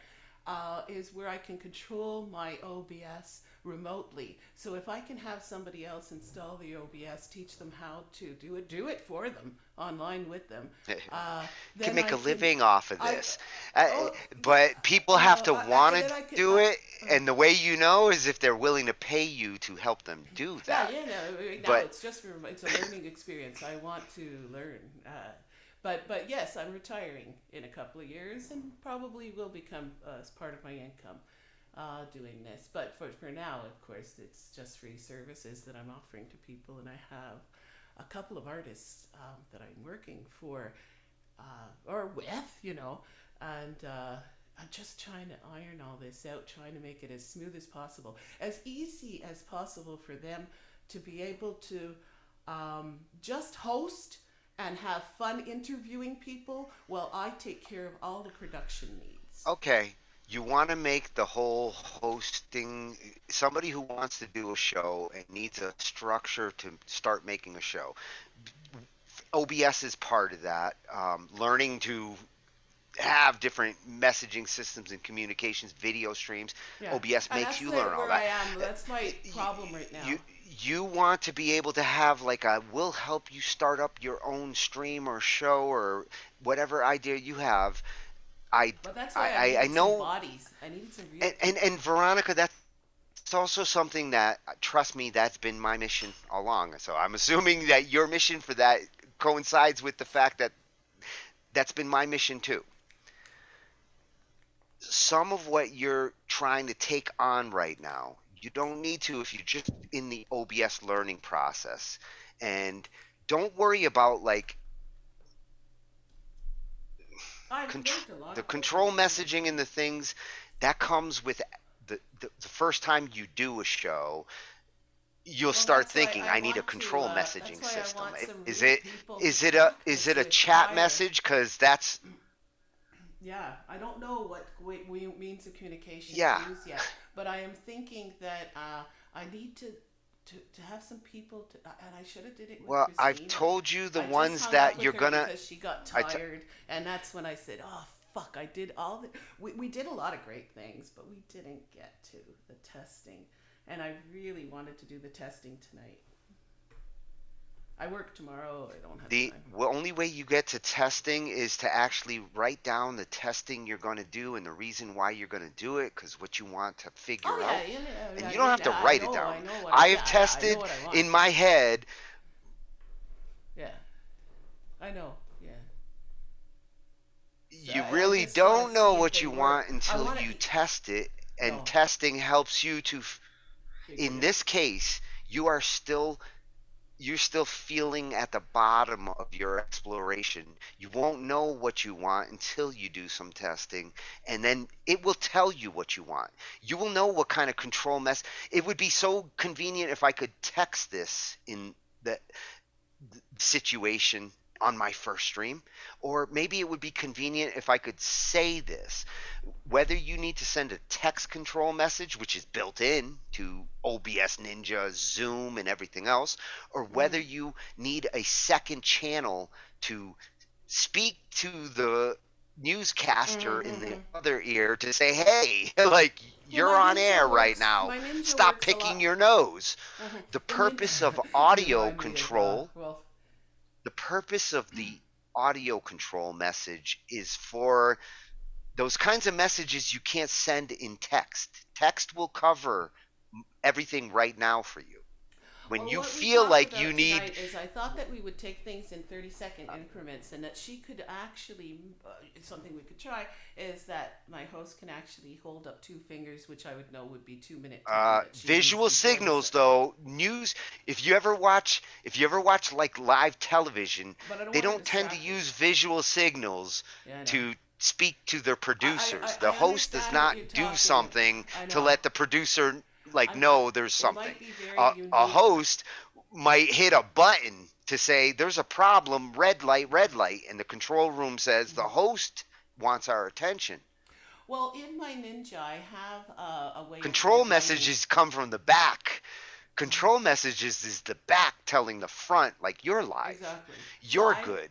So exactly. That's the And purpose. I have the Ninja gives me a lot of options like that. I can give speak directly to one person at a time, so I don't have to disturb my guest while I tell my host Everything something. gives you those Uh, options.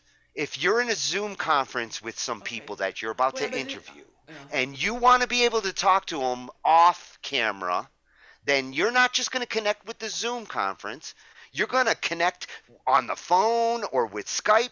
And when you don't want to be on the live cam, Oh no, and I'm you never do on the want to live talk cam. to them, I'll never be. I'm the director. Veronica, I don't no have to. nevers, What I could do no is nevers. Don't tell me what you're okay. going to Most do because likely, you don't know what you're going to do okay, yet. okay. So Most likely, listen to I my will not have advice. to. Yes, of course. Most likely, It I control. won't need that. Go ahead. You talk. Keep telling me what you think you will or won't need, Mm-hmm. and you will never hear the advice you actually want on what you might What I need. want is a little What bit of you if you need control hospitality. messages, a control message between an interviewer that you are going to do live, but at the same time, while we play your song, there's 3 minutes, and I can mute because I'm going to be muted here. But we can actually talk and say, "Oh, that's going good." If you want to be able to talk to people while you do a show, OBS, Skype, Zoom chats, I have that figured out all already of with those Ninja. are I going don't to need the. I probably won't need the Skype again, because you the don't know Ninja. what you need. I don't know Stop what I need. stop asking me for advice and then telling me whether you I wasn't the asking advice you. I'm I'm giving sorry. you is I going to didn't mean to solve your insult you. problem. I Just wasn't. I was asking. it's not an insult. No. I It's was not just an insult. asking for bodies. I just needed 2 bodies. I just need 2 people to help me. You want bodies right now. These bodies are in the middle of something. Yeah, I You know want you're us busy. what? I'm sorry. No, I don't want you to go. I'm sorry. I'm going to mute myself and, No, and I see if can't I go. can. I'm in the middle of a I Zoom know. I'm so conference. sorry I asked. I understand. Excuse me. Please forgive me. Veronica, you okay? Okay? She muted. You're still there, right? Yeah, You she's still know here. I want to help you, and I will help you the best I can in an orderly fashion. But in the testing mode, with no way to remote to machines so that I can test. Don't ask me to test with you unless I can test the way I test. You already know why I can't. You already no. Let me Anyways, finish. Hope just called me, and I think I could get her bot, so I have 1 body. So now I just need 1. Awesome. 1 more body. So you know what you know let's what you see, need to Hope. Hope's in test. Go California. What's test that? it. 3 hours different? What time is it for her? 10:30. It's 10:30 for her. Cool. Uh-huh. Okay. I think I better get to Oh, her before Jason she goes to knows. bed. Motherfuckers Jason, on are the you same there? time. Yeah? Okay, Yeah. cool. Shit, it's still early for you. It is. I just start drinking at this Get to time. see it myself right there. All right. I would love to help her more there, but I'm sorry. If I can't actually bring up fucking screens in order to test, can't test shit. So that's always going to be a rule with me when it comes to like setting up shit. I might need to click the mouse a few times, and unless you got a better solution than me, I have a solution, and it's a nice private one on my network. If you're cool with being on my network, Jason, Glenn, you're both welcome on my network. I trust you, and if I trust you're smart enough to know that if you ever did something stupidly or on purpose on my network, I'll fucking always know. You're welcome in my house. Well, thank you, my friend. I appreciate that. And the same goes for you. That's how If I have fucking if I had data a network. nowadays works. Well, I don't have a you network, have a so. lot of programs that are not. I to don't your want to liking, hear and your I don't wanna- excuses there. If you don't want to be on my network, you don't need to be on my network. But then don't ask me for help if I can't remote somewheres. Oh, I okay. need to in order to set something up, because you're not asking me friend help, you're asking me work help. Okay. That shit's work, and it needs remote access. Only way I work ever. We've already had this discussion too many times. Yeah, you can't help me. Okay, I get it. Okay, so No, I gotta because go. you don't give me remote access to what I need in Yeah, I'm order not letting to. anybody So into my yes, computer. I cannot So, help yeah, somebody that makes sense. who does not give me a hammer to hammer a nail. All I'm asking is You keep asking I'll things give you a that link. require I that. give you a link. You could put it into you Google and No, just, you're asking for a paste head the right now link to be a in the- video in a test. Yeah, You don't yeah. need And I me don't to need be you a in my head computer. in your I don't test. need you in my computer for that, correct? Uh, and you do, and I don't need Not you in for my the first computer for that. question, but the second question you follow up with. No, You- if I need you, You there are need ways more that you help can do it than temporarily. somebody who's I going to don't tell need you to what have to you do. 24/7 You need some in people my who are going to fucking computer. Do you click get what it? you want to do. I don't. Nobody goes into my computer. I, Tony, okay.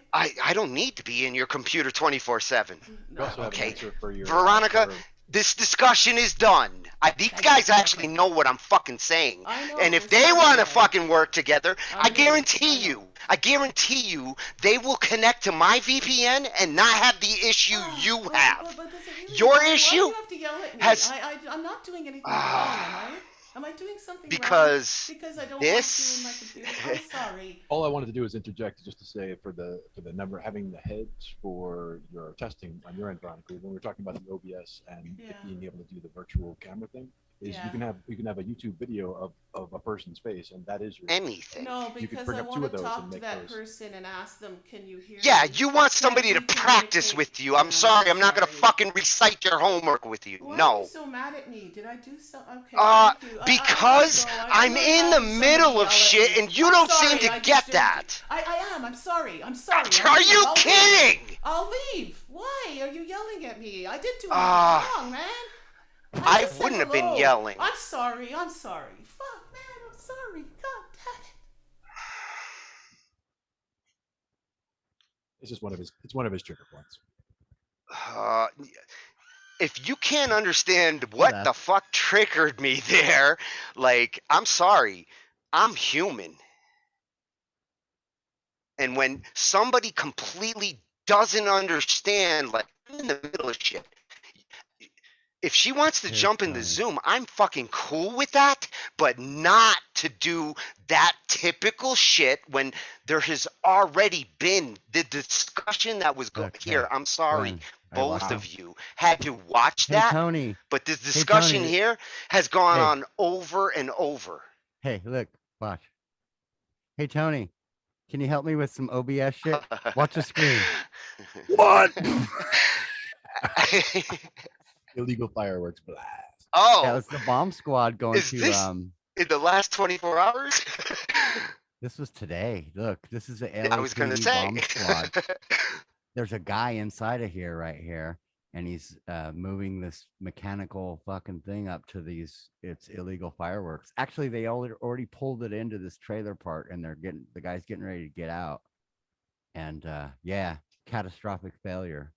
I don't know what happened, but So that's the thing they blow it the up dude's in. alive? That's No, the no, like they were going to fucking. transport Oh it. wait a No. minute, he was. Ooh. They were going to transport it there. It was only safe for transport, and something triggered it. It was a big cache of illegal fireworks, so it could have been like M80s leak nitro after a while in the sun. It doesn't take a lot. Look at that. I mean, it shows it knocked over cars and like what the like. I just was while you guys were talking, I was like, oh, what Wait is a this? minute. Oh, can you Continue back our to, breaking like, teen coverage with Jory Rand. He's speaking to people who were caught up in the middle of all this chaos, many of them injured. The 17 cars. people. Unexpected and violent blast. Jory. Dude. Yeah, Mark, if you heard from Chief Moore, you heard that those in the vicinity of this explosion were evacuated beforehand. But we spoke with a lot of people who were maybe a block or two back, maybe even more, who still heard and felt this blast and had no idea what was happening. They thought it was either an earthquake or an explosion of some sort, but repeatedly we heard tonight it was nothing like I've ever felt before. People felt this to their core, unlike anything they've experienced in the past.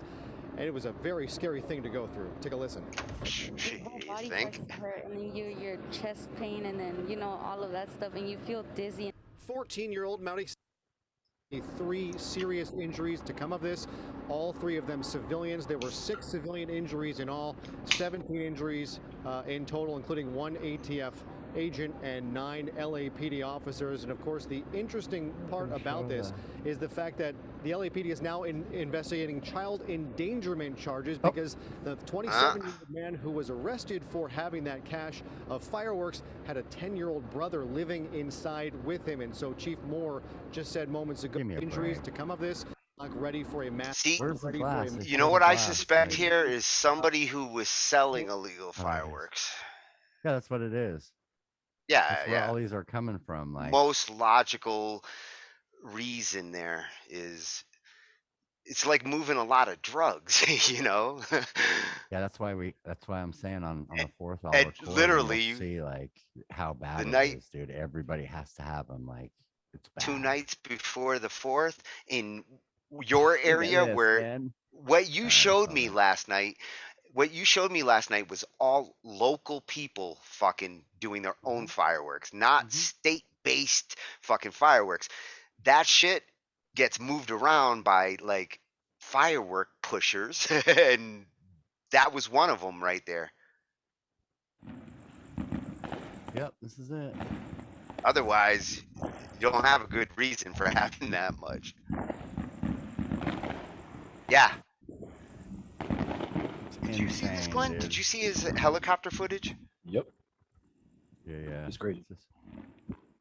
These are local fireworks. These aren't. Yeah. These are all people's houses. Like, Now, the party that I'm supposed to be at right now, up at the mountain, they actually have over 200 Oh, acres. they started and they're, today? They're on the top of a mountain. It started last week, actually. I was up there on Sunday with Mike at 4 a.m. picking stuff up. But they don't fuck around, huh? no, A whole week going up to weeks. the 4th. It's usually the week plus before and a week after. But usually when I go up, Hey, it's usually it's just summer. over the peak weekend, like, just before the main 4th of July holiday weekend is usually when I spend up there. But they This also is do really a the monster start of summer. fireworks show. They do a monster fireworks show on Saturday night, and they have he has his own fireworks license, the guy who runs the mountain up there, and they have their own the Flying Polini Brothers fireworks team. Oh, he actually has a license? Yeah. So it's the he real can show. get the big guns. We get the big guns, and fuck. we're in a huge open field, like the size of a soccer field, on top of a mountain, and they just do the whole show right there. And we were all like 300 people sitting around, everybody's having a good time watching the fireworks over there, and there's somebody playing live during. They have a huge bonfire that's like 20 or 30 feet across. A couple of years, we had trouble getting it started, so I was standing in the middle of the fire with an electric leaf blower trying to dry the shit off and trying to get the shit started because that shit was so wet. There's like tree trunks like 3 feet across in the very middle of the pile. Yeah. Just would not light for shit.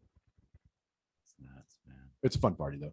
And the fireworks are always top notch. But like where I live, actually, I can actually see the New York City skyline from the roof of my building. It's a 5-story apartment building. So you will see some. Oh yeah, I mean, These I can see. I can see like the whole show, but the same thing like with your footage from my roof. New York's not like LA there. New York, no. you don't see people pushing their own self fireworks in New York. Actually, what we do see, they don't what we do that see in is New York. What you first thought, which was, hey, that town's fireworks and that town's fireworks and that town's fireworks. That's what I see. So from my roof, is I see a monster show there, and another one over there, and another one over there. Oh, okay. I can see them all around because their towns are all doing them about the same time. When it starts getting dark, 9 o'clock, whatever it is. But like we used to every year go up to the roof of the building here, and it would be a party of just here at the building, everybody watching the fireworks. But then for the last 10 years, I've been going up to the mountain. So this is really the first year that I've not been up at the mountain during 4th of July. So I might just go to the roof. Man, I'm sorry you don't get to do that this year. That's all good. I mean, I wish I could. I wish I could fucking do it, man. If I was in Connecticut, I would have drove from Connecticut. Yeah, and even cousin Jeff. and Here, Linda, like here cousin it's a Jeff's whole been going nother up. fucking. Cousin Jeff's been going up for the last 4 or 5 years. So I mean, I could have asked him to swing by here and grab me on the way up there, but I don't know how he's getting up there either. Well, Summer Jam Fest. Me, I'm all. If I guess if I was going to perform, if you were going to convince me, 3-4 weeks at the like shift from spring to summer in a camping kind of festival. Fuck, I'll practice all year so that I can go party for fucking 4 weeks. And it's a serious party, that's for sure. Yeah, me Oh too, yeah, me yeah. too. From the pictures you've shown me, no shit. The setup alone is like lifelong commitment. Not 1 year. It's our life. Did you see any of those pictures, Jason? No. Let me put one up. This is the 71 and a half. Yep. It's been going on for Yeah, 50 years, this party. It's a lifelong Woodstock. That's the other thing, Tony. They actually did a documentary on it. The year, like I was talking to my buddy Mike about it. They did a documentary movie about this party the year before my buddy Mike started going. See, this is the last remnants of the whole dead fish era. Like what you have now has not replaced it. These are the last hidden remnants. Learn of this party. Go. 2-3 weeks every year. So this guy right here, the guy playing the bass right there in that last picture that was up, was Benny. He's the guy that's the bass player for my buddy Mike's band, and he's the son of the guy who started this party. So he's been coming to this party every year since he was a toddler. That's cool. It says right here, peace, love, and music every year. When since you 1970 and a half. grow into it. When you go to for the pictures. Oh yeah. The main group of pictures like this, these are ones where it's 2009 and a half. Oh, they had a fucking bike fucking sticking out the front. That's the one right there. Bongo Billy sitting on the bike on top of the roof. Cool. And actually, Yeah. you see me. I got the shades on. I'm right under the. You see my cursor? I'm not nice, sure, dude. but I'm the guy with the shades right there. Under Yeah. the, and my buddy Mike is the guy in the red shirt over here. Put with Glenn in the back. I put myself in the back all the time. Yeah. Well, yes, also- when you're fucking 6'7", like stand you need to anywhere, be in the back. Otherwise, So- you're gonna block somebody. Front and center in the cowboy hat. That's Bobby Blues. He's the guy who started the whole thing. No, cool. And he is the father of the guy who's sitting over here, which is Benny. And that's Benny is the bass player for Mike's band. And he's the main Nice. sound guy for the stage. And basically he takes all of his advice for the sound stuff from Mike. So Mike is really the main sound guy. Yeah. And he's like, responsible for getting all the equipment and making suggestions on what equipment to buy and all that. Over here, you see the Waldos. We got the red shirt Waldo and the Yeah. blue shirt Waldo. You also might notice that people are flipping you off in the picture. But like Waldo's giving you the middle finger, but there's actually a second picture that's usually with the one serious picture. And then the second Yeah. picture is the flip everybody off Big picture. one, yeah. That was 2009 and a half. This is 2010. And those And are this one I'm- fucking great group And this one I've got shots. the, I got the full Group beard. I'm shots over are here on so the side. fucking hard. I have my beard going on that one. You get enough stone people. Like a group shot really actually gets easy. But what they do with Bobby is he'll start playing on his keyboard, and he let's go to the bandstand. Like he starts rocking out a song. Let's get everyone up to the bandstand for the picture. We're gonna take your picture right now. So that he plays Yeah. stuff for like half an hour before the picture time to get everybody rounded up from the campsites. Some girls got Well, a what it dog. takes for that, I yeah. see a girl down there, with a couple people with their dogs, their pets. Yeah. Yep. Yeah, there's a bunch of them. Now up here on the top left of the picture, do you see That's that a motorcycle wheel? motorcycle? That's the Yeah. motorcycle that was on the front of the stage that Bongo Billy Yeah. was sitting on. They It's extended the moved. stage for this year, and so they put that tree or that On a motorcycle tree, out on yeah. the tree over there See, instead. I love the concept of a stage in your yard. Rick has so much fucking room here that like we could build stages. Now you can see that this is a much smaller group, and then it's all muddy as shit. Like this was one of the serious rain out years where like it was just Yeah. bad rain out. But, But you know, see, we when still you had the do it troopers for in there. weeks, if you do it for weeks, rain only happens for days, usually during the spring summer transition. So if a couple of weeks, you'll have some fucking good time and you'll have some rainy time. There's a guitar up there now. Yep, the guitar's hanging out up there. And the bike's fucking coming out the tree. It looks like they've only got him up to 2013 and a half, but I know that they're taking pictures every year, so it's just a matter of getting them onto the site. Oh, this guy over here with the orange shirt, they call him Mr. Rattles. He plays like maracas. Yeah. But he just does it with so much enthusiasm, and he's just got this silly laugh. He's like, ah! And he just loves jumping on stage with anybody. So like they'll be like, hey, Mr. Rattles, get your ass up here. Everybody's got a keep calm and rock on shirt. Yep, because Benny designs the shirt every year. So like every year since since whatever. And like this year's shirt was obviously the Keep Calm and Rock On, but he designs them every year. Like 1 year it's Bruce Lee, 1 year it's the bus driver from The Simpsons, like the different themes that he does every year. Yeah. And then let's see. Those are all just the main pictures, the main groups. There's also videos so you can get like an idea of like who's playing what on the stage. Party montage is usually just jumping around. This is in 2010. See if there's a fireworks show. That must be a keg event. Oh, I mean, it's they have ridiculous amounts of beer.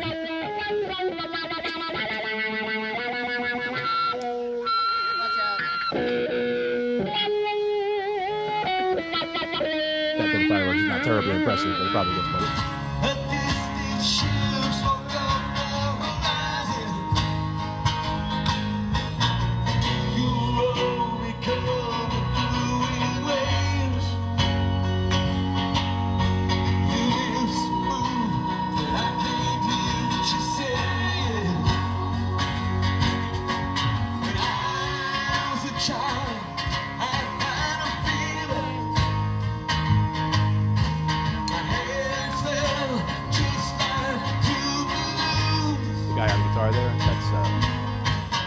That's J-Jack. He owns a bar in Vermont, 2 bars in Vermont called Moog's Place and Sweet Melissa's. And my buddy Mike actually and his band played at Moog's Place, and I went up there with them in like 2012 or 13 or whatever. Long ass drive, but got up there and played. It was pretty cool. But the guy, I played on stage with him also as he joined my band that was up there the 1 year. Yeah, he's definitely got a good style. I'm thinking that the video will jump through a few different things, like some stage time, some looking around the mountainside. Well, it's really nice though. Yeah. Magic. They call it the magic stage. Hell yeah. Turn the flash on. Hey! My brother just built one of those. Who put a quarter in her? Right? Yeah, go ahead, give it a shot. Everybody's getting drunk. Getting drunk around the fire. Oh, they must have gone through a bunch of kegs. Always. Usually it's like everybody's bringing up cases and cases, and some guy like brings around. Yeah, but see, that makes a mess, man. Oh yeah. I'd at least get like fucking 10 kegs for a they week. Usually just do it by cases, but for the most part, everybody brings their own supplies for whatever. But there is a food truck up there too, like kitchen, so you can just get your breakfast over there. Oh, Tash Brothers. That's what I live off of food trucks at festivals.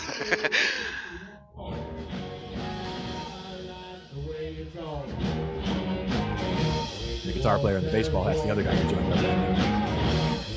Big Zach.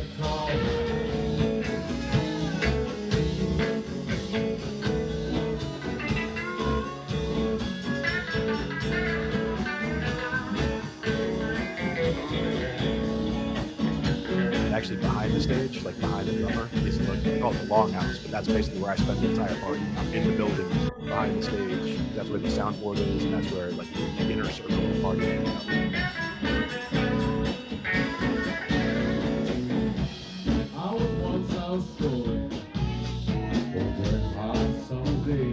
We've got the stage lights better than you are here. Well, I thought I laid myself down to rest in this big field of tall grass.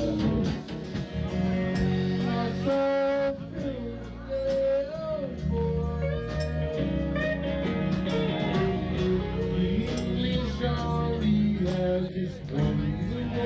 It's one of those bands that just kind of comes together at the time. Throw everybody together.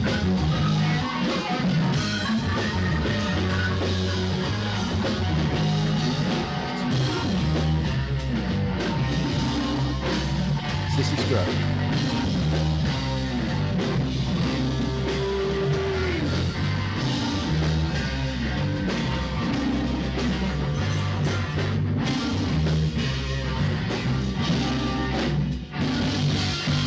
Hey, Glenn. Yeah. That Ashley track that we were mixing, was that How I Feel? No, I think it was Post Therapy Vibes, or I think it was Post Therapy Vibes.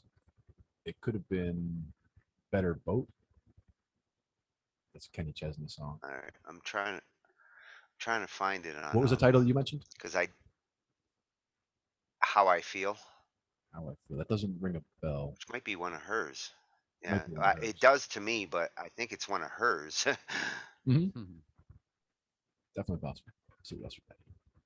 And I'm trying to find where Cakewalk stores the downloaded projects, because it's not the standard place. It should be C. I want to zip. Cakewalk. I want to zip that mix up, put it on my Right. Google Drive. We need to get it over to your computer, and we need to do something with that. The question was, when we had her download it, was because did we invite her to the project and have her just go to the project and download it? Because then she could just go to the project and We do were it. testing the integration with BandLab. That We was were the question, testing bringing the tracks down, so they're on her computer, and all the mixing that we did, I want to zip up and just get to the next. The question was step if she did it as if she did it as a like the integration, pulling it right from BandLab into Cakewalk, then couldn't she just go push the other way, push it back to Cakewalk, or push it back to BandLab and have me pull it from there? Or you're saying that we have to go right from her? As if, what did you say it was? I want to say it was Post Therapy Vibes. I got it. I found it. Yep. There's a Cakewalk off of the root drive. There's a Cakewalk projects folder. By default, if you're pulling them from BandLab, they're going into C/Cakewalk projects. Yeah, that's what I was trying to get. Which is Same thing for logical. Same thing for my MIDI folder. I have it in the same like C Cakewalk, whatever, and then under there. They I'm do not have, going to bitch at them. I obviously I want to change that. Like when I download from them, I want that shit to go where my projects are. Right. But if that's where they go to start, it still saves me a shitload of time. Right. And that's why for me, like Right, the C so I'm drive is where I have my space right now. Like that's where I have the most space free, like a quarter of a terabyte. So I was like, yeah, C drive's fine. Yeah. This is the And I got about 100 gigs left on my Google Drive. But right now it's all about like moving recordings from Angie's computer, archiving them, and then editing them and getting them back up there. Because it's the only cloud drive that I have with sharing. Right. One of the videos I was bringing up before is Albert Collins. You know Albert Collins? Blues guy? Yeah. Albert Collins, the Iceman. I think we called him the Iceman before. And Tony was like, that's his name? Albert Collins? The Iceman I know is on BandLab. The one I was, for this one, it was about playing guitar with no pick, but with just the most aggressive finger style shit you can imagine. Like his style is all about, it sounds like if he had a pick, he's just like killing it with the pick, but he's not using the pick. He's just using his fingers. I just wanted to see if we could see it at all in this video.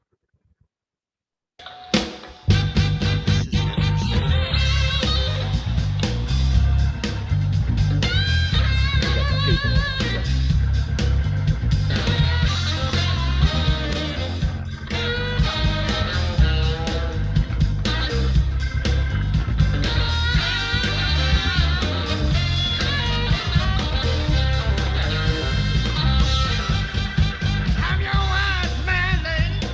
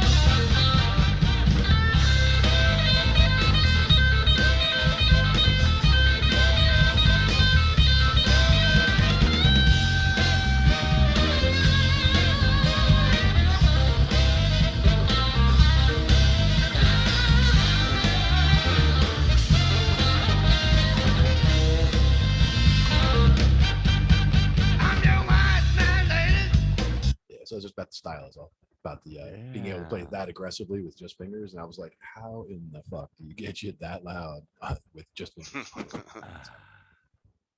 It's awesome. Yeah.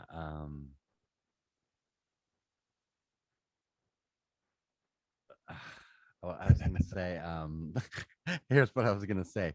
Yes, he's good, but does he slap? Maybe. Not like. That's what I thought. I was like, this guy should be playing bass, man. Yep, You know what I mean?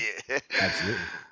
One of the coolest things about him is that he always encouraged everybody in the bands that he was in, like not kicking them out of the bands, but like encouraging, building them to get it up and be their own solo artist or be their own, do their own projects. Like, kind of really the nest, like take them under the wing and, they stay as long as you want. And then, the idea is get them ready to push out on their own so that they can go and do their own thing.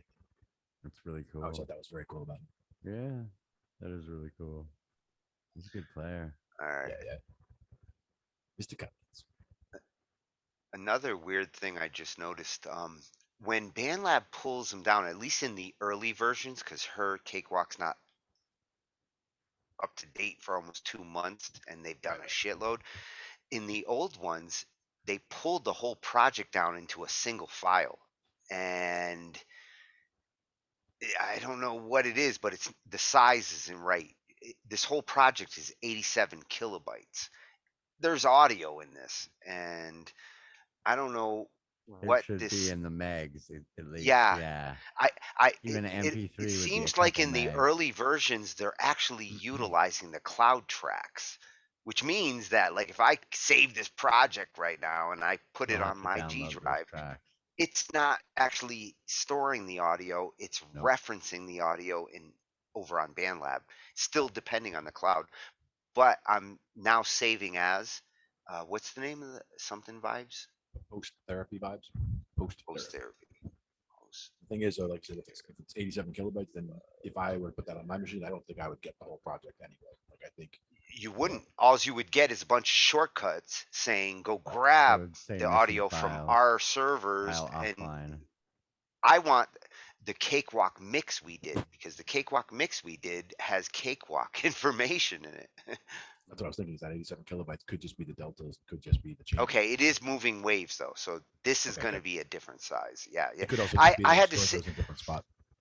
Well, when you go to c/Cakewalk projects, this project there is just a tiny little file referencing shit, not actually like storing the file information. But here's the mix that we were doing, I think. All right. Looks like it.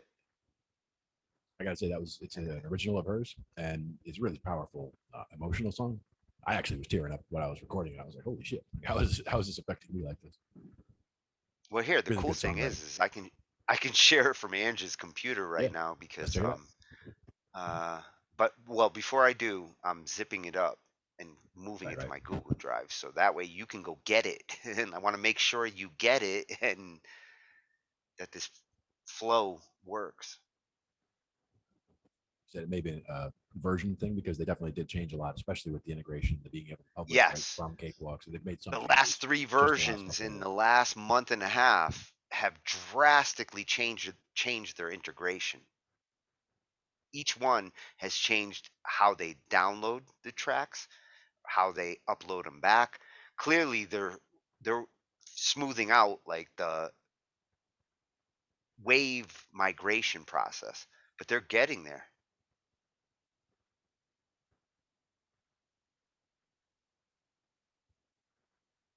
Progress. Oh, I've been waiting 2 years for this. Whole reason why I fucking joined BandLab was to get Cakewalk. Awesome. Used to cost money, now it's free. Started using it.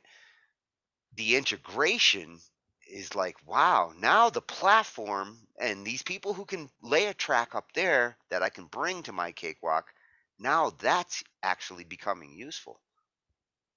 If my fucking speed could keep up. Downloading a 50 meg track can take me 45 minutes. About the mummies with Freak Flag, the one that was that animated one. Were you there for that one, Jason? The animated one with the mummies? Oh, did he blink out? No, he's there. Just trying to share it here. I was saying, were you here for the video for Freak Flag by the Mummies? It was the animated. The Mummies are the ones we watched earlier. No, I didn't see that. This is an animated one called Freak Flag.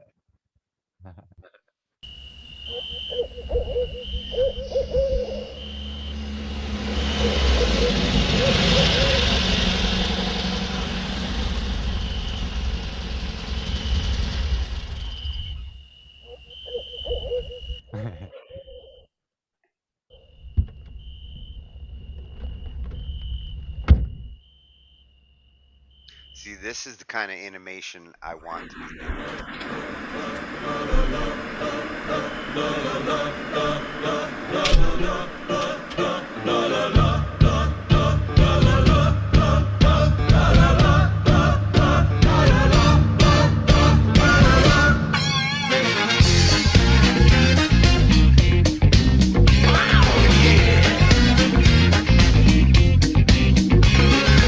I know you're pretending to be shy, but I see something naughty in your eyes. But there's no shame in just being who you are. On the dance floor is a perfect place to start. It must be unfurled if you want to show the world. Let you freak, let you freak, let you freak flag fly. Let you freak, let you freak, let you freak flag fly. We're not here to judge ya, we're just here to love ya. Let you freak, let you freak, let you freak flag fly. I see no reason why you can't let your freak flag fly.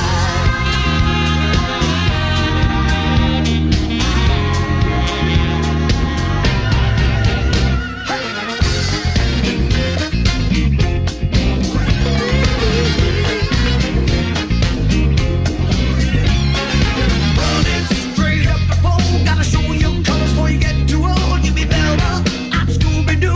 Nothing around here is too taboo. Like a mystery, like a water bed. Bring Daphne, Shaggy, but don't tell Fred. Let you freak, let you freak, let you freak flag fly. Let you freak, let you freak, let you freak flag fly. We're not here to judge ya, we're just here to love ya. Let you freak, let you freak, let you freak flag fly. I see no reason why you can't let your freak flag fly.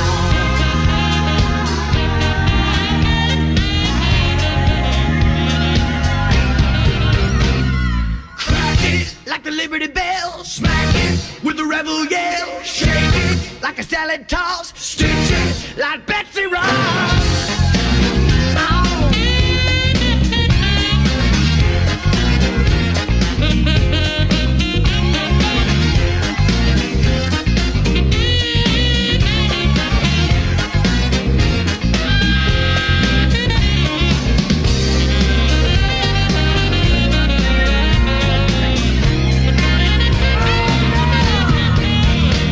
Let you freak, let you freak, let you freak flag fly. Let you freak, let you freak, let you freak flag fly. We're not here to judge ya, we're just here to love ya. Let you freak, let you freak, let you freak flag fly. Let you freak, let you freak, let you freak flag fly. We're not here to judge ya, we're just here to love ya. We're not here to judge ya, we're just here to love ya. Let you freak, let you freak, let you freak flag fly. Let you freak, let you freak, let you freak flag fly. I see no reason why you can't let your freak flag.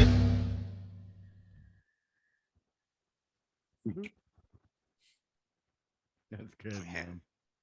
They are such good fucking song assemblers. Like you're saying about the animation too, that style would work perfectly for Slither and those guys. Yeah, yeah. And it's the easiest one that I can do right now. That fucking machine cannot render pure 3D for each frame. Not if I'm gonna try to animate and move shit around, I'm gonna have to use some ray tracing or something. Otherwise, it'll take me months to render like a fucking 10-minute. Has to do each frame, and that's an 8-year-old machine. It's a good i7 at the time, 32 gigs, but it doesn't have any of the 3D hardware necessary to do like the kind of shit that your advanced 3D is doing. That ray tracing style, very easy to do. Can do that almost in real time. 15 minutes takes me 15 minutes to render.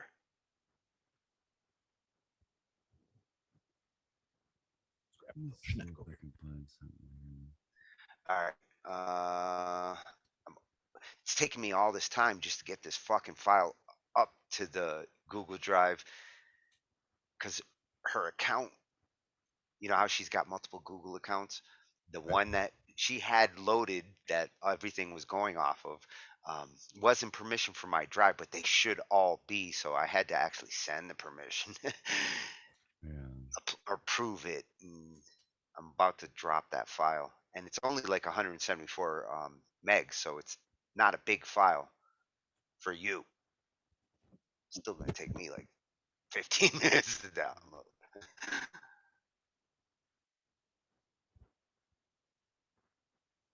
I haven't actually checked that one in a while and see if there's any progress. Well, this is Angie's work drive, so where I'm putting it,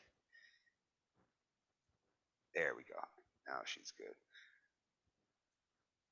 And I'm going to put it under projects. I'm going to actually make her a projects drive because she's going to need one.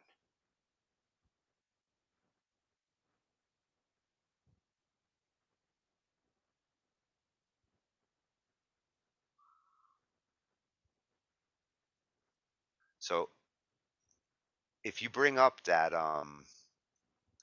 do you have a shortcut to Angie's work drive on my Google? Because I'm making a projects folder and I'm putting that zip file of that project in there.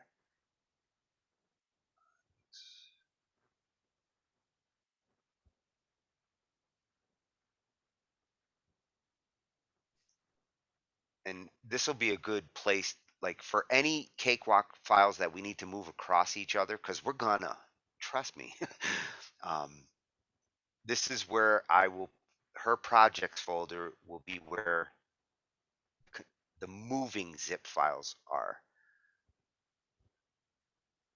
And it wouldn't be a bad idea to put revision numbers. So I'm actually going to call this like underscore V1 because it's our first version. Before that, it's shit we got from BandLab. When you do something on your machine, you're going to need to put underscore V1 point something or 2. So that way, when we put it back in this Google Drive, at some point we have to decide like what revisions are staying on my Google Drive. Makes sense. I do see our project. I'm happy. I just made it, and this is about to get uploaded. Gotta find where Check this out. fucking zip. I made that little animated. I know how to do this little animation shit. I made this. I've done nothing today. Oh, awesome. It's 3 p.m. I've been at my residence. I see Windows Explorer. Right, right. Shocking. Are you on the wrong screen? I don't see the a wrong video. screen, or you need to minimize this one. Tonight at 11. It might You be shared the wrong screen. Like when done. Zoom asks you what screen, Zoom asks you what Fucking screen idiot. or what window. You either pick a window or pick a screen. Screen's the safest bet, assuming that like Yeah, your screen that's is what I yours. meant to do. I've done It's nothing always the today. smartest choice.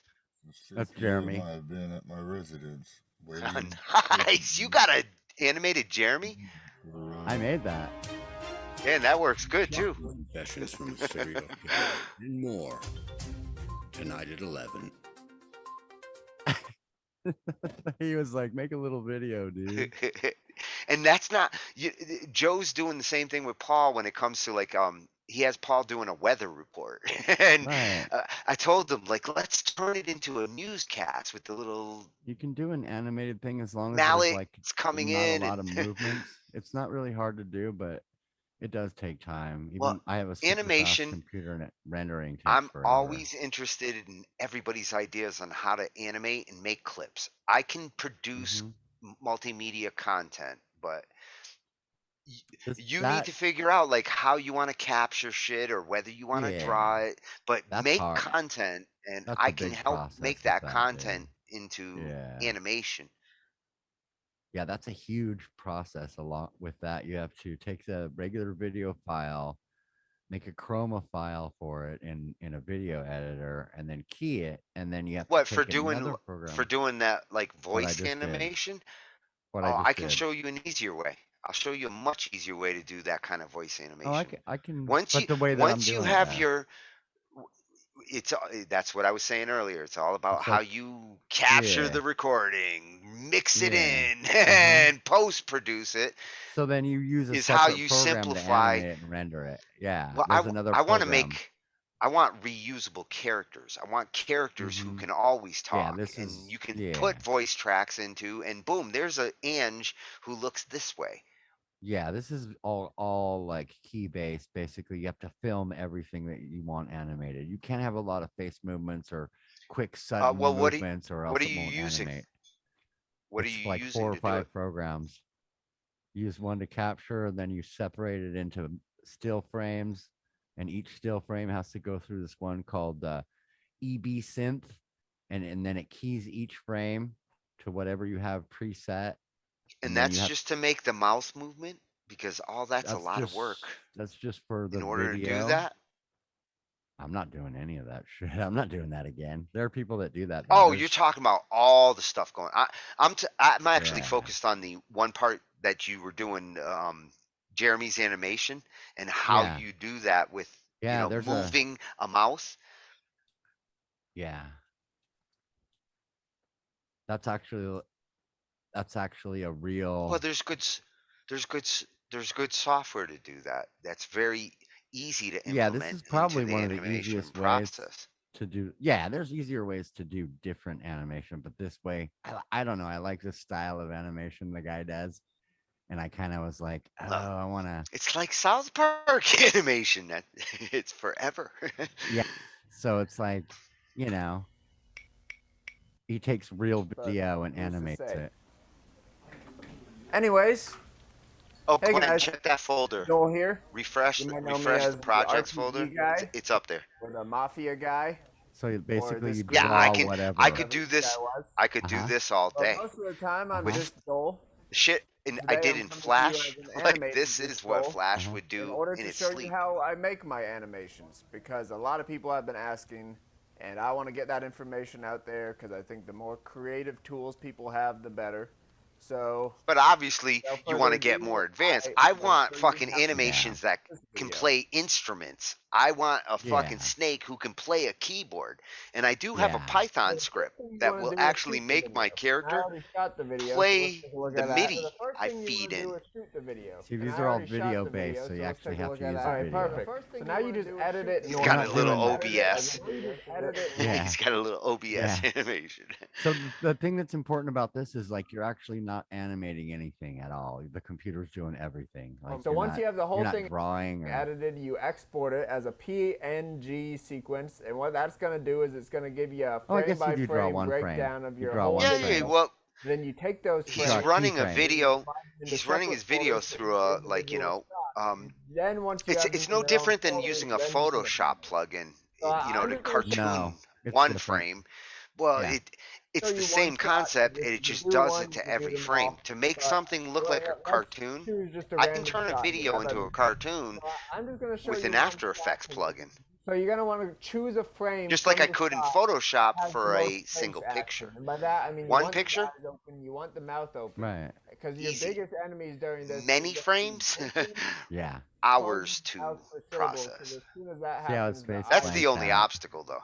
looks like some horrible creature. But I Believe want it or that. not, I want do that this whole crazy thing on a mouse animation and look like keyboard. that. I Well, want you it can to do look this all with whacked out. You can do this with What I do is I usually Adobe start Premiere by right now out the outlining box. the character in the shot or the person. This usually takes a while. You're You welcome outline the to it. person, and then you could have some fun with this. You know, like the most extreme example is for After this Effects, video actually. or a big fluffy hat, and then I do Adobe my head shape. So Premiere by itself here to the facial shape. won't give you this, but After Effects Yeah. for Yeah, you sure can will animate not it. only give you this, but will give you everything else you want to do.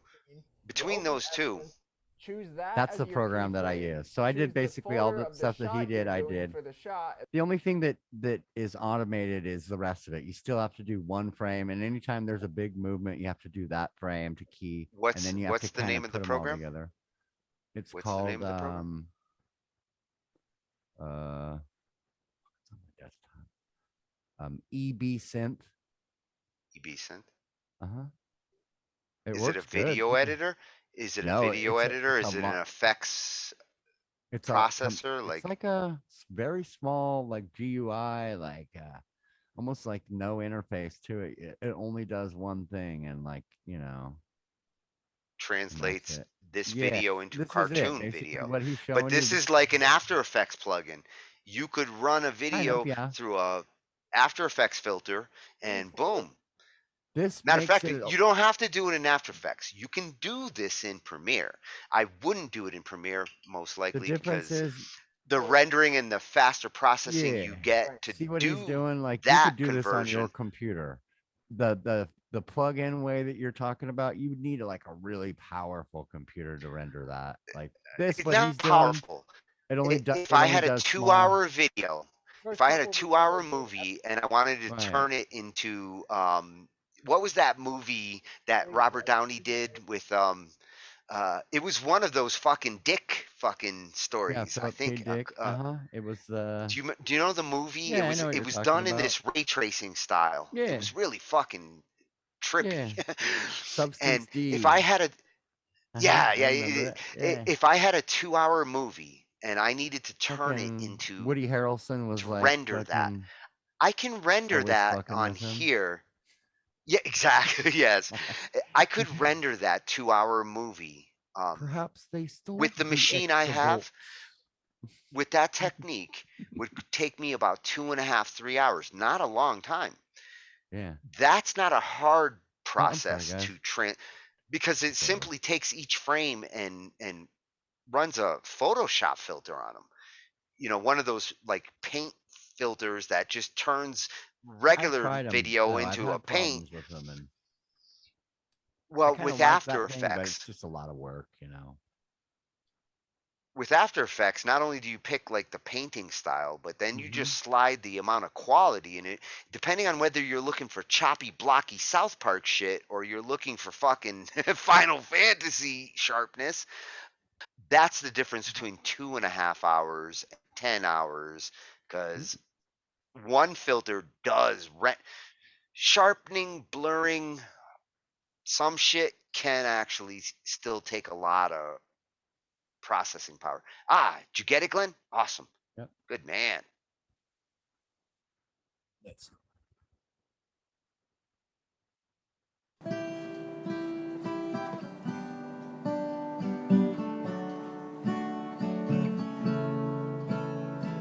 Sounds like where we left off. That's a good sign. volume stuff is not all wacky. Why not?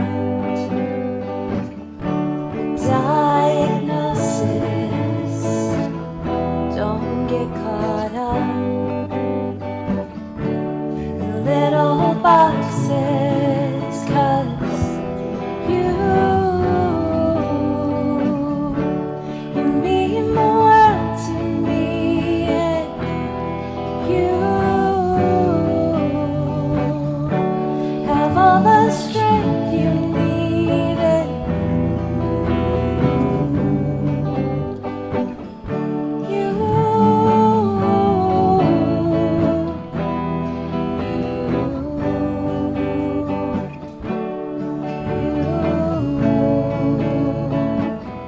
this world is too much with all its breakage. Please don't give up. We have to make it, 'cause you mean the world to me.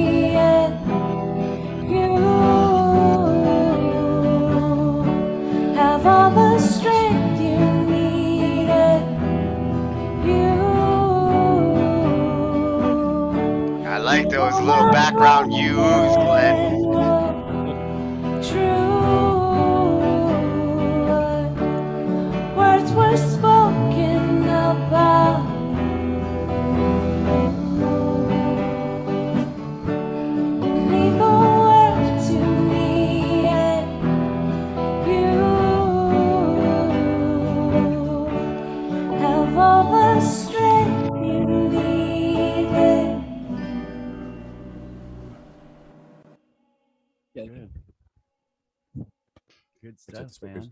is a little bit hot on the vocals over here. I spiked out a couple of times Yeah. on the speakers. It's not Yeah, mastered well, or anything, so. and also your input on what's coming out of Cakewalk, because you're playing out of Cakewalk right now, going into Zoom, and you're hearing it. Yeah. You're hearing it actually. You're hearing it in the Cakewalk side. Yeah. You're going to be the level reference. Like at this point, Right. now it's on your machine, so you're the mixer. With the mixing we did, ironically, Jason, me and me and Glenn mixed this from Angie's computer, so we both were listening to it through Zoom and mixing it It's on really cool, Cakewalk. dude. Now Glenn has it on his computer. You're going to need to fix that aspect Yeah, because exactly. you need to be the eyes and ears as far as the overall levels. I only look at them visually when I'm in that scenario. It's the Yeah, only her way lead, you can tell is visually. her lead vocal was a little higher than everything else. It came up as high as -5, and everything else, like the guitars, came up to -8, but my vocals didn't come up past -10. So, but I mean, they're supposed to be further back anyway, my vocals. But hers just felt like it was the one that was pushing harder on the speakers.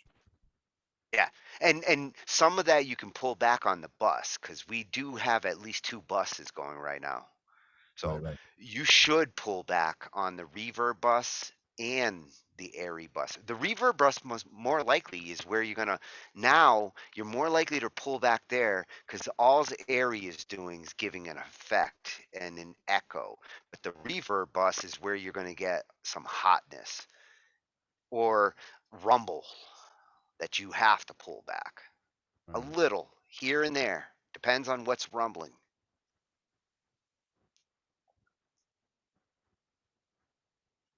And you're doing some I haven't ballsy given shit on the baritone stuff because when you're doing those U's where you were going up, where you were going up, I could tell you were having fun. Like I could hear it in your actual melody. I was like, he sounds like he's having fun singing that. I did. Little rise up. And I did It's it to like 5 layers. you're trying to find your midtones. Like you. And sometimes they do get a little too low, so like you get a little too low, and it's like wow, it's like dropping out the bottom, like you can't really hear it that well. The other times you And get this too is high, the it's challenging the voice. that's the other half we needed to finish because you're going to need to automate like more so like your tracks. I'm sure you're going to want to automate the levels on those so that way you get maximum swoop in or swoop out because every technique you're doing there should have a swoop in or swoop out, and Right. manual level automation is the only way to really get that. Yeah. Looks like we only had one bus set up in here.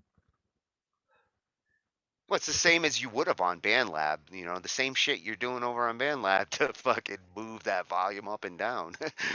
Yeah. Good stuff. The Cakewalk automation is pretty much identical there. The one benefit you get with Cakewalk automation is it does your choices when you decide, oh, I don't want to just automate level and what you can automate goes way further in Cakewalk because man, you can fucking automate every aspect of panning and how much effect is going in. Like this guitar is distorted, this guitar is not, just with a manual fucking dot. Mm-hmm. I'm just tapping that surface with Cakewalk. I'm for as much of a programmer as I am in everything else with music, automation was the one that like I was the least reluctant. I was reluctant to jump into it because it can get complex. But for a mix, for a final mix, it's essential. I had to learn it because you can't make a final mix without it. The one that you're talking about, the moves around the sound scene, and the fact that you like use that on every single project, and the fact that like I had never used that on any project, I was like, that's one that we should really look at. Being able to swoops in, swoops out, all that stuff. Being able to draw the path that it'll take, surround the listener, all those kinds of things. Well, it's how you get your swoop. Whether you get your swoop from a level change or you get it from a shift from left to right, each swoop is created differently and produces different emotion. That was one thing I found cool about the keyboards on a couple of songs I did keyboards on, where I was using a keyboard sound that had like a rise and a drop in the volume, periodic, wah kind of sound, and it would basically just peak its head up above the other sounds just during those peaks in the top part. The volume was like just right, so it just poked through at that point. It would ride underneath on the rest. I was like, oh, that's cool. That's cool, man. I recorded some stuff. And with last some of the night. funk you've been showing me the last couple of nights, those wahs, when you do get the wah the way you want, especially if you can get into a rhythmic pattern, that turns into almost like a percussion. Can I show you what I did last night, Glenn? Yeah. Get out. I was like, I had to get up early this morning. Are you loading up your I love you guys are fucking loading up your DAW. It's about fucking time. I want to see tracks. I was super tired, and I was like, I have to get up at 6 o'clock in the morning. But like, while we were talking, I made this drum beat, and I was like, well, I'm pretty much done. That's all I need to do. Once I'm done with the drum beat, it doesn't take me very long to do guitar tracks, and there can be some blank parts or whatever, but at some point I would really love to see your drum beat assembly. At Sure, some man. point you gotta take me through a track, and I'll sit there for the 3 or 4 hours to watch a track get made.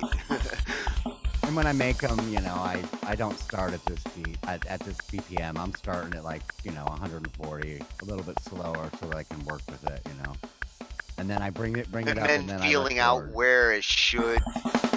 Right, Yeah. and then I record Yeah. it, and I use dang it, I'm sorry, I don't want to mess this all up. I use Easy Drummer 2, and I'm using this like dark matter war kit that has a real it's the snare sound that I like the most because it's unique, and I could if I wanted to I can change it on the fly. I could they have a lot of different sounds, but anyways, that's not it. And that's how you put the So I did that while we were together. talking. I sequenced this. There was a lot of times where I wasn't talking, and I was like just on my DAW doing this, and so then I recorded the guitar parts right after, and it only took me like 10 or 15 minutes, and it was like it doesn't sound like much.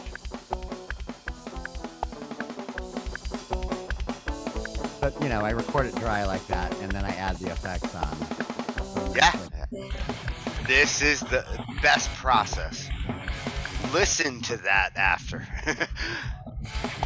And then I added, I'll go through and record the main, and then I had a lot of ideas for accents for maybe another guitar. So this acts as one guitar playing right here, even though it's 2 tracks. I recorded 2 whole guitar tracks. They're separated by, this one's panned 100% to the right, and this one's 100% to the left. And if you listen, they're completely different. If I took one track and just separated it into 2, you get this really bad chorus effect. It's just horrible for a guitar. Yeah, about it. Just mush each other up. Anyways, I use this Tone Forge as my effects thing, and it works really good. But yeah, this thing's really nice. I've you showing me this earlier. And at this point, I could go either guitar here. I could pull these off and just do this one. I think I'm gonna keep this one right here. I like that. It's just really simple, it's not super difficult. Easy Drummer, that's when I got it. Oh, it's fun, man. It works really good. I'm using Reaper. And it's almost the same. I like your choice of like every couple of measures shifting into different times. Going between the like da-da-da-dance and the power chord holds. Yeah. And then the da-da-da-dance and the power chord holds. Yeah. Sets up a nice, I can literally see it. Like as I'm looking at the guitar tracks, the moods between coming in hard, taking a exhale, coming back, taking an exhale, and then a whole bunch of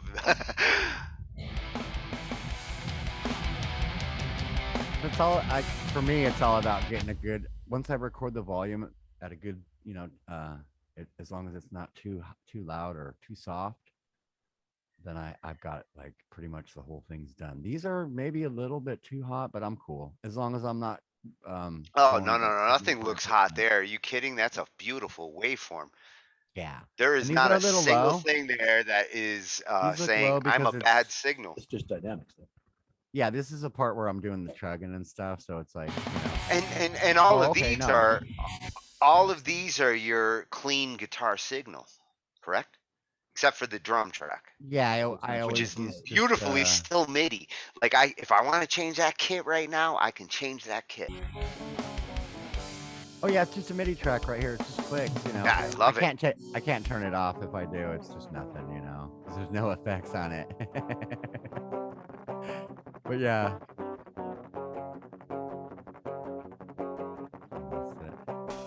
See, I still need to love add bass that on you. that. I love that you can do your parts for those heavy parts like that with the clean sound without needing to hear it in order to do it. Because some guitarists cannot play that way unless they hear themselves playing that way. It's like singers who want to monitor themselves. You shouldn't fucking want to monitor yourself while you're singing. Your monitor's in your head. These are all my songs, you guys. Some of them since I started using Reaper. What were you using before? Oh, you can't see the window, I don't think. I have Before you started with Reaper, what were you using before that? BandLab. I was like being dumb. Just BandLab? Yep. Just BandLab? Yep. Really? Yeah. And started using Reaper? Why? You bought something, huh? Why Something started... came with Reaper. No, I Probably was the like guitar trying to shit. record, just recording with a cable plugged into the back of my computer with no interface, and I got it to work, and I was like, well, I can record on BandLab, I might as well do that or whatever, Before BandLab, everything was tape, huh? Yeah, everything was tape. Everything was tape before BandLab. We're not that far different. I mean, always had digital. I've been trying digital since the day they made digital. But before BandLab, all my band recordings and everything that I ever did seriously had been done on tape, even up till 2004. I don't see a bass track on here, but I know I have one. It's so weird. Oh, it's right here. Digital has been a long journey for me. Long 17 years, I think, before I even really started taking That's a bad digital wave, you guys. DAWs serious. You see how flat that is? What is that track? Oh, it's a bass track? Bass, yeah. Can you zoom in? Zoomed out, it looks flat, but it's flat. Well, let's hear what it's really doing. Sure. It doesn't look like it. You can't see it at all. Bass should not go really high. Bass should always be in the center of the wave. It should not be like a monster, unless it's like a slappy kind of bass, in which case.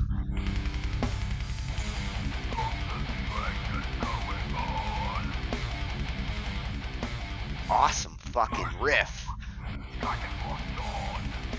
I did these the other night. Well, they're so bad.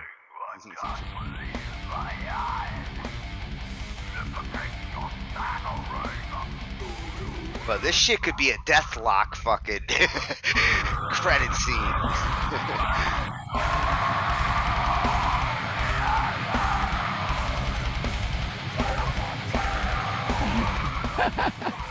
Yeah, I don't know. I get lucky sometimes with bullshit, but. Can you solo the bass track? Sure.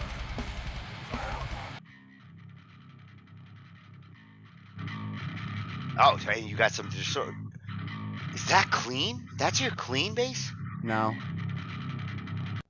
What are you running it through right now? It's so low you can't even hear it. That's how when I recorded. Well, yeah, it was can so go low. up, especially because the waveform is not like a fucking heavy signal, so it can definitely go up after. What are you processing it through though? I recorded it on here. The little bit of distortion I'm hearing. Oh, okay. Is that coming from?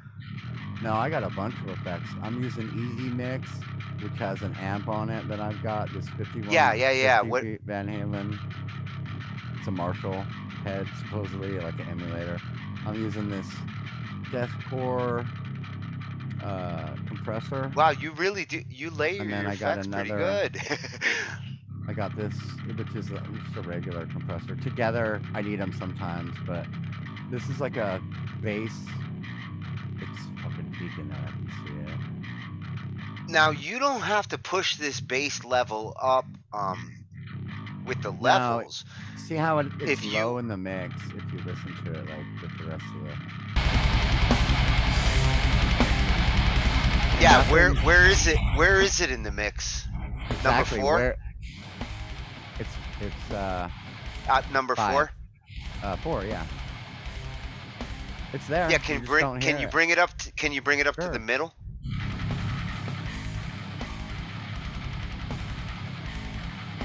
I keep it low when I'm doing mixing because it tends to be loud on my headphones.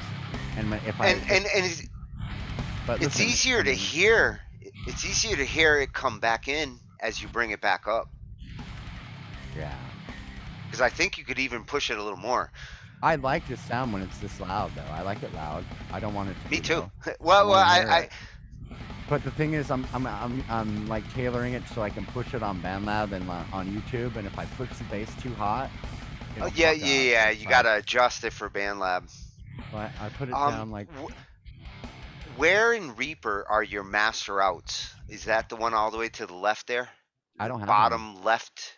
No, the right bottom here. left. Yeah, right here. Yes, that's your master. Okay, why are you adjusting your master outs though? Like that should be at 0 always.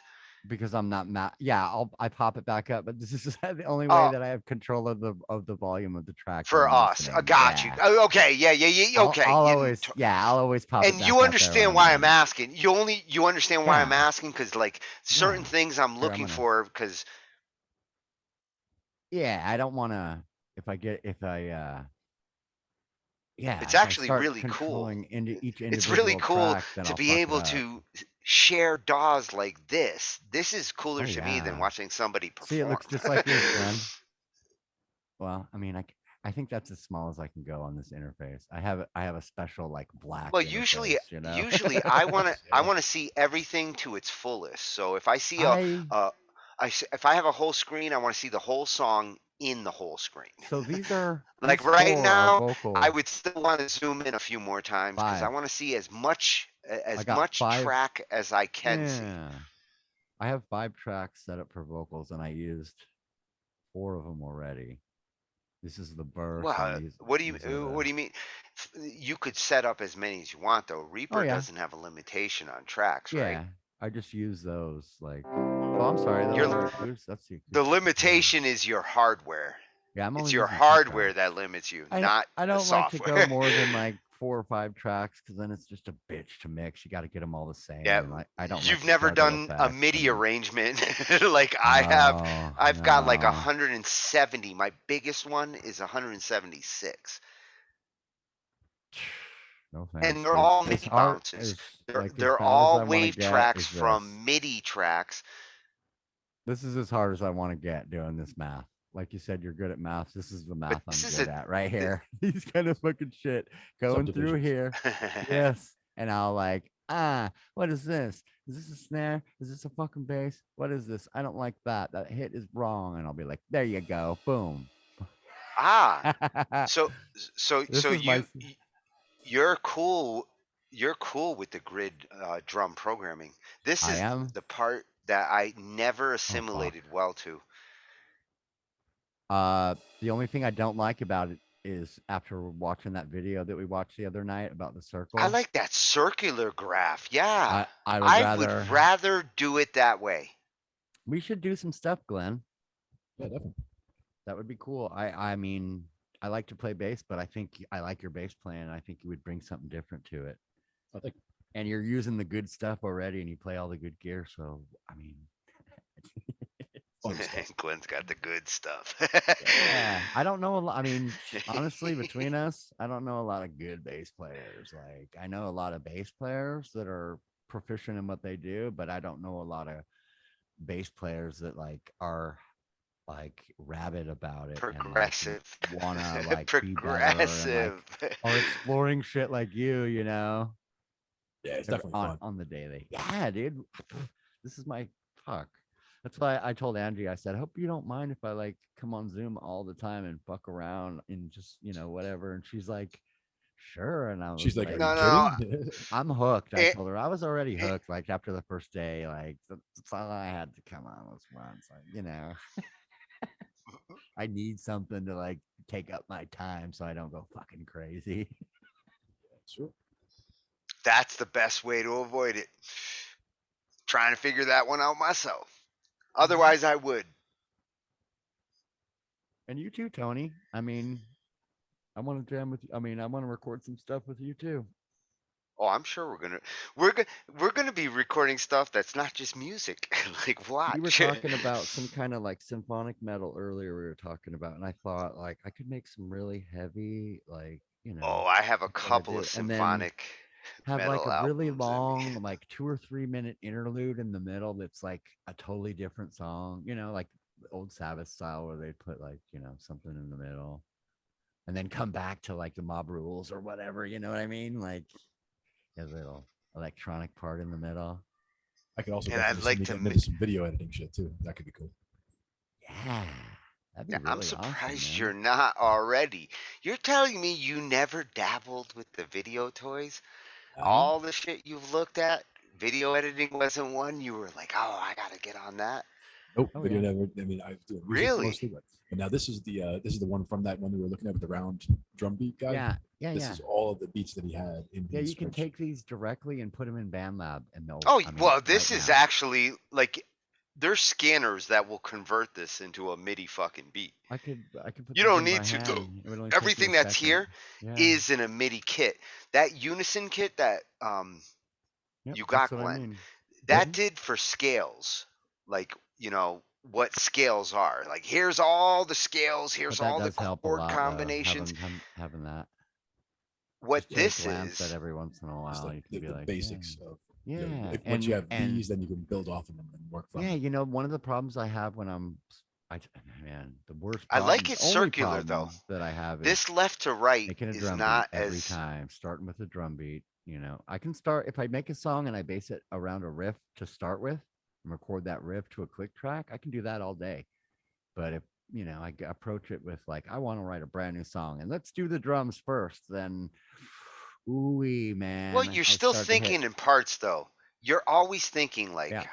what am I I? mean, it What part am happens, I but in? like What part it's am I in? discouraging, is what I'm saying. Because I if you're start not doing it thinking and parts, then yeah. you're just It gets playing discouraging because you're until like, you I'm figure out a building. part. I'm not creating now. I'm building instead of, and I don't want to be doing math. You know what I mean? I want to be Well, doing art. only do it long enough to get that groove. Once That's you got why that groove, now, like now, where am I gonna fit so that's this my new groove thing is into I'm always the looking for a big way to streamline picture? my drums, for a Yeah, way yeah. to and make them still be like, realistic sounding. And For me, the biggest trouble is that I almost always start songs without drums, and it's not me. Like most songs, I don't start myself, but it's usually like, Well, Emerson, for example. Like he starts a song with just acoustic guitar, so then I fill in. Like, I just most listen and times play a bass along guitar, to it. yeah.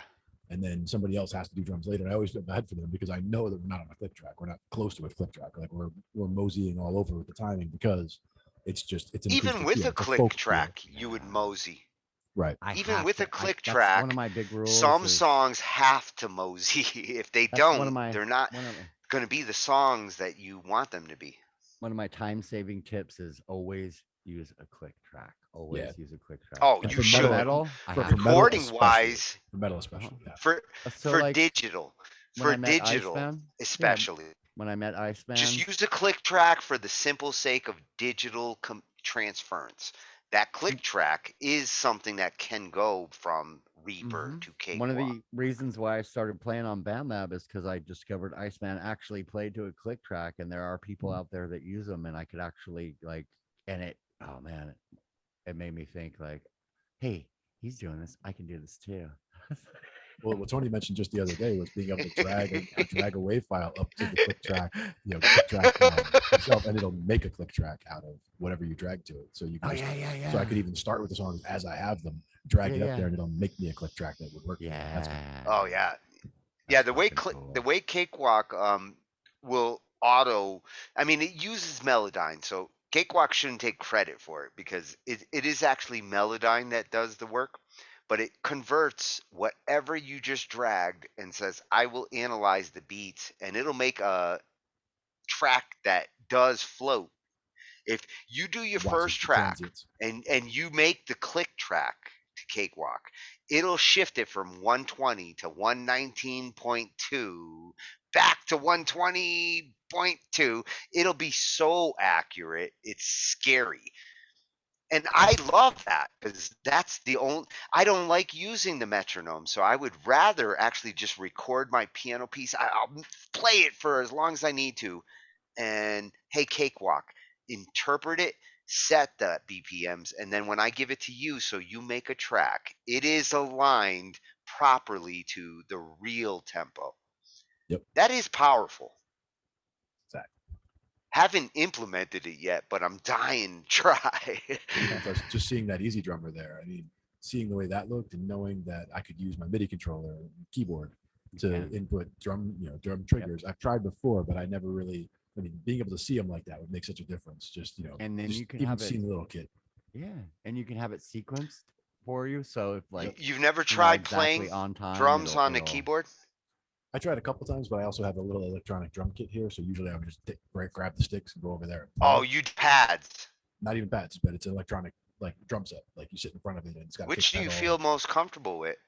Would you rather pick up sticks or do you feel better banging? I'm on the fence because I really like playing drums when I go to the studios. It's like I always get a chance to sit in at the drums. I would imagine, although you're big, so like any drum you would ever be on, your size does make like certain drum situations crazy because drum placement isn't like Bonham sounded, and they probably had to build like his custom fucking kit around him because of size. Yeah, motherfucker played with clubs. Yeah. Yeah, big old giant bass drums, man. But they felt like sticks to him. I have a set of 2Bs. They're like marching band sticks. They're like twice as fat as regular drumsticks. But I got them when I first started messing around with drums at all. And my thought was, well, if I can play with these and get the speed up on these, then when I go to the lighter sticks, I'll be even faster. And my buddy Mike is like, "What the fuck are you doing?" He's like, 7 A's, 5 B's. Like, these are sticks. Use these. Don't use the tree trunks. I'm like, what about 5-string bass? It's like they call them bridge cables. My cousin Jeff calls that low B string. He calls it a bridge cable. And he's like, where's my wire cut? He just wants to cut the low B string off. Let's get rid of that thing right away. That's his first thing. His first, where's the wire cut? I'm like, you touch it, I'll kill you. You'd make a good timpani player. He's a monster on that thing. Give him the timpani sticks. yeah. Get that big roll going to build. Yeah. and you got you know the groove, like you know what needs to be played there. Yep. That's the trick. Just doing it. But yeah, it's all stuff that like I've been branching out on more with. But again, when I really took 30 years off of music entirely, and it didn't really start back until 2009, 2010. And when I did start back, it was basically learning how to play bass. And then, I basically joined a couple of bands within the first 2 years, and I've been in those bands as the bass player for 10 years. And I only really have been, branched out in the bands themselves to do keyboard and guitar and congas and drums in the last year or two. But it's just as I jump from one thing to the other. It's funny you woke up. Each one than I was you yesterday. woke up as I was. You woke up musically as I was going to sleep. 2009, 2010. I just bought all this equipment. Had the money, was leaving a good paying job and saying, I'm retiring. Got into Bitcoin and poker. I got out of music during that time. You got into it. And then when did you get on BandLab? Just last April. So Ange got to do that. Right. Ange got I should. Yeah, I remember when the day Ange sent a message to you, she sent a message to me saying, I just sent this to someone. I can't wait till you talk to him. And now it all makes sense. Like okay, now I totally get why she was so like gung ho to get you on Band Lab. What's also funny why like once I even before Band Lab with when you guys were dealing with Steve, right, over Rock in the Valley, because I was checking that out over there, and you're just listening to you talk and like listening to the way that you go over stuff and the way you deal with the music and the way you deal with the technology. I'm like, we're cut from the same cloth, me and this guy. Like, we should definitely be talking. The same way you're doing exactly. And so like I mean, it started from there. The interesting variations as things go along, you're gonna see is like you're on that DAW, you're on that DAW. Oh my God, I get to see all these people using all these different toys. And that's where the That's ultimate the DAW cool virtual machines can content. come in too. At least for the ultimate Yeah, DAW where we virtual can- machine that has them all in there. Yeah, we can record online too while we're here. You know what I mean? Yep. Hit And then we are recording Tony, right now. You know? Well, yeah. It's been recording the whole time. No, I'm just saying like a virtual DAW that we can actually like. I'm gonna plug in my guitar and it'll. I have one. I'll be on the screen right here. It's not that good, but Yeah. the purpose of the ultimate Wouldn't that virtual be DAW like, is to have. What I need is I need every DAW. So if somebody sends me a track, I need to be able to load that track in that DAW. Yeah. And then decide how I'm going to change it to We're Cakewalk. interchangeable. Sometimes some DAWs, if all the companies were to create that universal DAW format, UDF, okay. See, there's how you tell them how to do it. Fucking create the ultimate DAW format, and that format says how you handle stems or original tracks with potential VSTs. Like, this DAW doesn't have VST support, but here's the information. If you do support it in ultimate format, a universal format, okay. Everything that ever gets set up starts with that, a universal format, so that we stop fucking worrying about that shit in one proprietary software. That's a universal format right there. That's a universal joint right there. I like that you twist yours at the end. I have to because it's so big. Look at this thing. It's like freaking, look how big it is. I didn't mean to. We were talking and I was just like, oh, Patty. Okay. Yeah, it's like a fucking cigarette. Bigger than a. Actually, I can roll a machine-driven. Like the perfect, like yeah. You can I haven't 20 tried of them in a pack. I'll be truthful. I haven't tried to use this machine. I just got it a couple weeks ago on a weed cigarette. Yeah. But now I'm tempted. I would. I've only used it for tobacco. That would be one of the first things I did. I'd be like, oh, I'm gonna test this thing. I'm gonna make 20 of them and put them in a pack and see if they all fit. My buddy does that. My buddy does that. Yeah, but see, if I bone master. Yeah.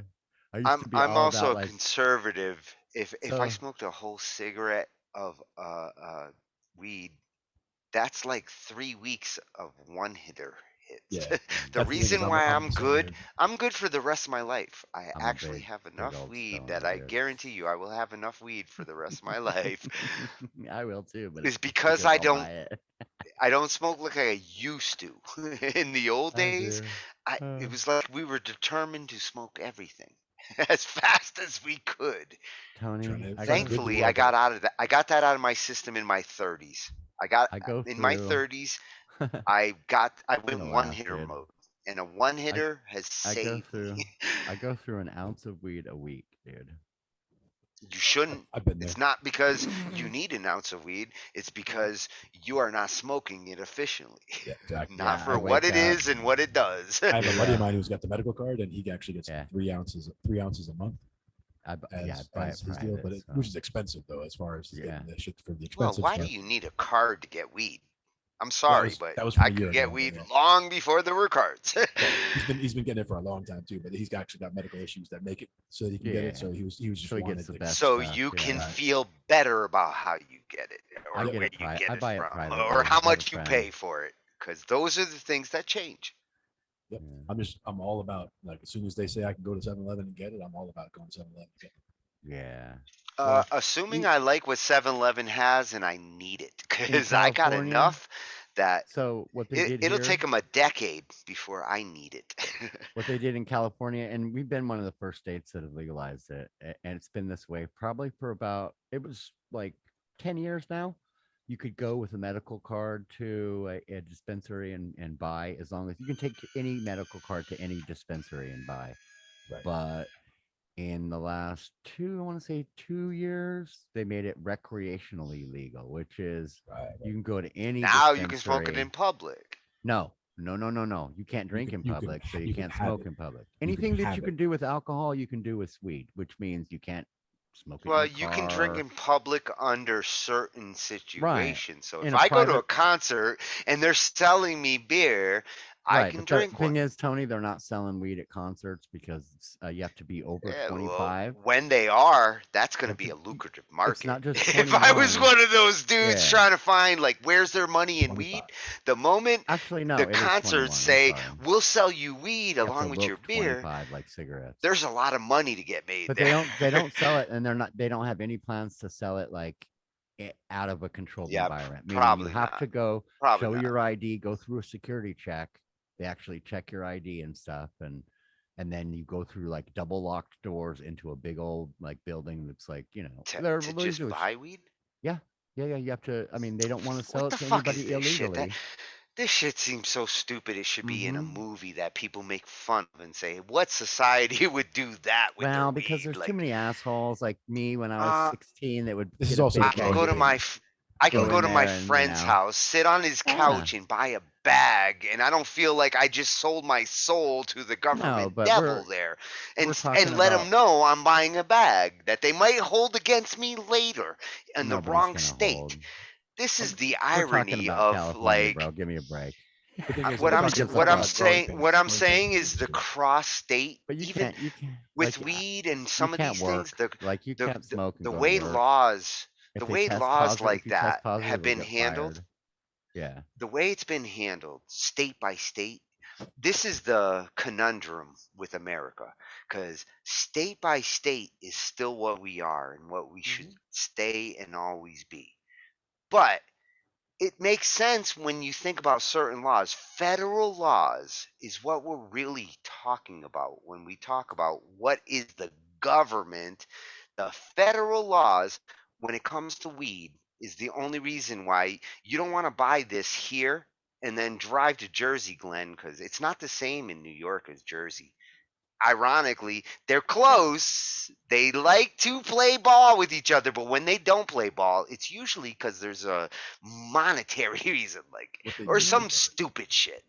over here, they decriminalized possession. So you're on your way to recreational. In the next couple of years, you'll probably hit it. Like Oh, But New York, they want New people York smoking already weed. legalized. There's no question there. And like I said, I can see New York from my roof, so it's like it would not be hard for me to get to New York to get something. Yeah. And that's why if it's Yeah. decriminalized here and it's recreationally legal there, that should be good enough for me as far as being able Yeah, to my friend went to New York. He's like, I can buy weed in California.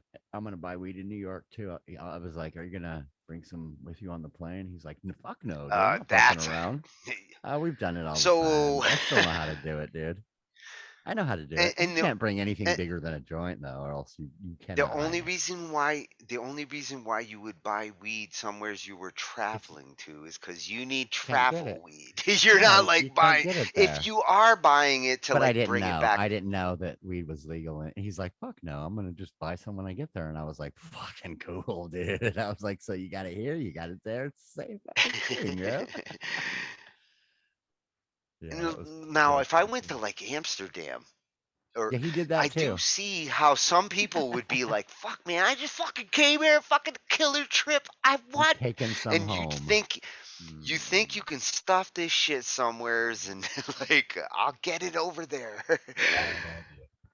I can see that conundrum, and The it's not golden a rule bad is just don't be person. dumb. It's not an evil person who's trying to do No, that. you're not trying to smuggle some shit. You're just trying to have fun. But like, yeah, that's how you get in I trouble. bought an ounce in this fucking. It's a killer ounce, I and I don't don't want it want to to go to throw it away. waste. Yeah.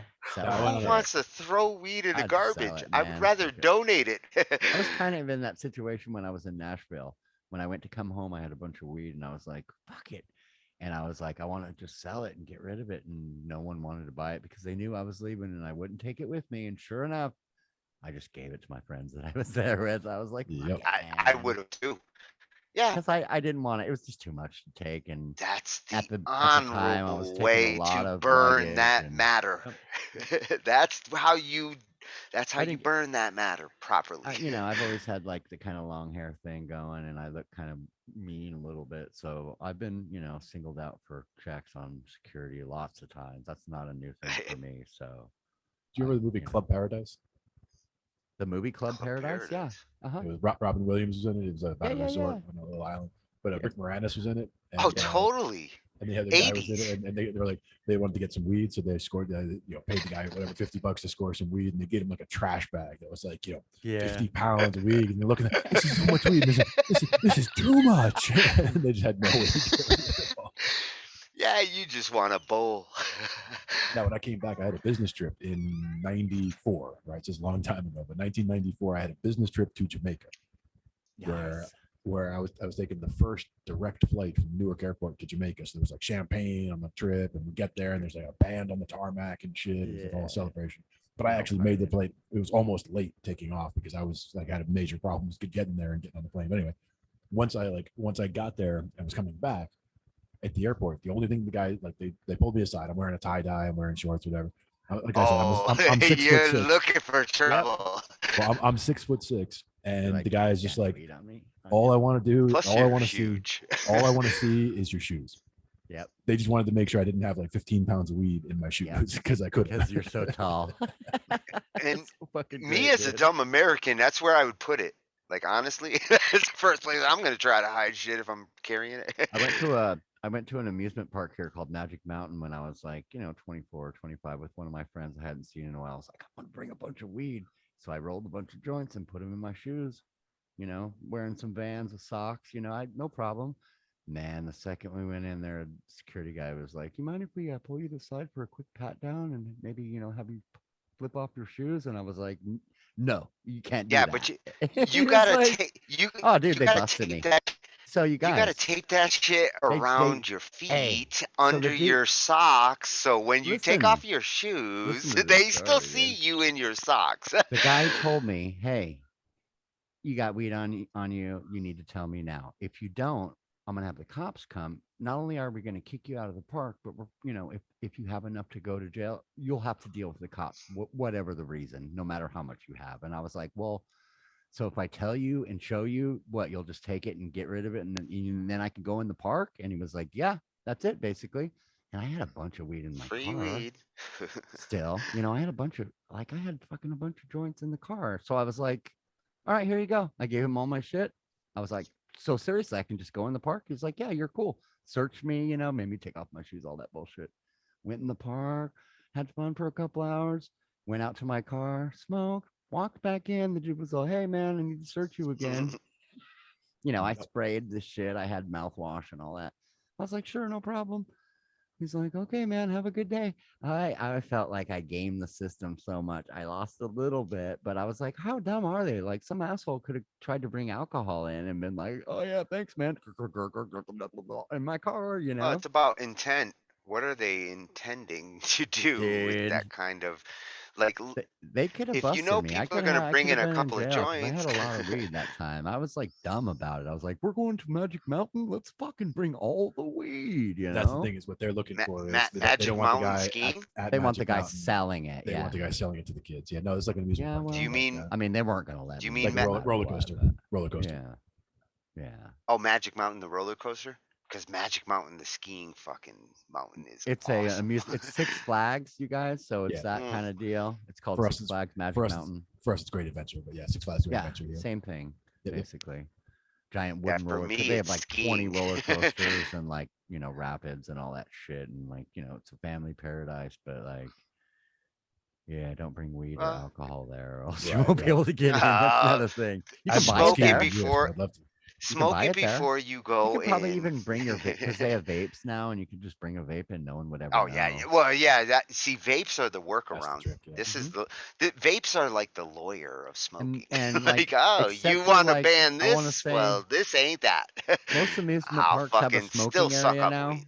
but one of the only ones that doesn't is Disneyland. Like, you cannot smoke in Disneyland. You have to actually go outside the parking lot, like way outside. That you cannot smoke anywhere near there. But that's Disney's cool. If I go anal to about Disneyland, I'm everything. not thinking about smoking anyway. I don't want to waste my time because I'm True. spending so True. much fucking Yeah, if I'm money. there, like fucking hook me up with some rides. Yes, I do It's want to smoke expensive, at least. dude. It's I want to $100 take a to get in couple of hits. Disneyland. A little more, 120, Okay, I think, and for I the guarantee day. you, I would definitely take some vape hits or some one Yep. No, you hitters just bring in while the I'm in the vape park. pen, and while you're in the Yeah. bathroom, go in the stall and just take a hit, and nobody knows. Oh, Edibles. Go with bingo. the See, light yeah. lollipops. I'm the king of like That's how I of would do it, hiding Glenn. weed. Like I would when I worked at Walmart for like 10 years as a mechanic, automotive technician. In their little auto, I did oil changes and tires. Yeah. And I hated it. It's one of the worst jobs. But I made like $15 an hour, so it was a good job that way. Yeah, you can't complain about the money. It's just Like, about the you cannot process. smoke in there anywhere. They didn't have smoking areas. Like, that's not a thing. You know what I mean? You can't smoke at most jobs, especially like retail. Like, you have to go way outside the building. But we had Yeah. a private They bathroom. make you fucking go hide. So in where the bays are, where the oil bays are, we had a private bathroom that only the mechanics use because we get dirty, So they had a fan right over the top of the toilet, and I was like, "This is the best." Roll the little joint, go in there, stand on top Yeah, of the see, but toilet, that's blow where it a into the joint does fan. not lend itself. I'd Dude. be using a one hitter. One hitter. Because Yeah, a yeah. one hitter, you Well, I had a can bowl, fucking too. I did do a- hide. And Yeah, I you're not had one of wasting You can those. hide the I'm smell with just a saying, one hitter. You I can't tried with at- a joint. There's times when I was like, I would put it in the tip of I'd take a little bit of tobacco out of my Shit. cigarette and put it in the tip of my cigarette and light it like that and do that. Hey, but I never got in trouble for that. But what I did get in trouble for was I would also go in there and smoke cigarettes the same way. I would stand on top of the toilet and blow it into the fan, and no one would ever know except for I Sometimes you got can't so tell. comfortable with it. Yeah. Sometimes you No, they can't couldn't tell. tell. It A had a powerful marble, fan. the first light of a marble smells like weed You could sometimes. not tell. Like the It fan was does. so powerful, it pulled all the smoke out. But what I did do was I got so comfortable with it that when I finished, I threw it in the toilet. And instead of flushing the toilet, I just closed the lid and fucking walked out. And so my boss came in there and he was like, "Someone's been fucking smoking in here." And I was like, "Nah." And he's all like, "It's you and Brandon. Those are the only two You people at talk work." about Willis. And I was like, "Well, Brandon doesn't smoke and I haven't smoked in there." And he was like, "Well, let me get the cigarette." And he pulled it out of the fucking toilet and he was like fucking trying to find out the brand name and everything. And I was like, "All right, asshole, I fucking smoked in there." And he was like, "You could get fired for that." And I was like, I know. Oh, I wait was a like, minute. This wasn't your boss? This wasn't your boss? Yeah, he was my boss. Yeah. But I was friends with him too. Also, I was like, Was this somebody who could fire you? Yes, he wanted me to be honest, and I was like, "All right, I will be fucking honest," because he was making a big fucking deal out of it, and I was like, "You know what? He just wants someone to say they did it, So I did it. So I told him, yeah. Well, and he yeah. was like, "Don't ever." You fucking get it let from that his happen perspective? again." I would rather have it from him than from anybody else there. So I Yeah, trusted we him, won't but, tolerate no smoking. Yeah, he was like, basically, "Jason, just tell me if you did it. I just want to know. It's not going any further. Like, it's just between you and me." And I was like, "All right, you fucking dick. You're just gonna guilt me to death until I fucking say that I did it. You know I did it. We both know I did it." Well, also, if you already fished it out of the toilet, he's already Yeah, I shown was like, that he's serious serious. about this. So yeah. Yeah. I was like, "Dude, you're just trying to make an example out of me, and I understand." And like, and he was like, "Well," he got fired from that place like 2 months later, I think. I actually got kicked out of fifth grade. No, Fifth grade. he argued with fifth one of the grade managers really fifth badly grade about Catholic school. overtime. I went to for 1 year. I went to Catholic school for fifth suspended grade, all the time for smoking. and I got kicked out. I got kicked out for smoking in the bathroom, and it was such a trippy experience. Like the teacher came in. It was almost like they had cameras in there already. They knew somebody was smoking in there. Teacher came in. They do.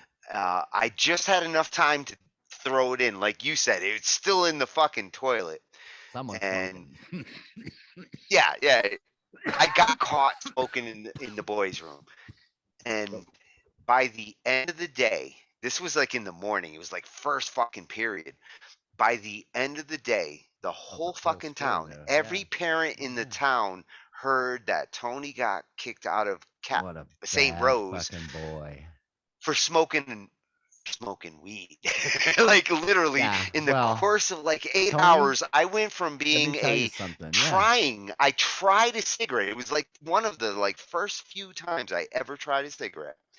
I got kicked out of school, and by the end of the day, the whole fucking town, every parent of every kid I would hang out with thought I got kicked out of Catholic school for smoking weed. 5th grade. Like I hadn't even started smoking weed at that point. You didn't even know what weed was, basically. Well, my babysitter got me stoned once, and it was the craziest fucking, like 35 minutes went by and I thought it was like fucking 5 hours. The first time I got stoned, I remember it. Like it's awesome. So in my high school, like it was a really big high school. There was like 1,200 students. You couldn't get kicked out of school for smoking cigarettes. The worst you could get was a day suspension. Not in high school. Yeah. So I got They have to have more tolerance. Motherfuckers I got smoke. like suspended like 4 or 5 times, before it sunk in that my dad was really gonna like beat my ass every time I got suspended. Like, it's cool if you smoke, Jason. Just you're gonna have to take the responsibility for it. And if that means you losing a day of school, then I'm gonna take it out on your ass. Basically, that was it. And so I smoked a couple times just to be a badass. And then I tried to, go in the bathroom and smoke a couple times. And like you said, Tony, the security guard that we had at the school was like fucking radar. I don't know how he knew. Radars. I think maybe it went out the window a little bit, and like, you smell it. Like you said, you smell a cigarette and you know it. Like you can smell it from a long way away. So anyways, got busted and fucking I got sick of getting into trouble about it. So I stopped. Like, I still smoked, but like would not bring cigarettes to school because the teachers, like, they'd be like, well, Mr. So and so wants to see you the outside, cigarettes and weren't they're even gonna the pat you issue. down. The Yeah. cigarettes we had smoking areas in my didn't. high school. Yeah, I you're a little had older than me, I think. smoking area in my high school. You lucky bastard. 92, I graduated, so we could What? still smoke back then. I graduated We in couldn't smoke 87, weed, dude. but people did. I'm older Huh? than you. What high school were you in? Okay, I was in Connecticut. I'm in my in high LA, school, we dude. could still smoke. Yeah, we no, could still smoke in see, at the other yeah, part of the country. It was already a problem here in LA. They're like, if we let one kid smoke, then every fucking kid Well, wants to smog smoke, actually was fucking going nuts. They had legit reason to try to fix that problem, because if they hadn't fixed that shit, You the know what? My smog mom told problem me they that had too. was She not said, a small one. yeah. She said the high schools on the East Coast like had smoking sections and stuff. And she said that the school that I went to, she went there also because she lived in Nebraska and she moved here from there. And they had a smoking section at the school, but like they only had like 400 kids in the 60s, as opposed to like 4 Shit, times they that probably amount have now. smoke at the middle school there. We had a smoking section in my high school, and that's in Jersey. Yeah, see, they don't have it here, and Like as far as I know, so like, it's also same time yeah, frame. dude, California is a big anti-smoking state. Whether you know, like, the health thing is kind of a real. Oh, it thing. always like, has when you been. hear about like, yeah, that health kick, it's like a real thing. People, they're really nonchalant about it. They're not like, let's go to the gym fucking every day or whatever. But like, there are people that go to the gym like once a week or more. And they make and they eat salads only, and like it's like, what? Yeah, I understand it, but like, There you can be better healthy be meat without in making that it a salad. lifestyle. Otherwise, We that's talked about that. Yeah. appetite. I actually had that job in, I want to say salad. it was probably 91 or 92. It was Uh-huh. like, shortly after graduating high school. And I went to college, but only briefly. What year did you graduate? I graduated high school in 89. Okay, so And we're I all went 2 to- years apart. That's so nuts. Exactly. And I went to Stevens for a year in Hoboken, Stevens Institute of Technology. But my grade point average was awful, so I didn't stay very long.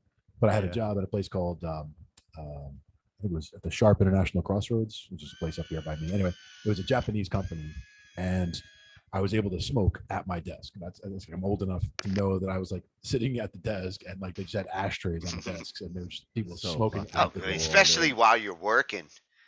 While you're working, You're an like, I adult now, smoke bro. constantly while I'm working. But that was like, it was just, and then right after that, it was like, oh no, there's no more smoking indoors anywhere. It's like, it was right at the end of an era. So it's like, I got just at the very end of that era, I was able to smoke at my desk a couple times, and then it was like, oh, never again. Yeah, I worked a couple jobs when I was a kid. Hey, they that used to had smoke on smoking areas. airplanes. They had one at Target when I Yep, I was. remember that. The first job I worked at when I turned 18 was at Target. They had opened a Target in Long Beach here, and I was like, like I helped build the store. That was part of my job, and yeah, that was fucking dumb as shit. But they had a smoking section in the back, like inside the fucking building, and like there's no jobs that have that here. Like you have to go outside and like walk down the street. You know what I mean? Oh, I remember, nowadays, yes. So I remember airplanes. You have to find it. You ever go to an I remember airport as you're bouncing around? No, I If you remember bounce smoking around on airplanes, Smoking on airplane, yeah. Yes, that nowadays, was a if you thing. go to an When I- airport, when if I you was drop into young. Atlanta for a Atlanta- moment as Atlanta's you the one bounce that's like a to fishbowl. somewhere else, you I've have been to there. go find the one place that could be in a totally different part of the airport. I remember. Yeah, I went just there. to smoke I know what you're talking while about you because bounce to another Super strong place. fans. I went to North Carolina and I had a Yeah. layover in Atlanta. Like you And it could was a get sucked up nonstop into the flight. I had to ceiling. take the flight to Atlanta from LAX, and it stopped in Atlanta. And it was like 5:30 in the morning was when the flight left. So I got there at like 2 or 3, and fucking there was a 15-minute layover for my next flight. Well, And, 15 minutes, you're moving. Yeah, You're what Tony moving, said. make So my buddy sure. was like, "Hey, I'll meet you at the gate," and I was like, "All right, I'm gonna go fly and have a cigarette." And dude, I swear I almost got lost in this fucking airport because I couldn't find the smoking section. And they're so I so gave up. fucking I convoluted. gave up. Even It's LAX, like they have trying a, to they find have your way through a they have the underground little tunnel system. They have a little room at LAX, and it's like in the movies where you see the little glass room where they're all smoking in. Fishbowl. They have that at Oh, LAX. yeah. That's what it was in Atlanta. Actually, that's what it was in Yeah, Atlanta. yeah. Because actually, I stopped in Atlanta, and it was weird Yeah, because fuck we were that. on our way to Puerto Rico, my girlfriend and I, and so we I went to couldn't find Atlanta. that. I'd But love we were I'd on the love to go same to Puerto plane. Rico, man. We were on the same plane as my buddy who was going to Florida, also stopping in Atlanta. But their layover was only like 10 minutes, and our layover was like an hour. So like we all got there, and like as I'm headed to find the smoking room, me and my girlfriend find the smoking room, and like we check in there, and like those guys had to just book because they were already like running top speed. They were gonna barely make their plane, so they That's did what that. So happened. we went to the fishbowl, we did our cigarette, and then we went to the bar. And since it's like you said, like 7 in the morning, I'm like Bloody Mary time. That's what I was gonna say. Bloody Mary or The screwdrivers. other, if you're not looking for where you can smoke, you're looking for where can you get a drink. Give me a shot, something as big as you can, because I'm about to get back on a plane. But And they breakfast time charge was- $10 breakfast time a was bottle. Bloody Marys. But yeah, Puerto Rico actually. We used Champagne to, breakfast. yeah, we used to go to Puerto Rico every year for vacation as kids because my grandfather actually had a plane, a little 5-seater plane. He had his pilot's license for over 50 years. What's that Flyers Club? What's that club that's like every airport you go to, that's where the dudes are drinking or smoking in that. Well, not just dudes, but like anybody who's got access to that like Flyers exclusive. Club The can executive get a club. drink and smoke like Yeah. whenever the fuck they want. And I It's would like, definitely do that if I traveled. It's a form of like business class, executive class, or something like that. You can Well, pay for yeah, that. you got to imagine Uh-huh. freaking Flyers is the commercial. My friend has 1 million miles that he's Nice. flown. Yeah. There was actually a movie. Stupid. There was a movie with George Clooney. If you remember that one, called Up in the Air, where he basically just spent all his time in airplanes, and he was like Yeah, yeah. shooting for a certain number of miles, whether it was 10 million miles or I whatever, do some remember that. ridiculous number of miles. Yeah, yeah. And he It's met the funny, so- girl. Uh-huh. Yeah, yeah. That's good. Yeah, he only does romantic comedies, I think. How many? But he's slick though, as far as his business like decisions. Does he He's have like far alcohol? more. He's far more alcohol, stock or profitable. something? He's far more profitable God, yeah. using the money he made, so Oh, he he's still a doesn't big- have to do he said- anything. If he said, "I'm gonna, I want to act in an action movie," dude, he would make a lot of money right now. He's an old Yeah, man, but like, remember any he did, studio would suck him up and say, "Oh, we'll he make did, you into the next Harrison Ford." I was gonna say the he next did, Jack Ryan. Yeah. well, he did Yeah. that space movie with what's her name, and he's not a young guy, and that movie did really good. Yeah. Is that Sandra Bullock? Yeah, Yeah. I Gravity. I Think it was. like I like Gravity, Sandra yeah. Bullock. Sandra Bullock is personably likable. Yeah. Well, look, she's another person. She didn't even do any movies for a long time. She's Well, just, and again, by choice. and then That came back, and now sometimes she's that's an older, and she can still pull it in. She's just good. mhm. Yeah. When she's in the right scenario. With acting, it's just like performing. Like if I said, Keanu "Man, Reeves. I need you to sing this fucking opera for this show I got tomorrow," you would be like, "What?" Yeah, when acting you comes, put you you put might the be a good wrong actor, one but you in the need to wrong do the place. right things. Yeah, there's a formula Yeah. for actors, men actors especially. Like you have to be able to do everything to be number one. You have to be able to do comedy. You have to be able to do action, sci-fi. All For the big actors, it's genres. almost like Yeah. acting synthesis. That's why You Tom need to be Cruise my horns put in your this face on movie everything and and my people will like you, strings in this movie. For Sandra Bullock would be like She my did flutes everything or my for a while. my English horns or strings in Well, in a she was working the movie formula. She arrangement. did some Why you would thrillers, get that? drama, comedy, romantic comedy. She's been in a lot of types of movies. Action. She did the Speed movie.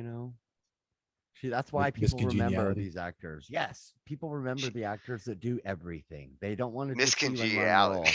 I because then did you're like like Cheech and Chong or I was thinking Malkovich is another good example of like John Malkovich. Yeah, of Been doing in certain everything, things. dude. Yeah, He does exactly. everything. He's the Russian dude. Oh, Malkovich. All rounders, man. Yeah, he does a Yeah. crazy. There's no fucking way. Yeah, I love him in that, and he constantly brings it up and says, "I don't know what the fuck I was thinking, guys. I just wanted to do this outrageous like Russian accent, and so I kind of just made it up." And now he gets shit all the time from people that are in Russia, and they're like, "Where are you from? In that movie, you said you talk like this," and he's like, "I just made it up," and they're like, "No, you're from Siberia, or from We recognize Latvia. the You're accent, from yeah. like, yeah." He gets it all the time, and he's like, "I wish I would have just gone with like, a real accent because then." Hardly anybody could See, say, can "Hey," you So funny. okay, in Rounders, Right. can you imagine him not being a Russian? No, that's the only part that I remember of that movie. Shit, Basically, am I that and like, bouncing? No, you're good. Matt Am I Damon's a bouncing? prick. You're good. The only thing I We remember in heard you, that Tom. movie is Matt Damon is a Oh, smart ass and see, like to as me, usual and like Anne Malkovich's accent, dude. You know what I Yep. mean? What else Yep. happened? I started playing poker. Oh well, yeah, they're playing um, poker. That's the main, around. Well, I made a living off poker for like 10 of I the could play some last like poker, 12 Tony. years. That's where I was making my living. And that movie, I'm fluent in if he poker. hadn't been a Russian, in that movie Yeah, and it he wouldn't had have been as played interesting. some Yeah. other character, Yeah. it would not have had the impact. He is Dude, legendary it's in that fucking movie. yeah. It's almost that's what I mean. It's almost silly He the way almost stole he the says. show. He stole the fucking I show in that know movie. what fucking card you're sitting on, and I know you will not leave this room. And the Oreos twisted the Oreos yeah. as he was Yeah. thinking. He's Like got the it tells, was, the tells. Yeah, it was that was a good well movie. I haven't assembled. watched it in a while, but It I'm was remembering well a lot assembled. more now. Our collective memory, we will put together the whole movie and reenact it. For me, it was important because when it comes to poker, like the poker side of that story, I was living that Did you watch as I that was movie watching with these. What's her name? The red-haired girl. There's a movie called Maggie's Game. Yeah, Maggie's Game. Did you watch that? That was a good one. Yeah. Oh, with her father. That was That's a true the girl story, you with her guys. father. Yeah, I know So that. like Ben I Affleck know was that one of the story. guys that gambled with her, and I read parts of her book. I didn't read the whole thing, but like, yeah, I read the part where she talks about gambling with Matt or with Ben Affleck because he's a Jesse sucker Eisenberg. for gambling, and he's not really. They that good. all are. Are you kidding? they- In Hollywood, They want the those fucking whales in. gambling community They is said like monstrous. he said like Adrian Brody, who's another actor. Yep. You know Adrian Brody. Yep. He's fucking really good. There's some like really top tier actors that are like amazing. Well, you know, you I saw would- the movie. You know, I would have loved to get into poker. I mean, that's the thing is I actually have a poker game on my PlayStation, which I haven't fired up in like 6 months, but I was really enjoying it. It was, yeah, I'm fluent in Four poker. I Kings played a maybe? poker game with some of my Poker's friends. not a when we hard were game. younger. Poker's an played for easy money. game to play. It's a hard game to make a living off of, but it's an easy game to play and enjoy. Yeah.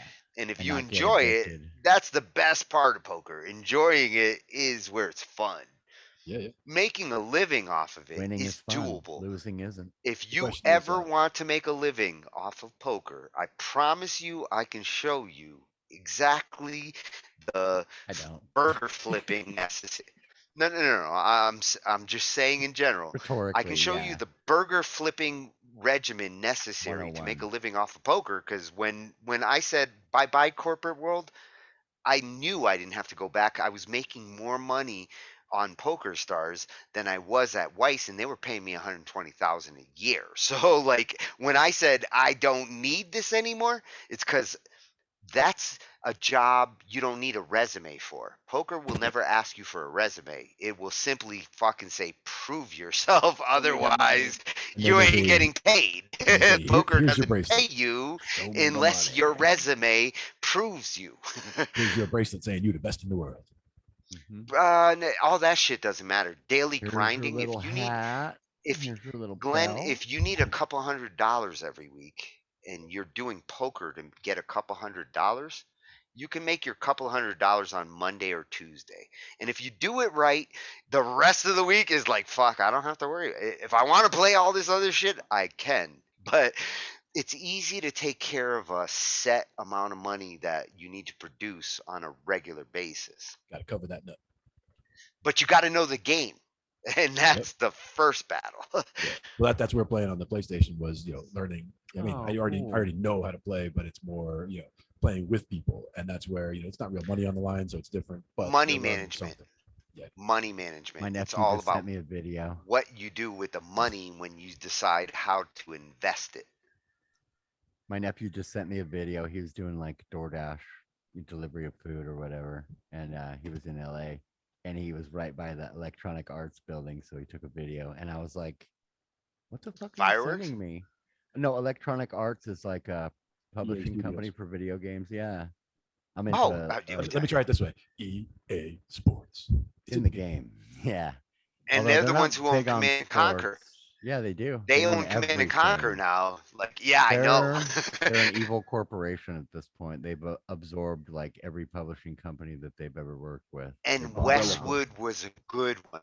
That's Yeah, why but it's all such the a shame developers, I'm that sorry, this yeah. game went 'Cause from EA a is the good publisher. company Well, to actually- an evil corporation. Yeah, back when they did Oh, Command and Westwood Conquer, started yeah, it. That was one of the first companies that they absorbed. That literally that was what made Yeah. them. They were like, Yeah. this is a formula we can Because they win wanted with. the real time. They wanted the But RTS honestly, engine. They wanted I don't- that fucking I don't hate 'em. overhead real time strategy. I don't hate them because they have some of the best people in the world working with them. And even though they have a cutthroat strategy kind of about, they've weeded out a lot of bad, or that could have been bad video game companies and molded something like AAA. They don't put out anything that's not like top tier. And pretty much every game that they put out for the last 4 years in their franchise has been, maybe even longer than that, has been like #1 bestseller, like, makes more, they make more money in video games than they ever do in movies. Like, it's ridiculous, dude. Yeah. And Yeah, it's all that's coming- where the money is nowadays. Yeah, you would think it not that They way think because you have to pay $90 each million time. budgets Yeah. for a video game. Today's way video more than games that, are dude. getting budgets That's not. that That's a dwarf cheap video game, bro. yesterday's movie budgets. Yeah, Yeah. And No, that's we're the thing is talking the like lines between interactive. 450 million. Yeah. Try like $500 million, dude, for a good Interactive video is game. where it's going, because that's the thing is with Yeah. games, it's basically the level of entertainment of a movie, but it's So interactive. You get to choose. I'm looking at this new game that EA's doing called Battlefield. It's Battlefield 5 or 20 6. Battlefield 6. Right. It's gonna be amazing. I already saw a bunch of shit on it. And anyways, But he how sent do me you that make video, and I was like, how "What do the you fuck make are you the sending me, dude? I don't know what this is." He was like, "It's what Electronic is Arts the building." next I'm like, "Oh, game? duh." What? What is the next game? Just like we Everyone's were gonna wondering about how does a genre, what's the next genre? What is the next game You style can't tell. or format that's It's like gonna music. come You out can't. that's The gonna kids. The change kids. the scene? Like Doom Yeah. came along and said, "Oh my God, Yeah. like I can No. think We this can't. way," We can have versus I'm patterns, looking up but from a top. You know those game changers, the things yeah. that go from Command and Conquer to Doom. Yeah. We To me, What's can't the big predict one next? is it. virtual The reality is the big virtual one. Augmented reality, reality, the virtual and virtual augmented. reality's They have a lot of that key right to now. whatever is next means you're going to need Eh, additional Gamers kind interfaces. of reject You're it not right going to now. experience the game. Well, It's still a ways off. It's not that the They got to VR get and rid the of AR are the answer per se, but it's more like yeah what Tony's talking about. There's going to be a game that augmented comes out reality. where you couldn't do it before, but now Yeah. that you have this technology, it enables it. But it's going to be a total Yeah. shift. It's going to in have game. to. They need to perfect It's going to VR, have make to you not utilize a ill when you fifth string. play it. Or You're going to have use to it. give a fifth string. Yep. Got to use the extras. But like with the augmenteds, the other thing is like, having to control something or move your body or any of that. Like the real way would be to use your mind to control it. And they're getting somewhere with that, where they have prosthetics that you can control with your mind just by like if you think about moving your arm like this, it'll activate this control. If you think about moving really your arm cool. like that, it makes that Yeah. control. You're back again, Tom. Yeah, we can't predict though. That's the Yeah, only I know, I'm thing. Like, bouncing a little. we could have a formula or whatever, but like I wish I knew that Minecraft was gonna be like as big as it was. I would have like bought stock in the freaking company when they offered it, and like I Yeah, was but- playing, I was playing yesterday. You know?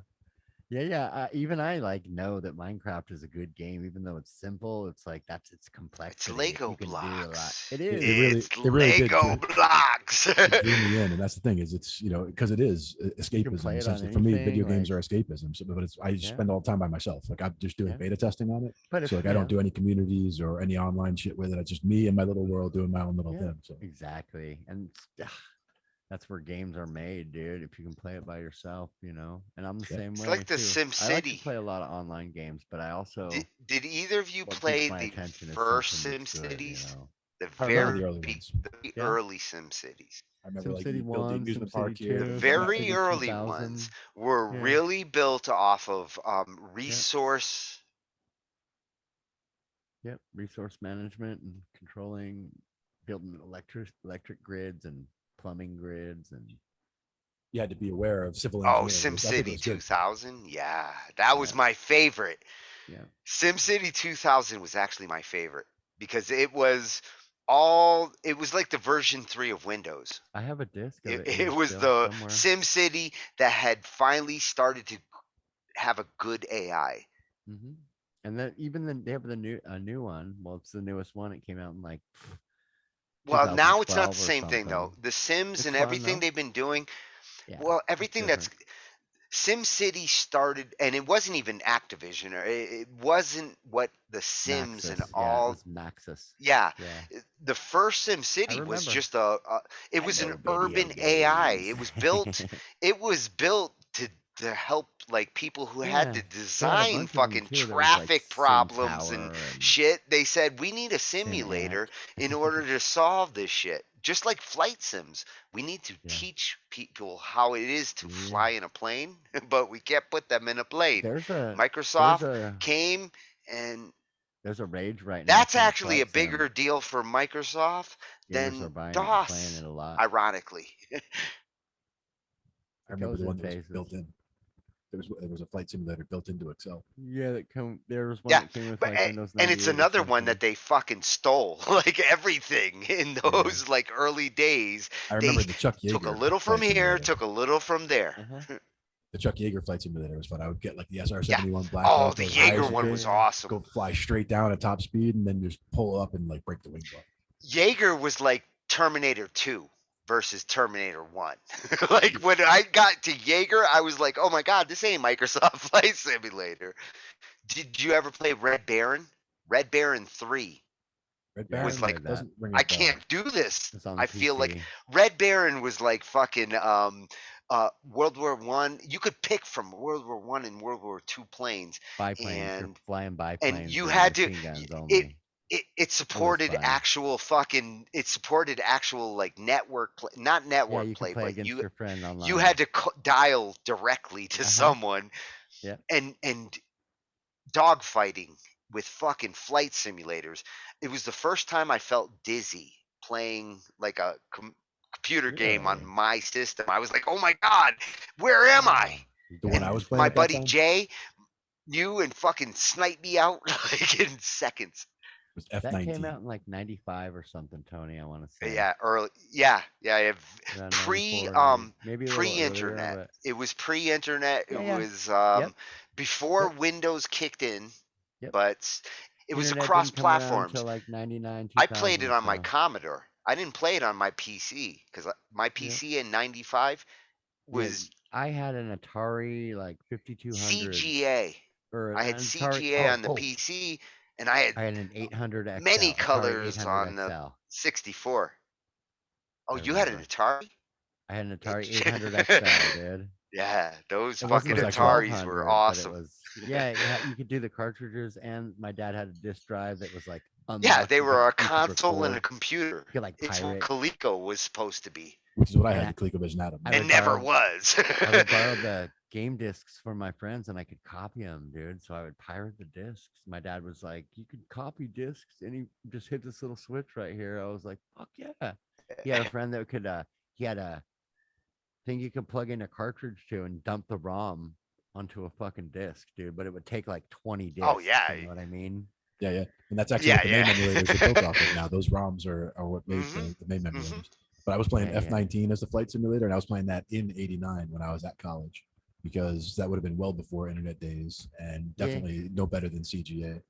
But that game was awesome because you're basically Yeah. full controls. You're flying an F-19 fighter jet, and you know, dog fights. You're doing air to ground missions, air to air missions, and I remember crank up the playing. There was complexity. a helicopter one. It was. I love. Sturm- Oh my God, Sturm Comanche. Cough. Oh. Comanche was an amazing helicopter. No, it was like Yeah, I love that one. Sturmkopf. Comanche was. I was trying to What get about that the working on my Silent machine. Service? You guys played that, the submarine game? Submarine game, yeah, yeah. Silent Service. I or would Silent fucking Service still 2? play that. That shit was Just to badass, fucking dude. smoke I a love joint. that. Now, one that what I always liked on the console was Time Pilot. We were talking about it the other day. Time Pilot. remember was that fun. too, yeah. I played that. Yeah, on That's Coleco. one of my It was all-time awesome. favorites. Yeah, Matter of yeah. fact, Time Pilot that- might be the one that I want to get through. Wasn't that an arcade I game want too, to though? actually It was, yeah, finish yeah. it. Yeah. I had that remember as playing on that. my MAME emulator that I have here. I have a Raspberry Pi. One of have those little one, $5 too. computers, and I actually have a ROM on there that is I don't have like the the name, ultimate. but I mean, It's I like the don't have ultimate video game setup where it's got ColecoVision cartridges. It's got Atari. Which it's got version of every the version. Pi? Which, I don't have which Pi, but I version have of the the Pi are name you on? my PC I'm on a here. 3. You're I on have a big 3? old depository of ROMs here on my computer. Yeah, all the everything, 5,000 See, ROMs or whatever. I have the version 3 Pi too. So if you build a good I'd like to fucking make one. I wanna gaming build it system, myself. Glenn, Yeah, yeah. hook me up with the fucking ROM for that, because I'll buddy- use it for that. My buddy built the. I would card, play. but it's I just would memory totally card, play so it's all Time good. Pilot, and Yeah, I do yeah, have a it's good friend's controller. name. I would totally play Name, Time yep. Pilot. Yeah. It's based Good. on MAME. And if you can, Yeah. if you can get Sinistar, That's like actually Sinistar's got Time me on. Pilot back and into, like, Sinistar arcade are. style games. And we were talking For a about while, like I was like, I was like, I'm missing my Sega and my Nintendo 64. Yep. I miss playing Oh, man. GoldenEye. You had and I a- went Oh, online. and GoldenEye was yeah. the best. Oh my god! Yeah, I had play I with had a all my manager at friends. work who loved GoldenEye. He would like go home and just blow people up on GoldenEye because he was Yeah, having I a had- bad day or whatever. He'd go home and my- just blow shit up. My 4 friends, or my 3 friends would come over and I'd be like, let's all play GoldenEye, get high, and we'd fucking play for hours and hours. Like, Yep. See, I hate to say really it though, good at that but shit, like man. today's game, the That's company's fun. mentality is they're building digital crack. This is digital crack what they make Well, these days. they It's don't not care the if you're- same Remember games how that we Gauntlet was got. supported? Oh, that's so much fun. Oh, Gauntlet- Gauntlet Gauntlet was the hungry. beginning. Gauntlet was the beginning of digital crack. The And- moment and that X-Men multi is people. Hungry. And Wizard X-Men. is Yeah. dying. X-Men was another great one for that. Oh The man, X-Men you before do that. 4 that players, fucking uh-huh. perfect. He just busted out the fucking soundtrack to Warrior Gauntlet. 1, 2, gotcha. Yeah. Wizard is dead. Oh man, and I was always the wizard. I hated to hear that. So cool, I dude. think I usually end up as the elf. What about like what did you guys think of Dragon's Lair? Did you like How that? could you I be have the Dragon's elf? Lair. Elves, Glenn, elves are down here. Yeah, but remember, it's a video You game. You should can be be a anything you want. fucking I barbarian. solved that Yes. fucking game, you guys. Oh, in what the about Golden arcade. Axe? Golden Axe. Golden Axe. Oh One of the first yes, Sega games I ever got. that's the Golden Axe left 2. to that's the left to right strategy.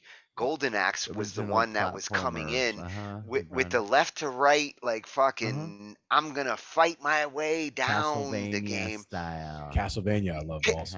Awesome. Pitfall. Ghosts and Pitfall Goblins. started that shit. And I had Pitfall on that Pitfall, ColecoVision way back when. Pitfall Yeah. started that shit. It did. Before Pitfall, all the Atari games You're right, Johnny, it were.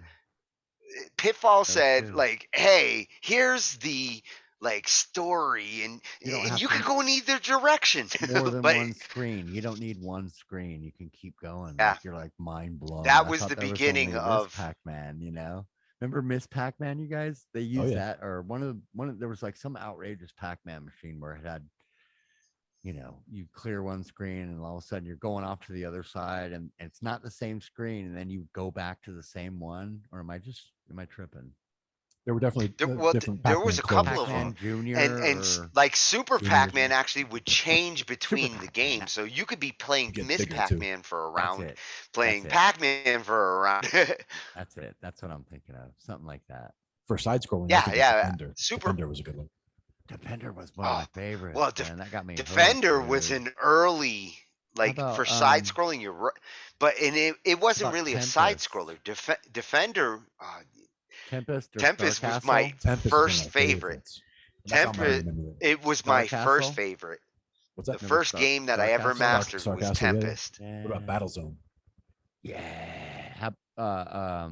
Robotron 2048. Yeah, yeah. The two stick. You know, you Two had one stick with stick the was firing in gun. the 8 directions. Yeah, And those were Love awesome. that. You could actually I loved asteroids. you could That shoot was in 8 fucking- directions. It wasn't just a 4-direction shot in Mhm. Robotron and That was one of the first times. Burger Yeah, yeah, Burger it was one Time.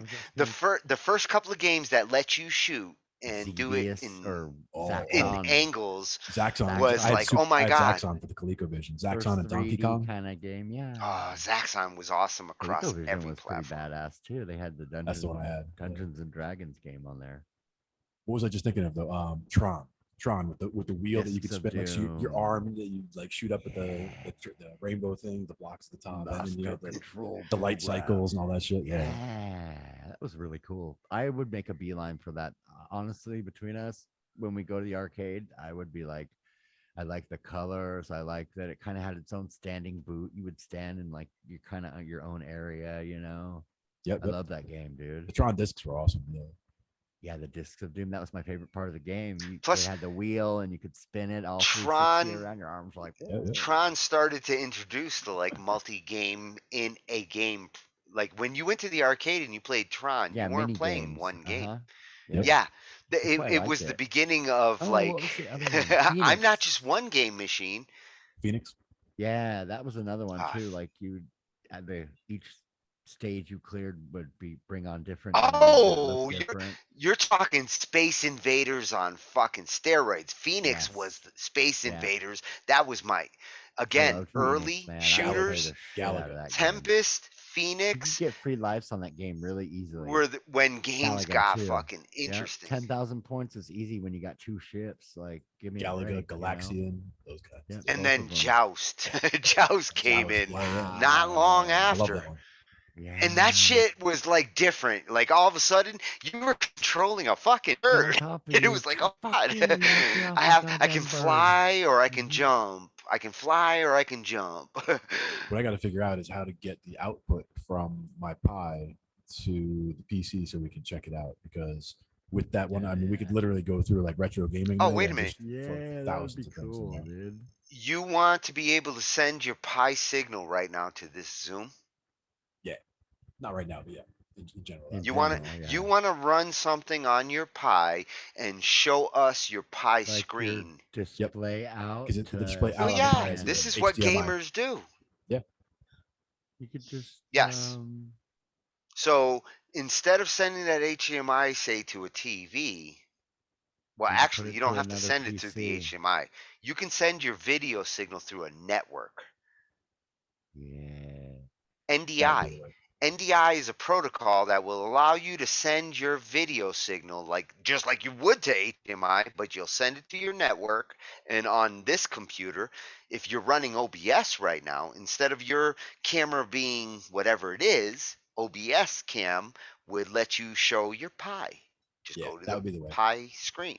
Now I've never Yeah, installed that or would be used the OBS, best but way. that's what I was just thinking of because that is I do have the whole retro game thing set up on that card, so that would be good to look at. Glenn, don't make me Veronica slap you and say Yeah, I can what? help Hey, you. Tony. Just tell me what you want to do there. You want to show your So, Pi? We'll when figure that I out. We when spend I plenty of time together at this point. We're going to spend a lot more. That's a 45-minute when I challenge. Anytime you want to solve it. I'm gonna need your help, Tony. Here's my question. On Monday, I'm supposed to do the show, the Metal Monday, but I don't have. I mean, I have OBS, but I haven't used it so in a long time, and I don't remember what exactly or if I need to change anything on it. But do I'll I phone even you need up to on use it? OBS and No, everything. no. But do I need to Or use if it, you or need, can I if broadcast you need to directly even through? use it. Can I just go That to BandLab exactly. and just push Oh, through there? How would I? am I Yeah, no, cutting you're out? fine.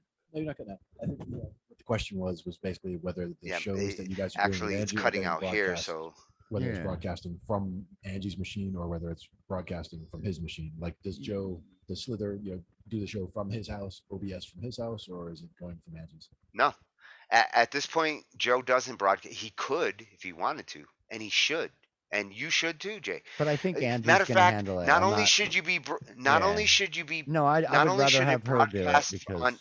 Yeah. Well, I know. for I know, now Tony. for Yeah. now you should, but eventually, not only should you have her broadcasting it Yeah. on No, her I just Angified, that was my you should question. That's broadcast. all. I You wasn't should like. broadcast it. You Yeah, should I wouldn't broadcast mind it doing it. on your account also, Yeah. because the extra streams can Yeah, actually yeah. serve purposes.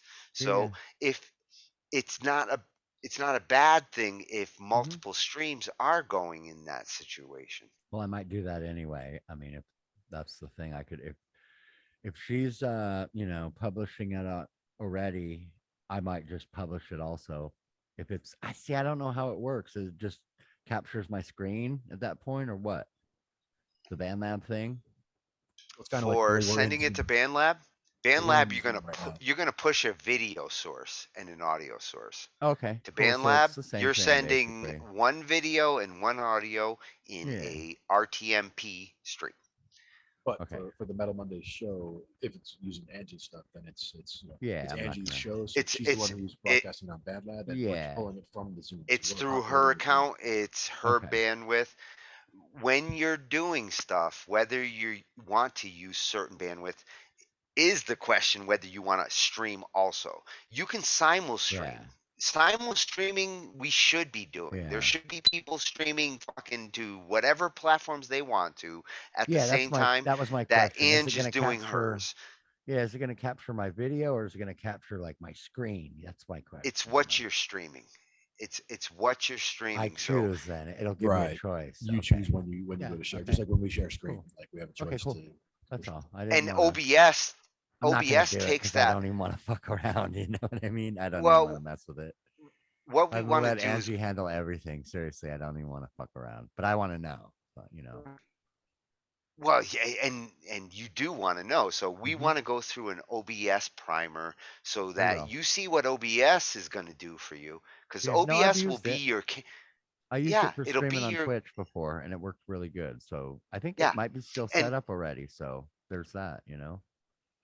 and as long as you can control that combination of signals, how you utilize it in a Zoom conference versus like I'm going to do a pre-record. If you're going to do a recorded show, your OBS is where you're going to record it.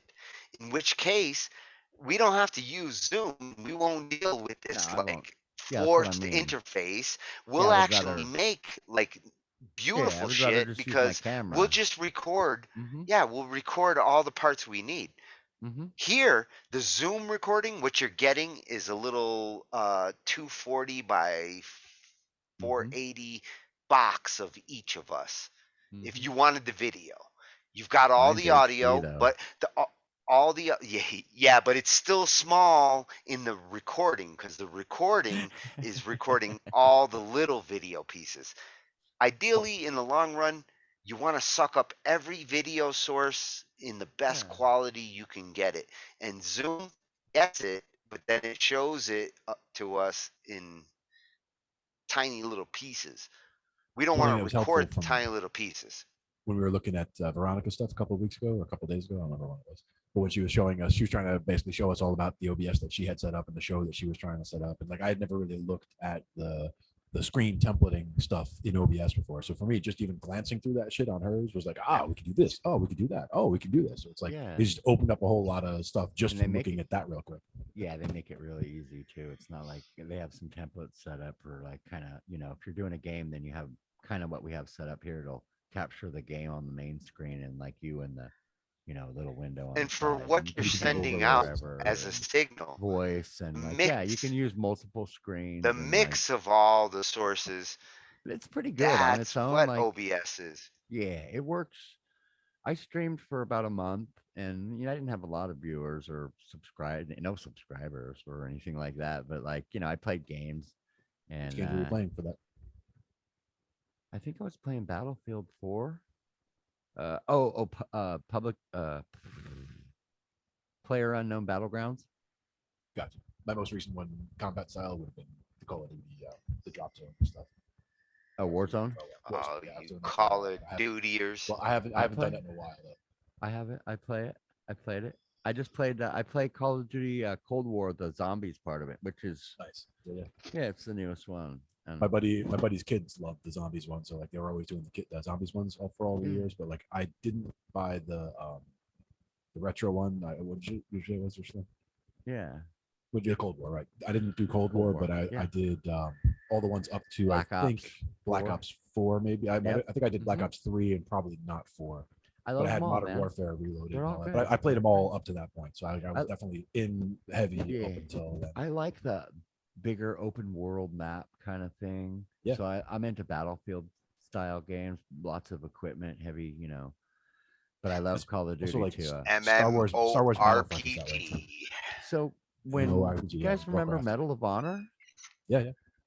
Medal of Honor was like the first game that got me really into like gaming hardcore as an adult. I was like, oh, this is what PC gaming is. I'm gonna play this, and I started playing like I'm gonna say competitively. I joined a gaming guild and like met every night online, and we played competitive matches. And I got from Medal of Honor. I started playing this game Ghost Recon. Oh yeah, Ghost Recon's the one I was trying to think of actually, because I got into playing online Ghost Recon. I had like the #1 team in this certain league gameplay one season. I was a bunch of kids and me. I was like 28 or 29. All these guys were like 18.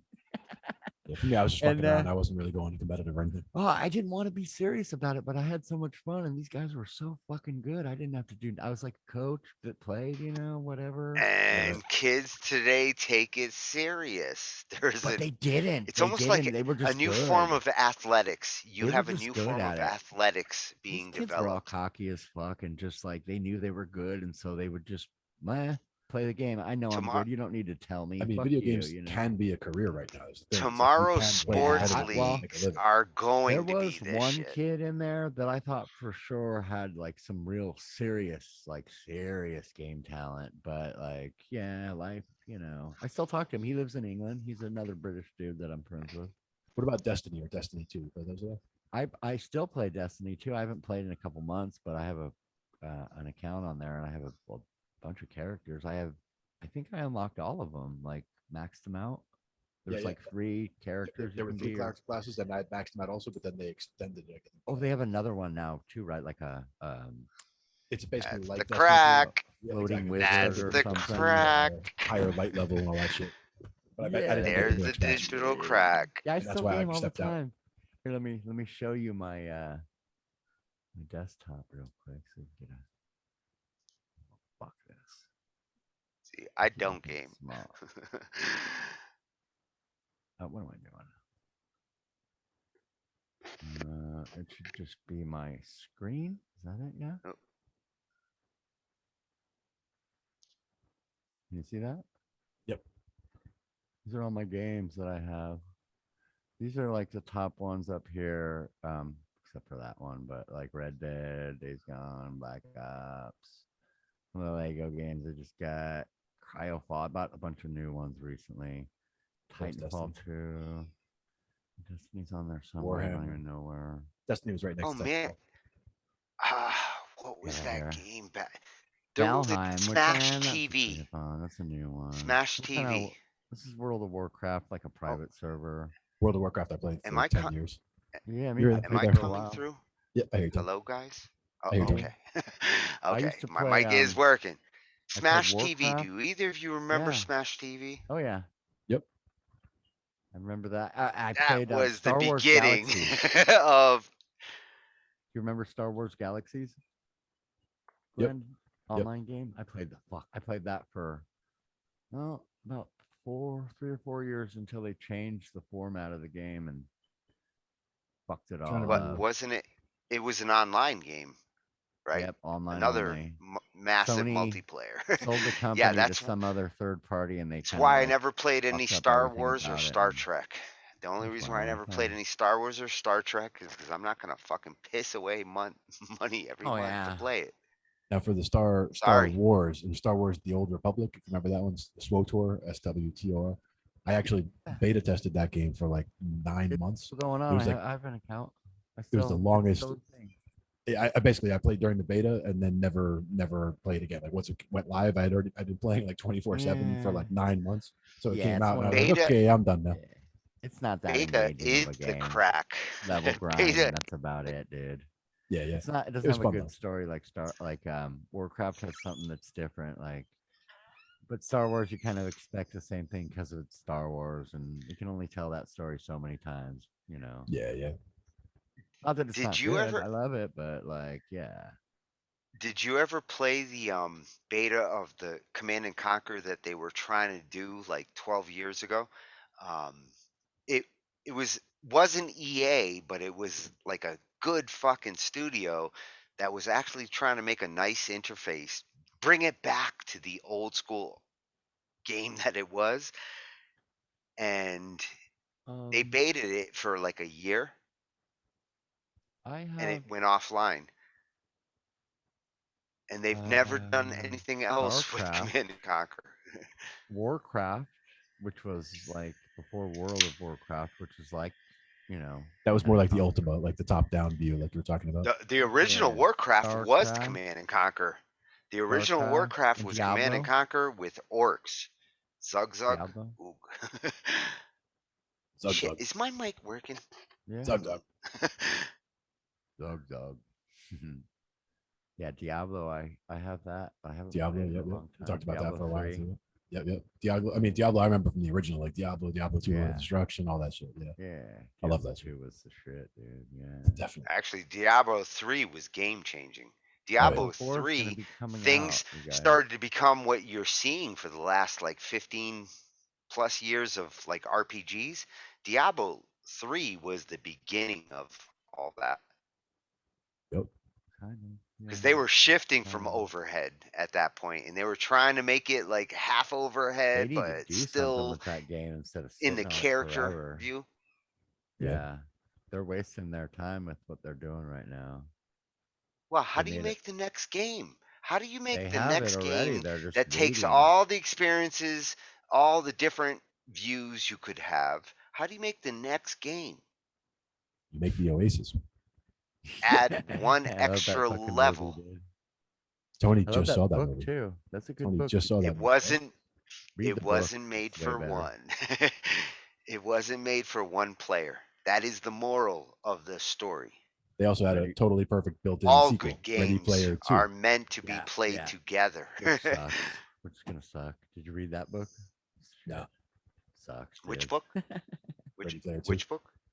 So the guy that wrote they got- Ready Player One there's a came out with a sequel. Yeah, just probably about 6 months ago came out with it.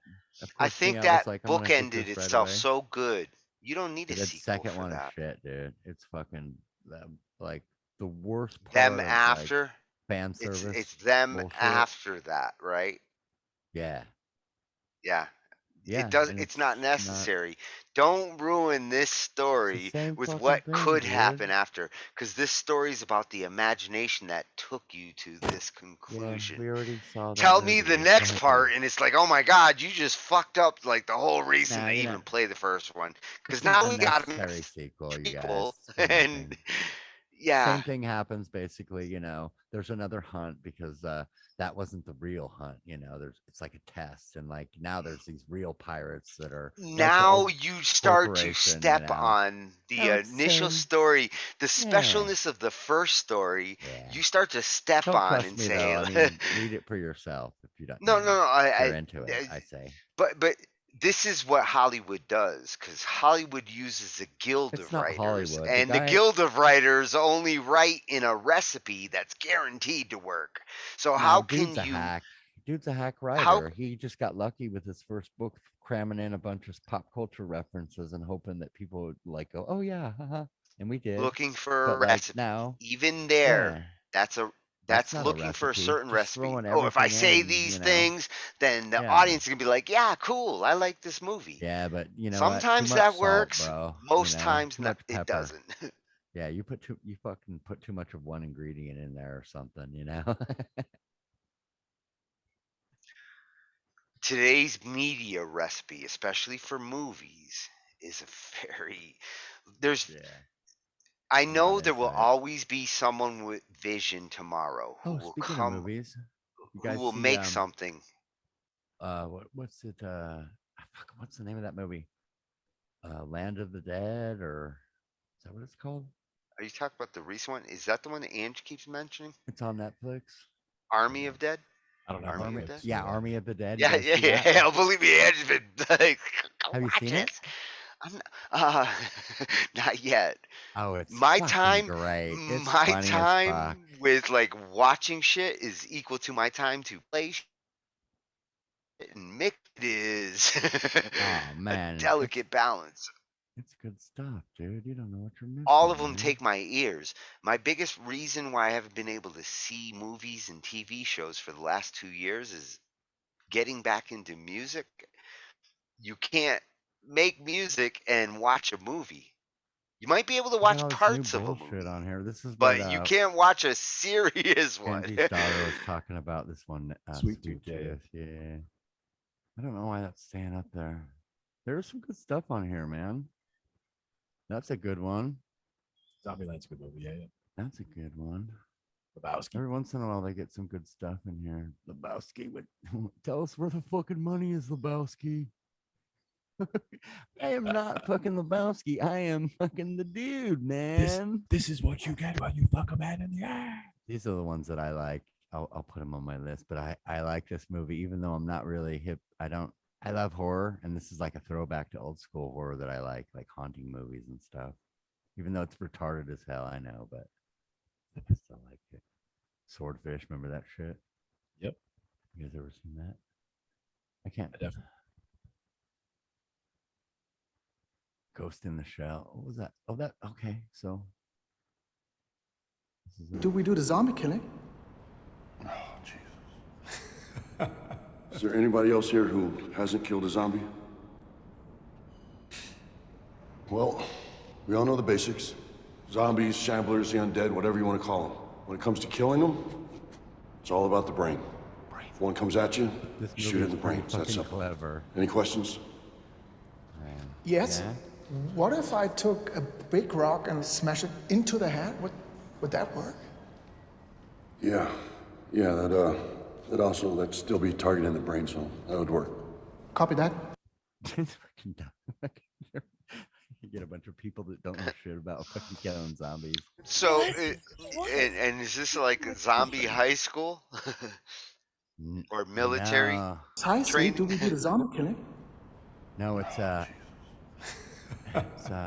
after a zombie outbreak in Las Vegas, a group of mercenaries takes the ultimate gamble by venturing into the quarantine zone for the greatest heist ever. with They're David robbing a Bautista. casino that was left Oh, so behind it's a after little this bit. apocalypse. It's a little bit of a robbery movie and a zombie movie. It's like a heist movie, zombie movie. It's got a bunch of all the tropes. So like, Yeah, throw Ocean everything in 7 and hope meets it Dawn of works. the And Dead. like, I do have to say one thing, and that is you have more tabs open than my dad. So that's a oh, right here draw. I got 100, man. You see these two? Oh You see my these tabs, Tony? god, you're a maniac, boy. It's just I open it, I'll watch it later. All the RAM, you know. I got 40 Yeah, gigs. but Nothing watching it slows later down. is better to be stored in a. Let's save all of these as a group. Save a bunch of tabs as a group, and then open those tabs when you want them open. But don't do that Oh, my on Monday, crime. or you I have will. yeah, no, this is hidden. This is not my window. This is Well, hidden doesn't. This mean is it's not using one memory. It's still Chrome using window. That's my window. This is I my could window. have 5 Chrome windows Oh, open you with can't that see it. many You can't see tabs. it. You can't see my windows. Not at all. But yeah, that was one where I was telling Tony about the story where LinkedIn, LinkedIn, the website. Yeah, yeah. I mean, my Oh, dad's yeah. a big LinkedIn fan, right? So he's got YouTube thousands be of looking at followers or you right whatever. now and saying, "You're a But they- spammer." Yeah, they basically shut down his account because they Oh, thought he God. was basically running a Russian cyber hacking ring because they just saw hundreds and hundreds of requests coming in every second because he had hundreds and hundreds of tabs open in LinkedIn that are all polling every few seconds to pull new data. So like he doesn't think anything of it. He's got hundreds of tabs open, but as far as they're concerned, Oh my he's got a God, whole that's so bad. he's I'm got a sorry. whole Well, army of people yeah. hacking in there. So I'd send them a text message, or I It's send a it's message to also their possible though. Yeah, like, It's close also some windows, possible that dude. they could have perceived that from temporary usage of an account, because Russian hackers can jump in and use an account for a little while to do something and then jump back out, and places like LinkedIn can start to think, "Oh my God, you're spamming because you got that many tabs open." And That's the we've thing. seen this Should activity think that. When from they saw the somewhere activity, else. they banned him just Because thinking that it it usually was. takes 2. Yeah, It takes they banned 2 him thinking that it was flags a whole. for the algorithm to really think you're a Russian hacker. They won't I just think had to it send unless one there's a support reason email. for it. One support email I sent him to. I said, "Look, my dad is a 78-year-old guy in his house, and he's just an idiot when it comes to browser tabs, and he has hundreds and hundreds of tabs open." Yeah. So I told him to close some fucking They're like, tabs, and okay. he's not a hacker. So like they reinstated his account immediately. Yeah. It was That's just like, cool, man. okay, we know what's happening now. Okay, good. Yeah, I don't know. I And mean, I only do it, you guys. I only do it with YouTube. Like, because I'll see a video on the side suggested Oh, my as for the YouTube's next the video. same way. I mean, And I'll just- I've got I'll 30 right-click or and, 40 like, right now. So I mean, I'm yeah. not yelling at you like. See, I'm not as bad as either of you. No, I have everybody like I know, 3 or they're like, 4. you're the worst. I dude. don't You have 100 bandwidth to tabs watch open." 30 or 40. And actually, Yeah, most of the ones I have open right now are open just from our talking, like the science ones. I've got 10 10 of the ones from Anton that are like, we start talking. Oh, what about the black hole jets? I'm like, oh, here's one. Okay, and I've then got it, what about yeah. the origins of this? Oh, here's one. Or what about dark matter? Oh, here's this one. So I Yeah. brought up all those videos, and then I have another tab that's got all the music shit. Like, oh, the mummies. Oh, here you go. And then, oh, what about this one? Oh, here you go. You got to talk to Ange, Glenn, so that she will help you to fucking come up with a good strategy there, because I can see why you would there, and It also comes down to you me do just want to using the kind one of screen. like Once I get that second screen working, then it would just be a matter of anything I want, I would share on that screen, drag it over there, and be fine with it, and just share that whole screen. But for now, since I'm doing everything off for the the one screen, it's more tricky. for the thought branching. The reason why you have like 40 there is because you open this one and you thought, oh, this one.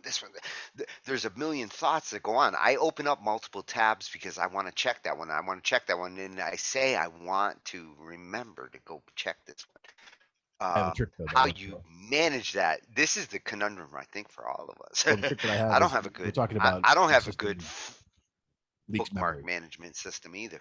My system leaks memory, right? So like sometimes I'll come back and I'm at 95% memory usage when I'm doing shit, and I'm like, okay, that's just browser memory hole. So instead of closing everything and coming back again, all I do is end the task for Firefox, and so it just vanishes. Yeah, on but it, and then when I come back, up, it that's brings it what back up. makes memory leak. Well, no, I end the task, Forcing but I reboot. tasks. Oh, And the task, I do a full reboot, and then when it comes back up and I reopen it, it only activates the last tab. Like all the tabs come back up, but none of them are active except the one I opened. Well, it doesn't have to. You can turn that off. Well, I'm saying You I don't have do to it that way on activate the purpose. last tab. Well, I just do it. I mean, I'm out of opening the up. box. The only reason I'm activating the last tab is because I mean, the only reason I restarted it all is because I wanted to go somewhere on the internet anyway, right? So like that tab I want active anyway. So I just go into. I'm just saying that instead of having 50 tabs that are all active pages, like the tabs are all there, and if I wanted to go to them, I just click on it and it'll reload that page. But in the meantime, it's not using the memory for all those tabs. They're just Well, they're if just you have a pointers bunch right of now. tabs up though, and your computer crashes, you're gonna lose those tabs unless you've set it to synchronize. If you are synchronizing, you won't lose anything. Your history does like fucking keep in Not, sync. not synchronizing, and I'm not interested in doing synchronizing But online if either. but if you shut down even like all the tabs you have open, if you properly shut down, it will not remember all those Google tabs. Well, I know that's why I Unless you don't tell properly it shut to. down. That's why I don't properly shut down. I intentionally Well, always exit by doing an end task, always right before I reboot, and always when I come when back it up. I'm doesn't properly shut down, ironically, it actually does store a history on Google because Google recognizes when a session ends improperly. And if you turn the setting on, then you can literally bring Google back up. And every tab you had open, you'll get a pop up saying, do you want to resume your Google? And you will get every tab you had open. And you will leak the memory that you were leaking before again. and that's why I don't want to do it that way. That's what I'm saying. Is like I literally do it this way because I've noticed that I can end the task, do the reboot. When I come back On the up, plus side, it does remember where you left off. So what you don't want to do is you don't want to have 109 tabs open. You want to have groups and say, open these groups and then close them when you don't need them open. like you're saying, these tabs are take up memory. individual. These are Tabs individual eat YouTubes. up fucking Chrome. The tabs don't Chrome though. is still Not an when I come operating back. system. Not when I come back from that reboot. When I come back from that reboot and I relaunch, what I'm saying is I relaunch Firefox, and if I had 30 tabs open, the only one that's using any memory is the final tab because all those other tabs, The ones that are they active. pointers. If you don't go to the other ones, they're not active. You won't That's my load point. content That's my until point. you go to that tab. And that's exactly True. what I want. That's exactly Although what I want. So they're YouTube, acting as, I will tell you, be aware. YouTube is doing some funky shit in the last year. I've had inactive YouTube tabs start fucking playing shit, and I'm like, what the fuck's going on? I have like 5 videos playing because I got 5 YouTube tabs sitting in a restored pop-up window. And YouTube does not follow the rules the same way as other inactive tabs, in the way I've been doing it, depending on your it's settings. been working exactly fine, exactly the way I wanted to. I end the Then task, that I means reboot, your I come back. settings are good. Don't fuck with those.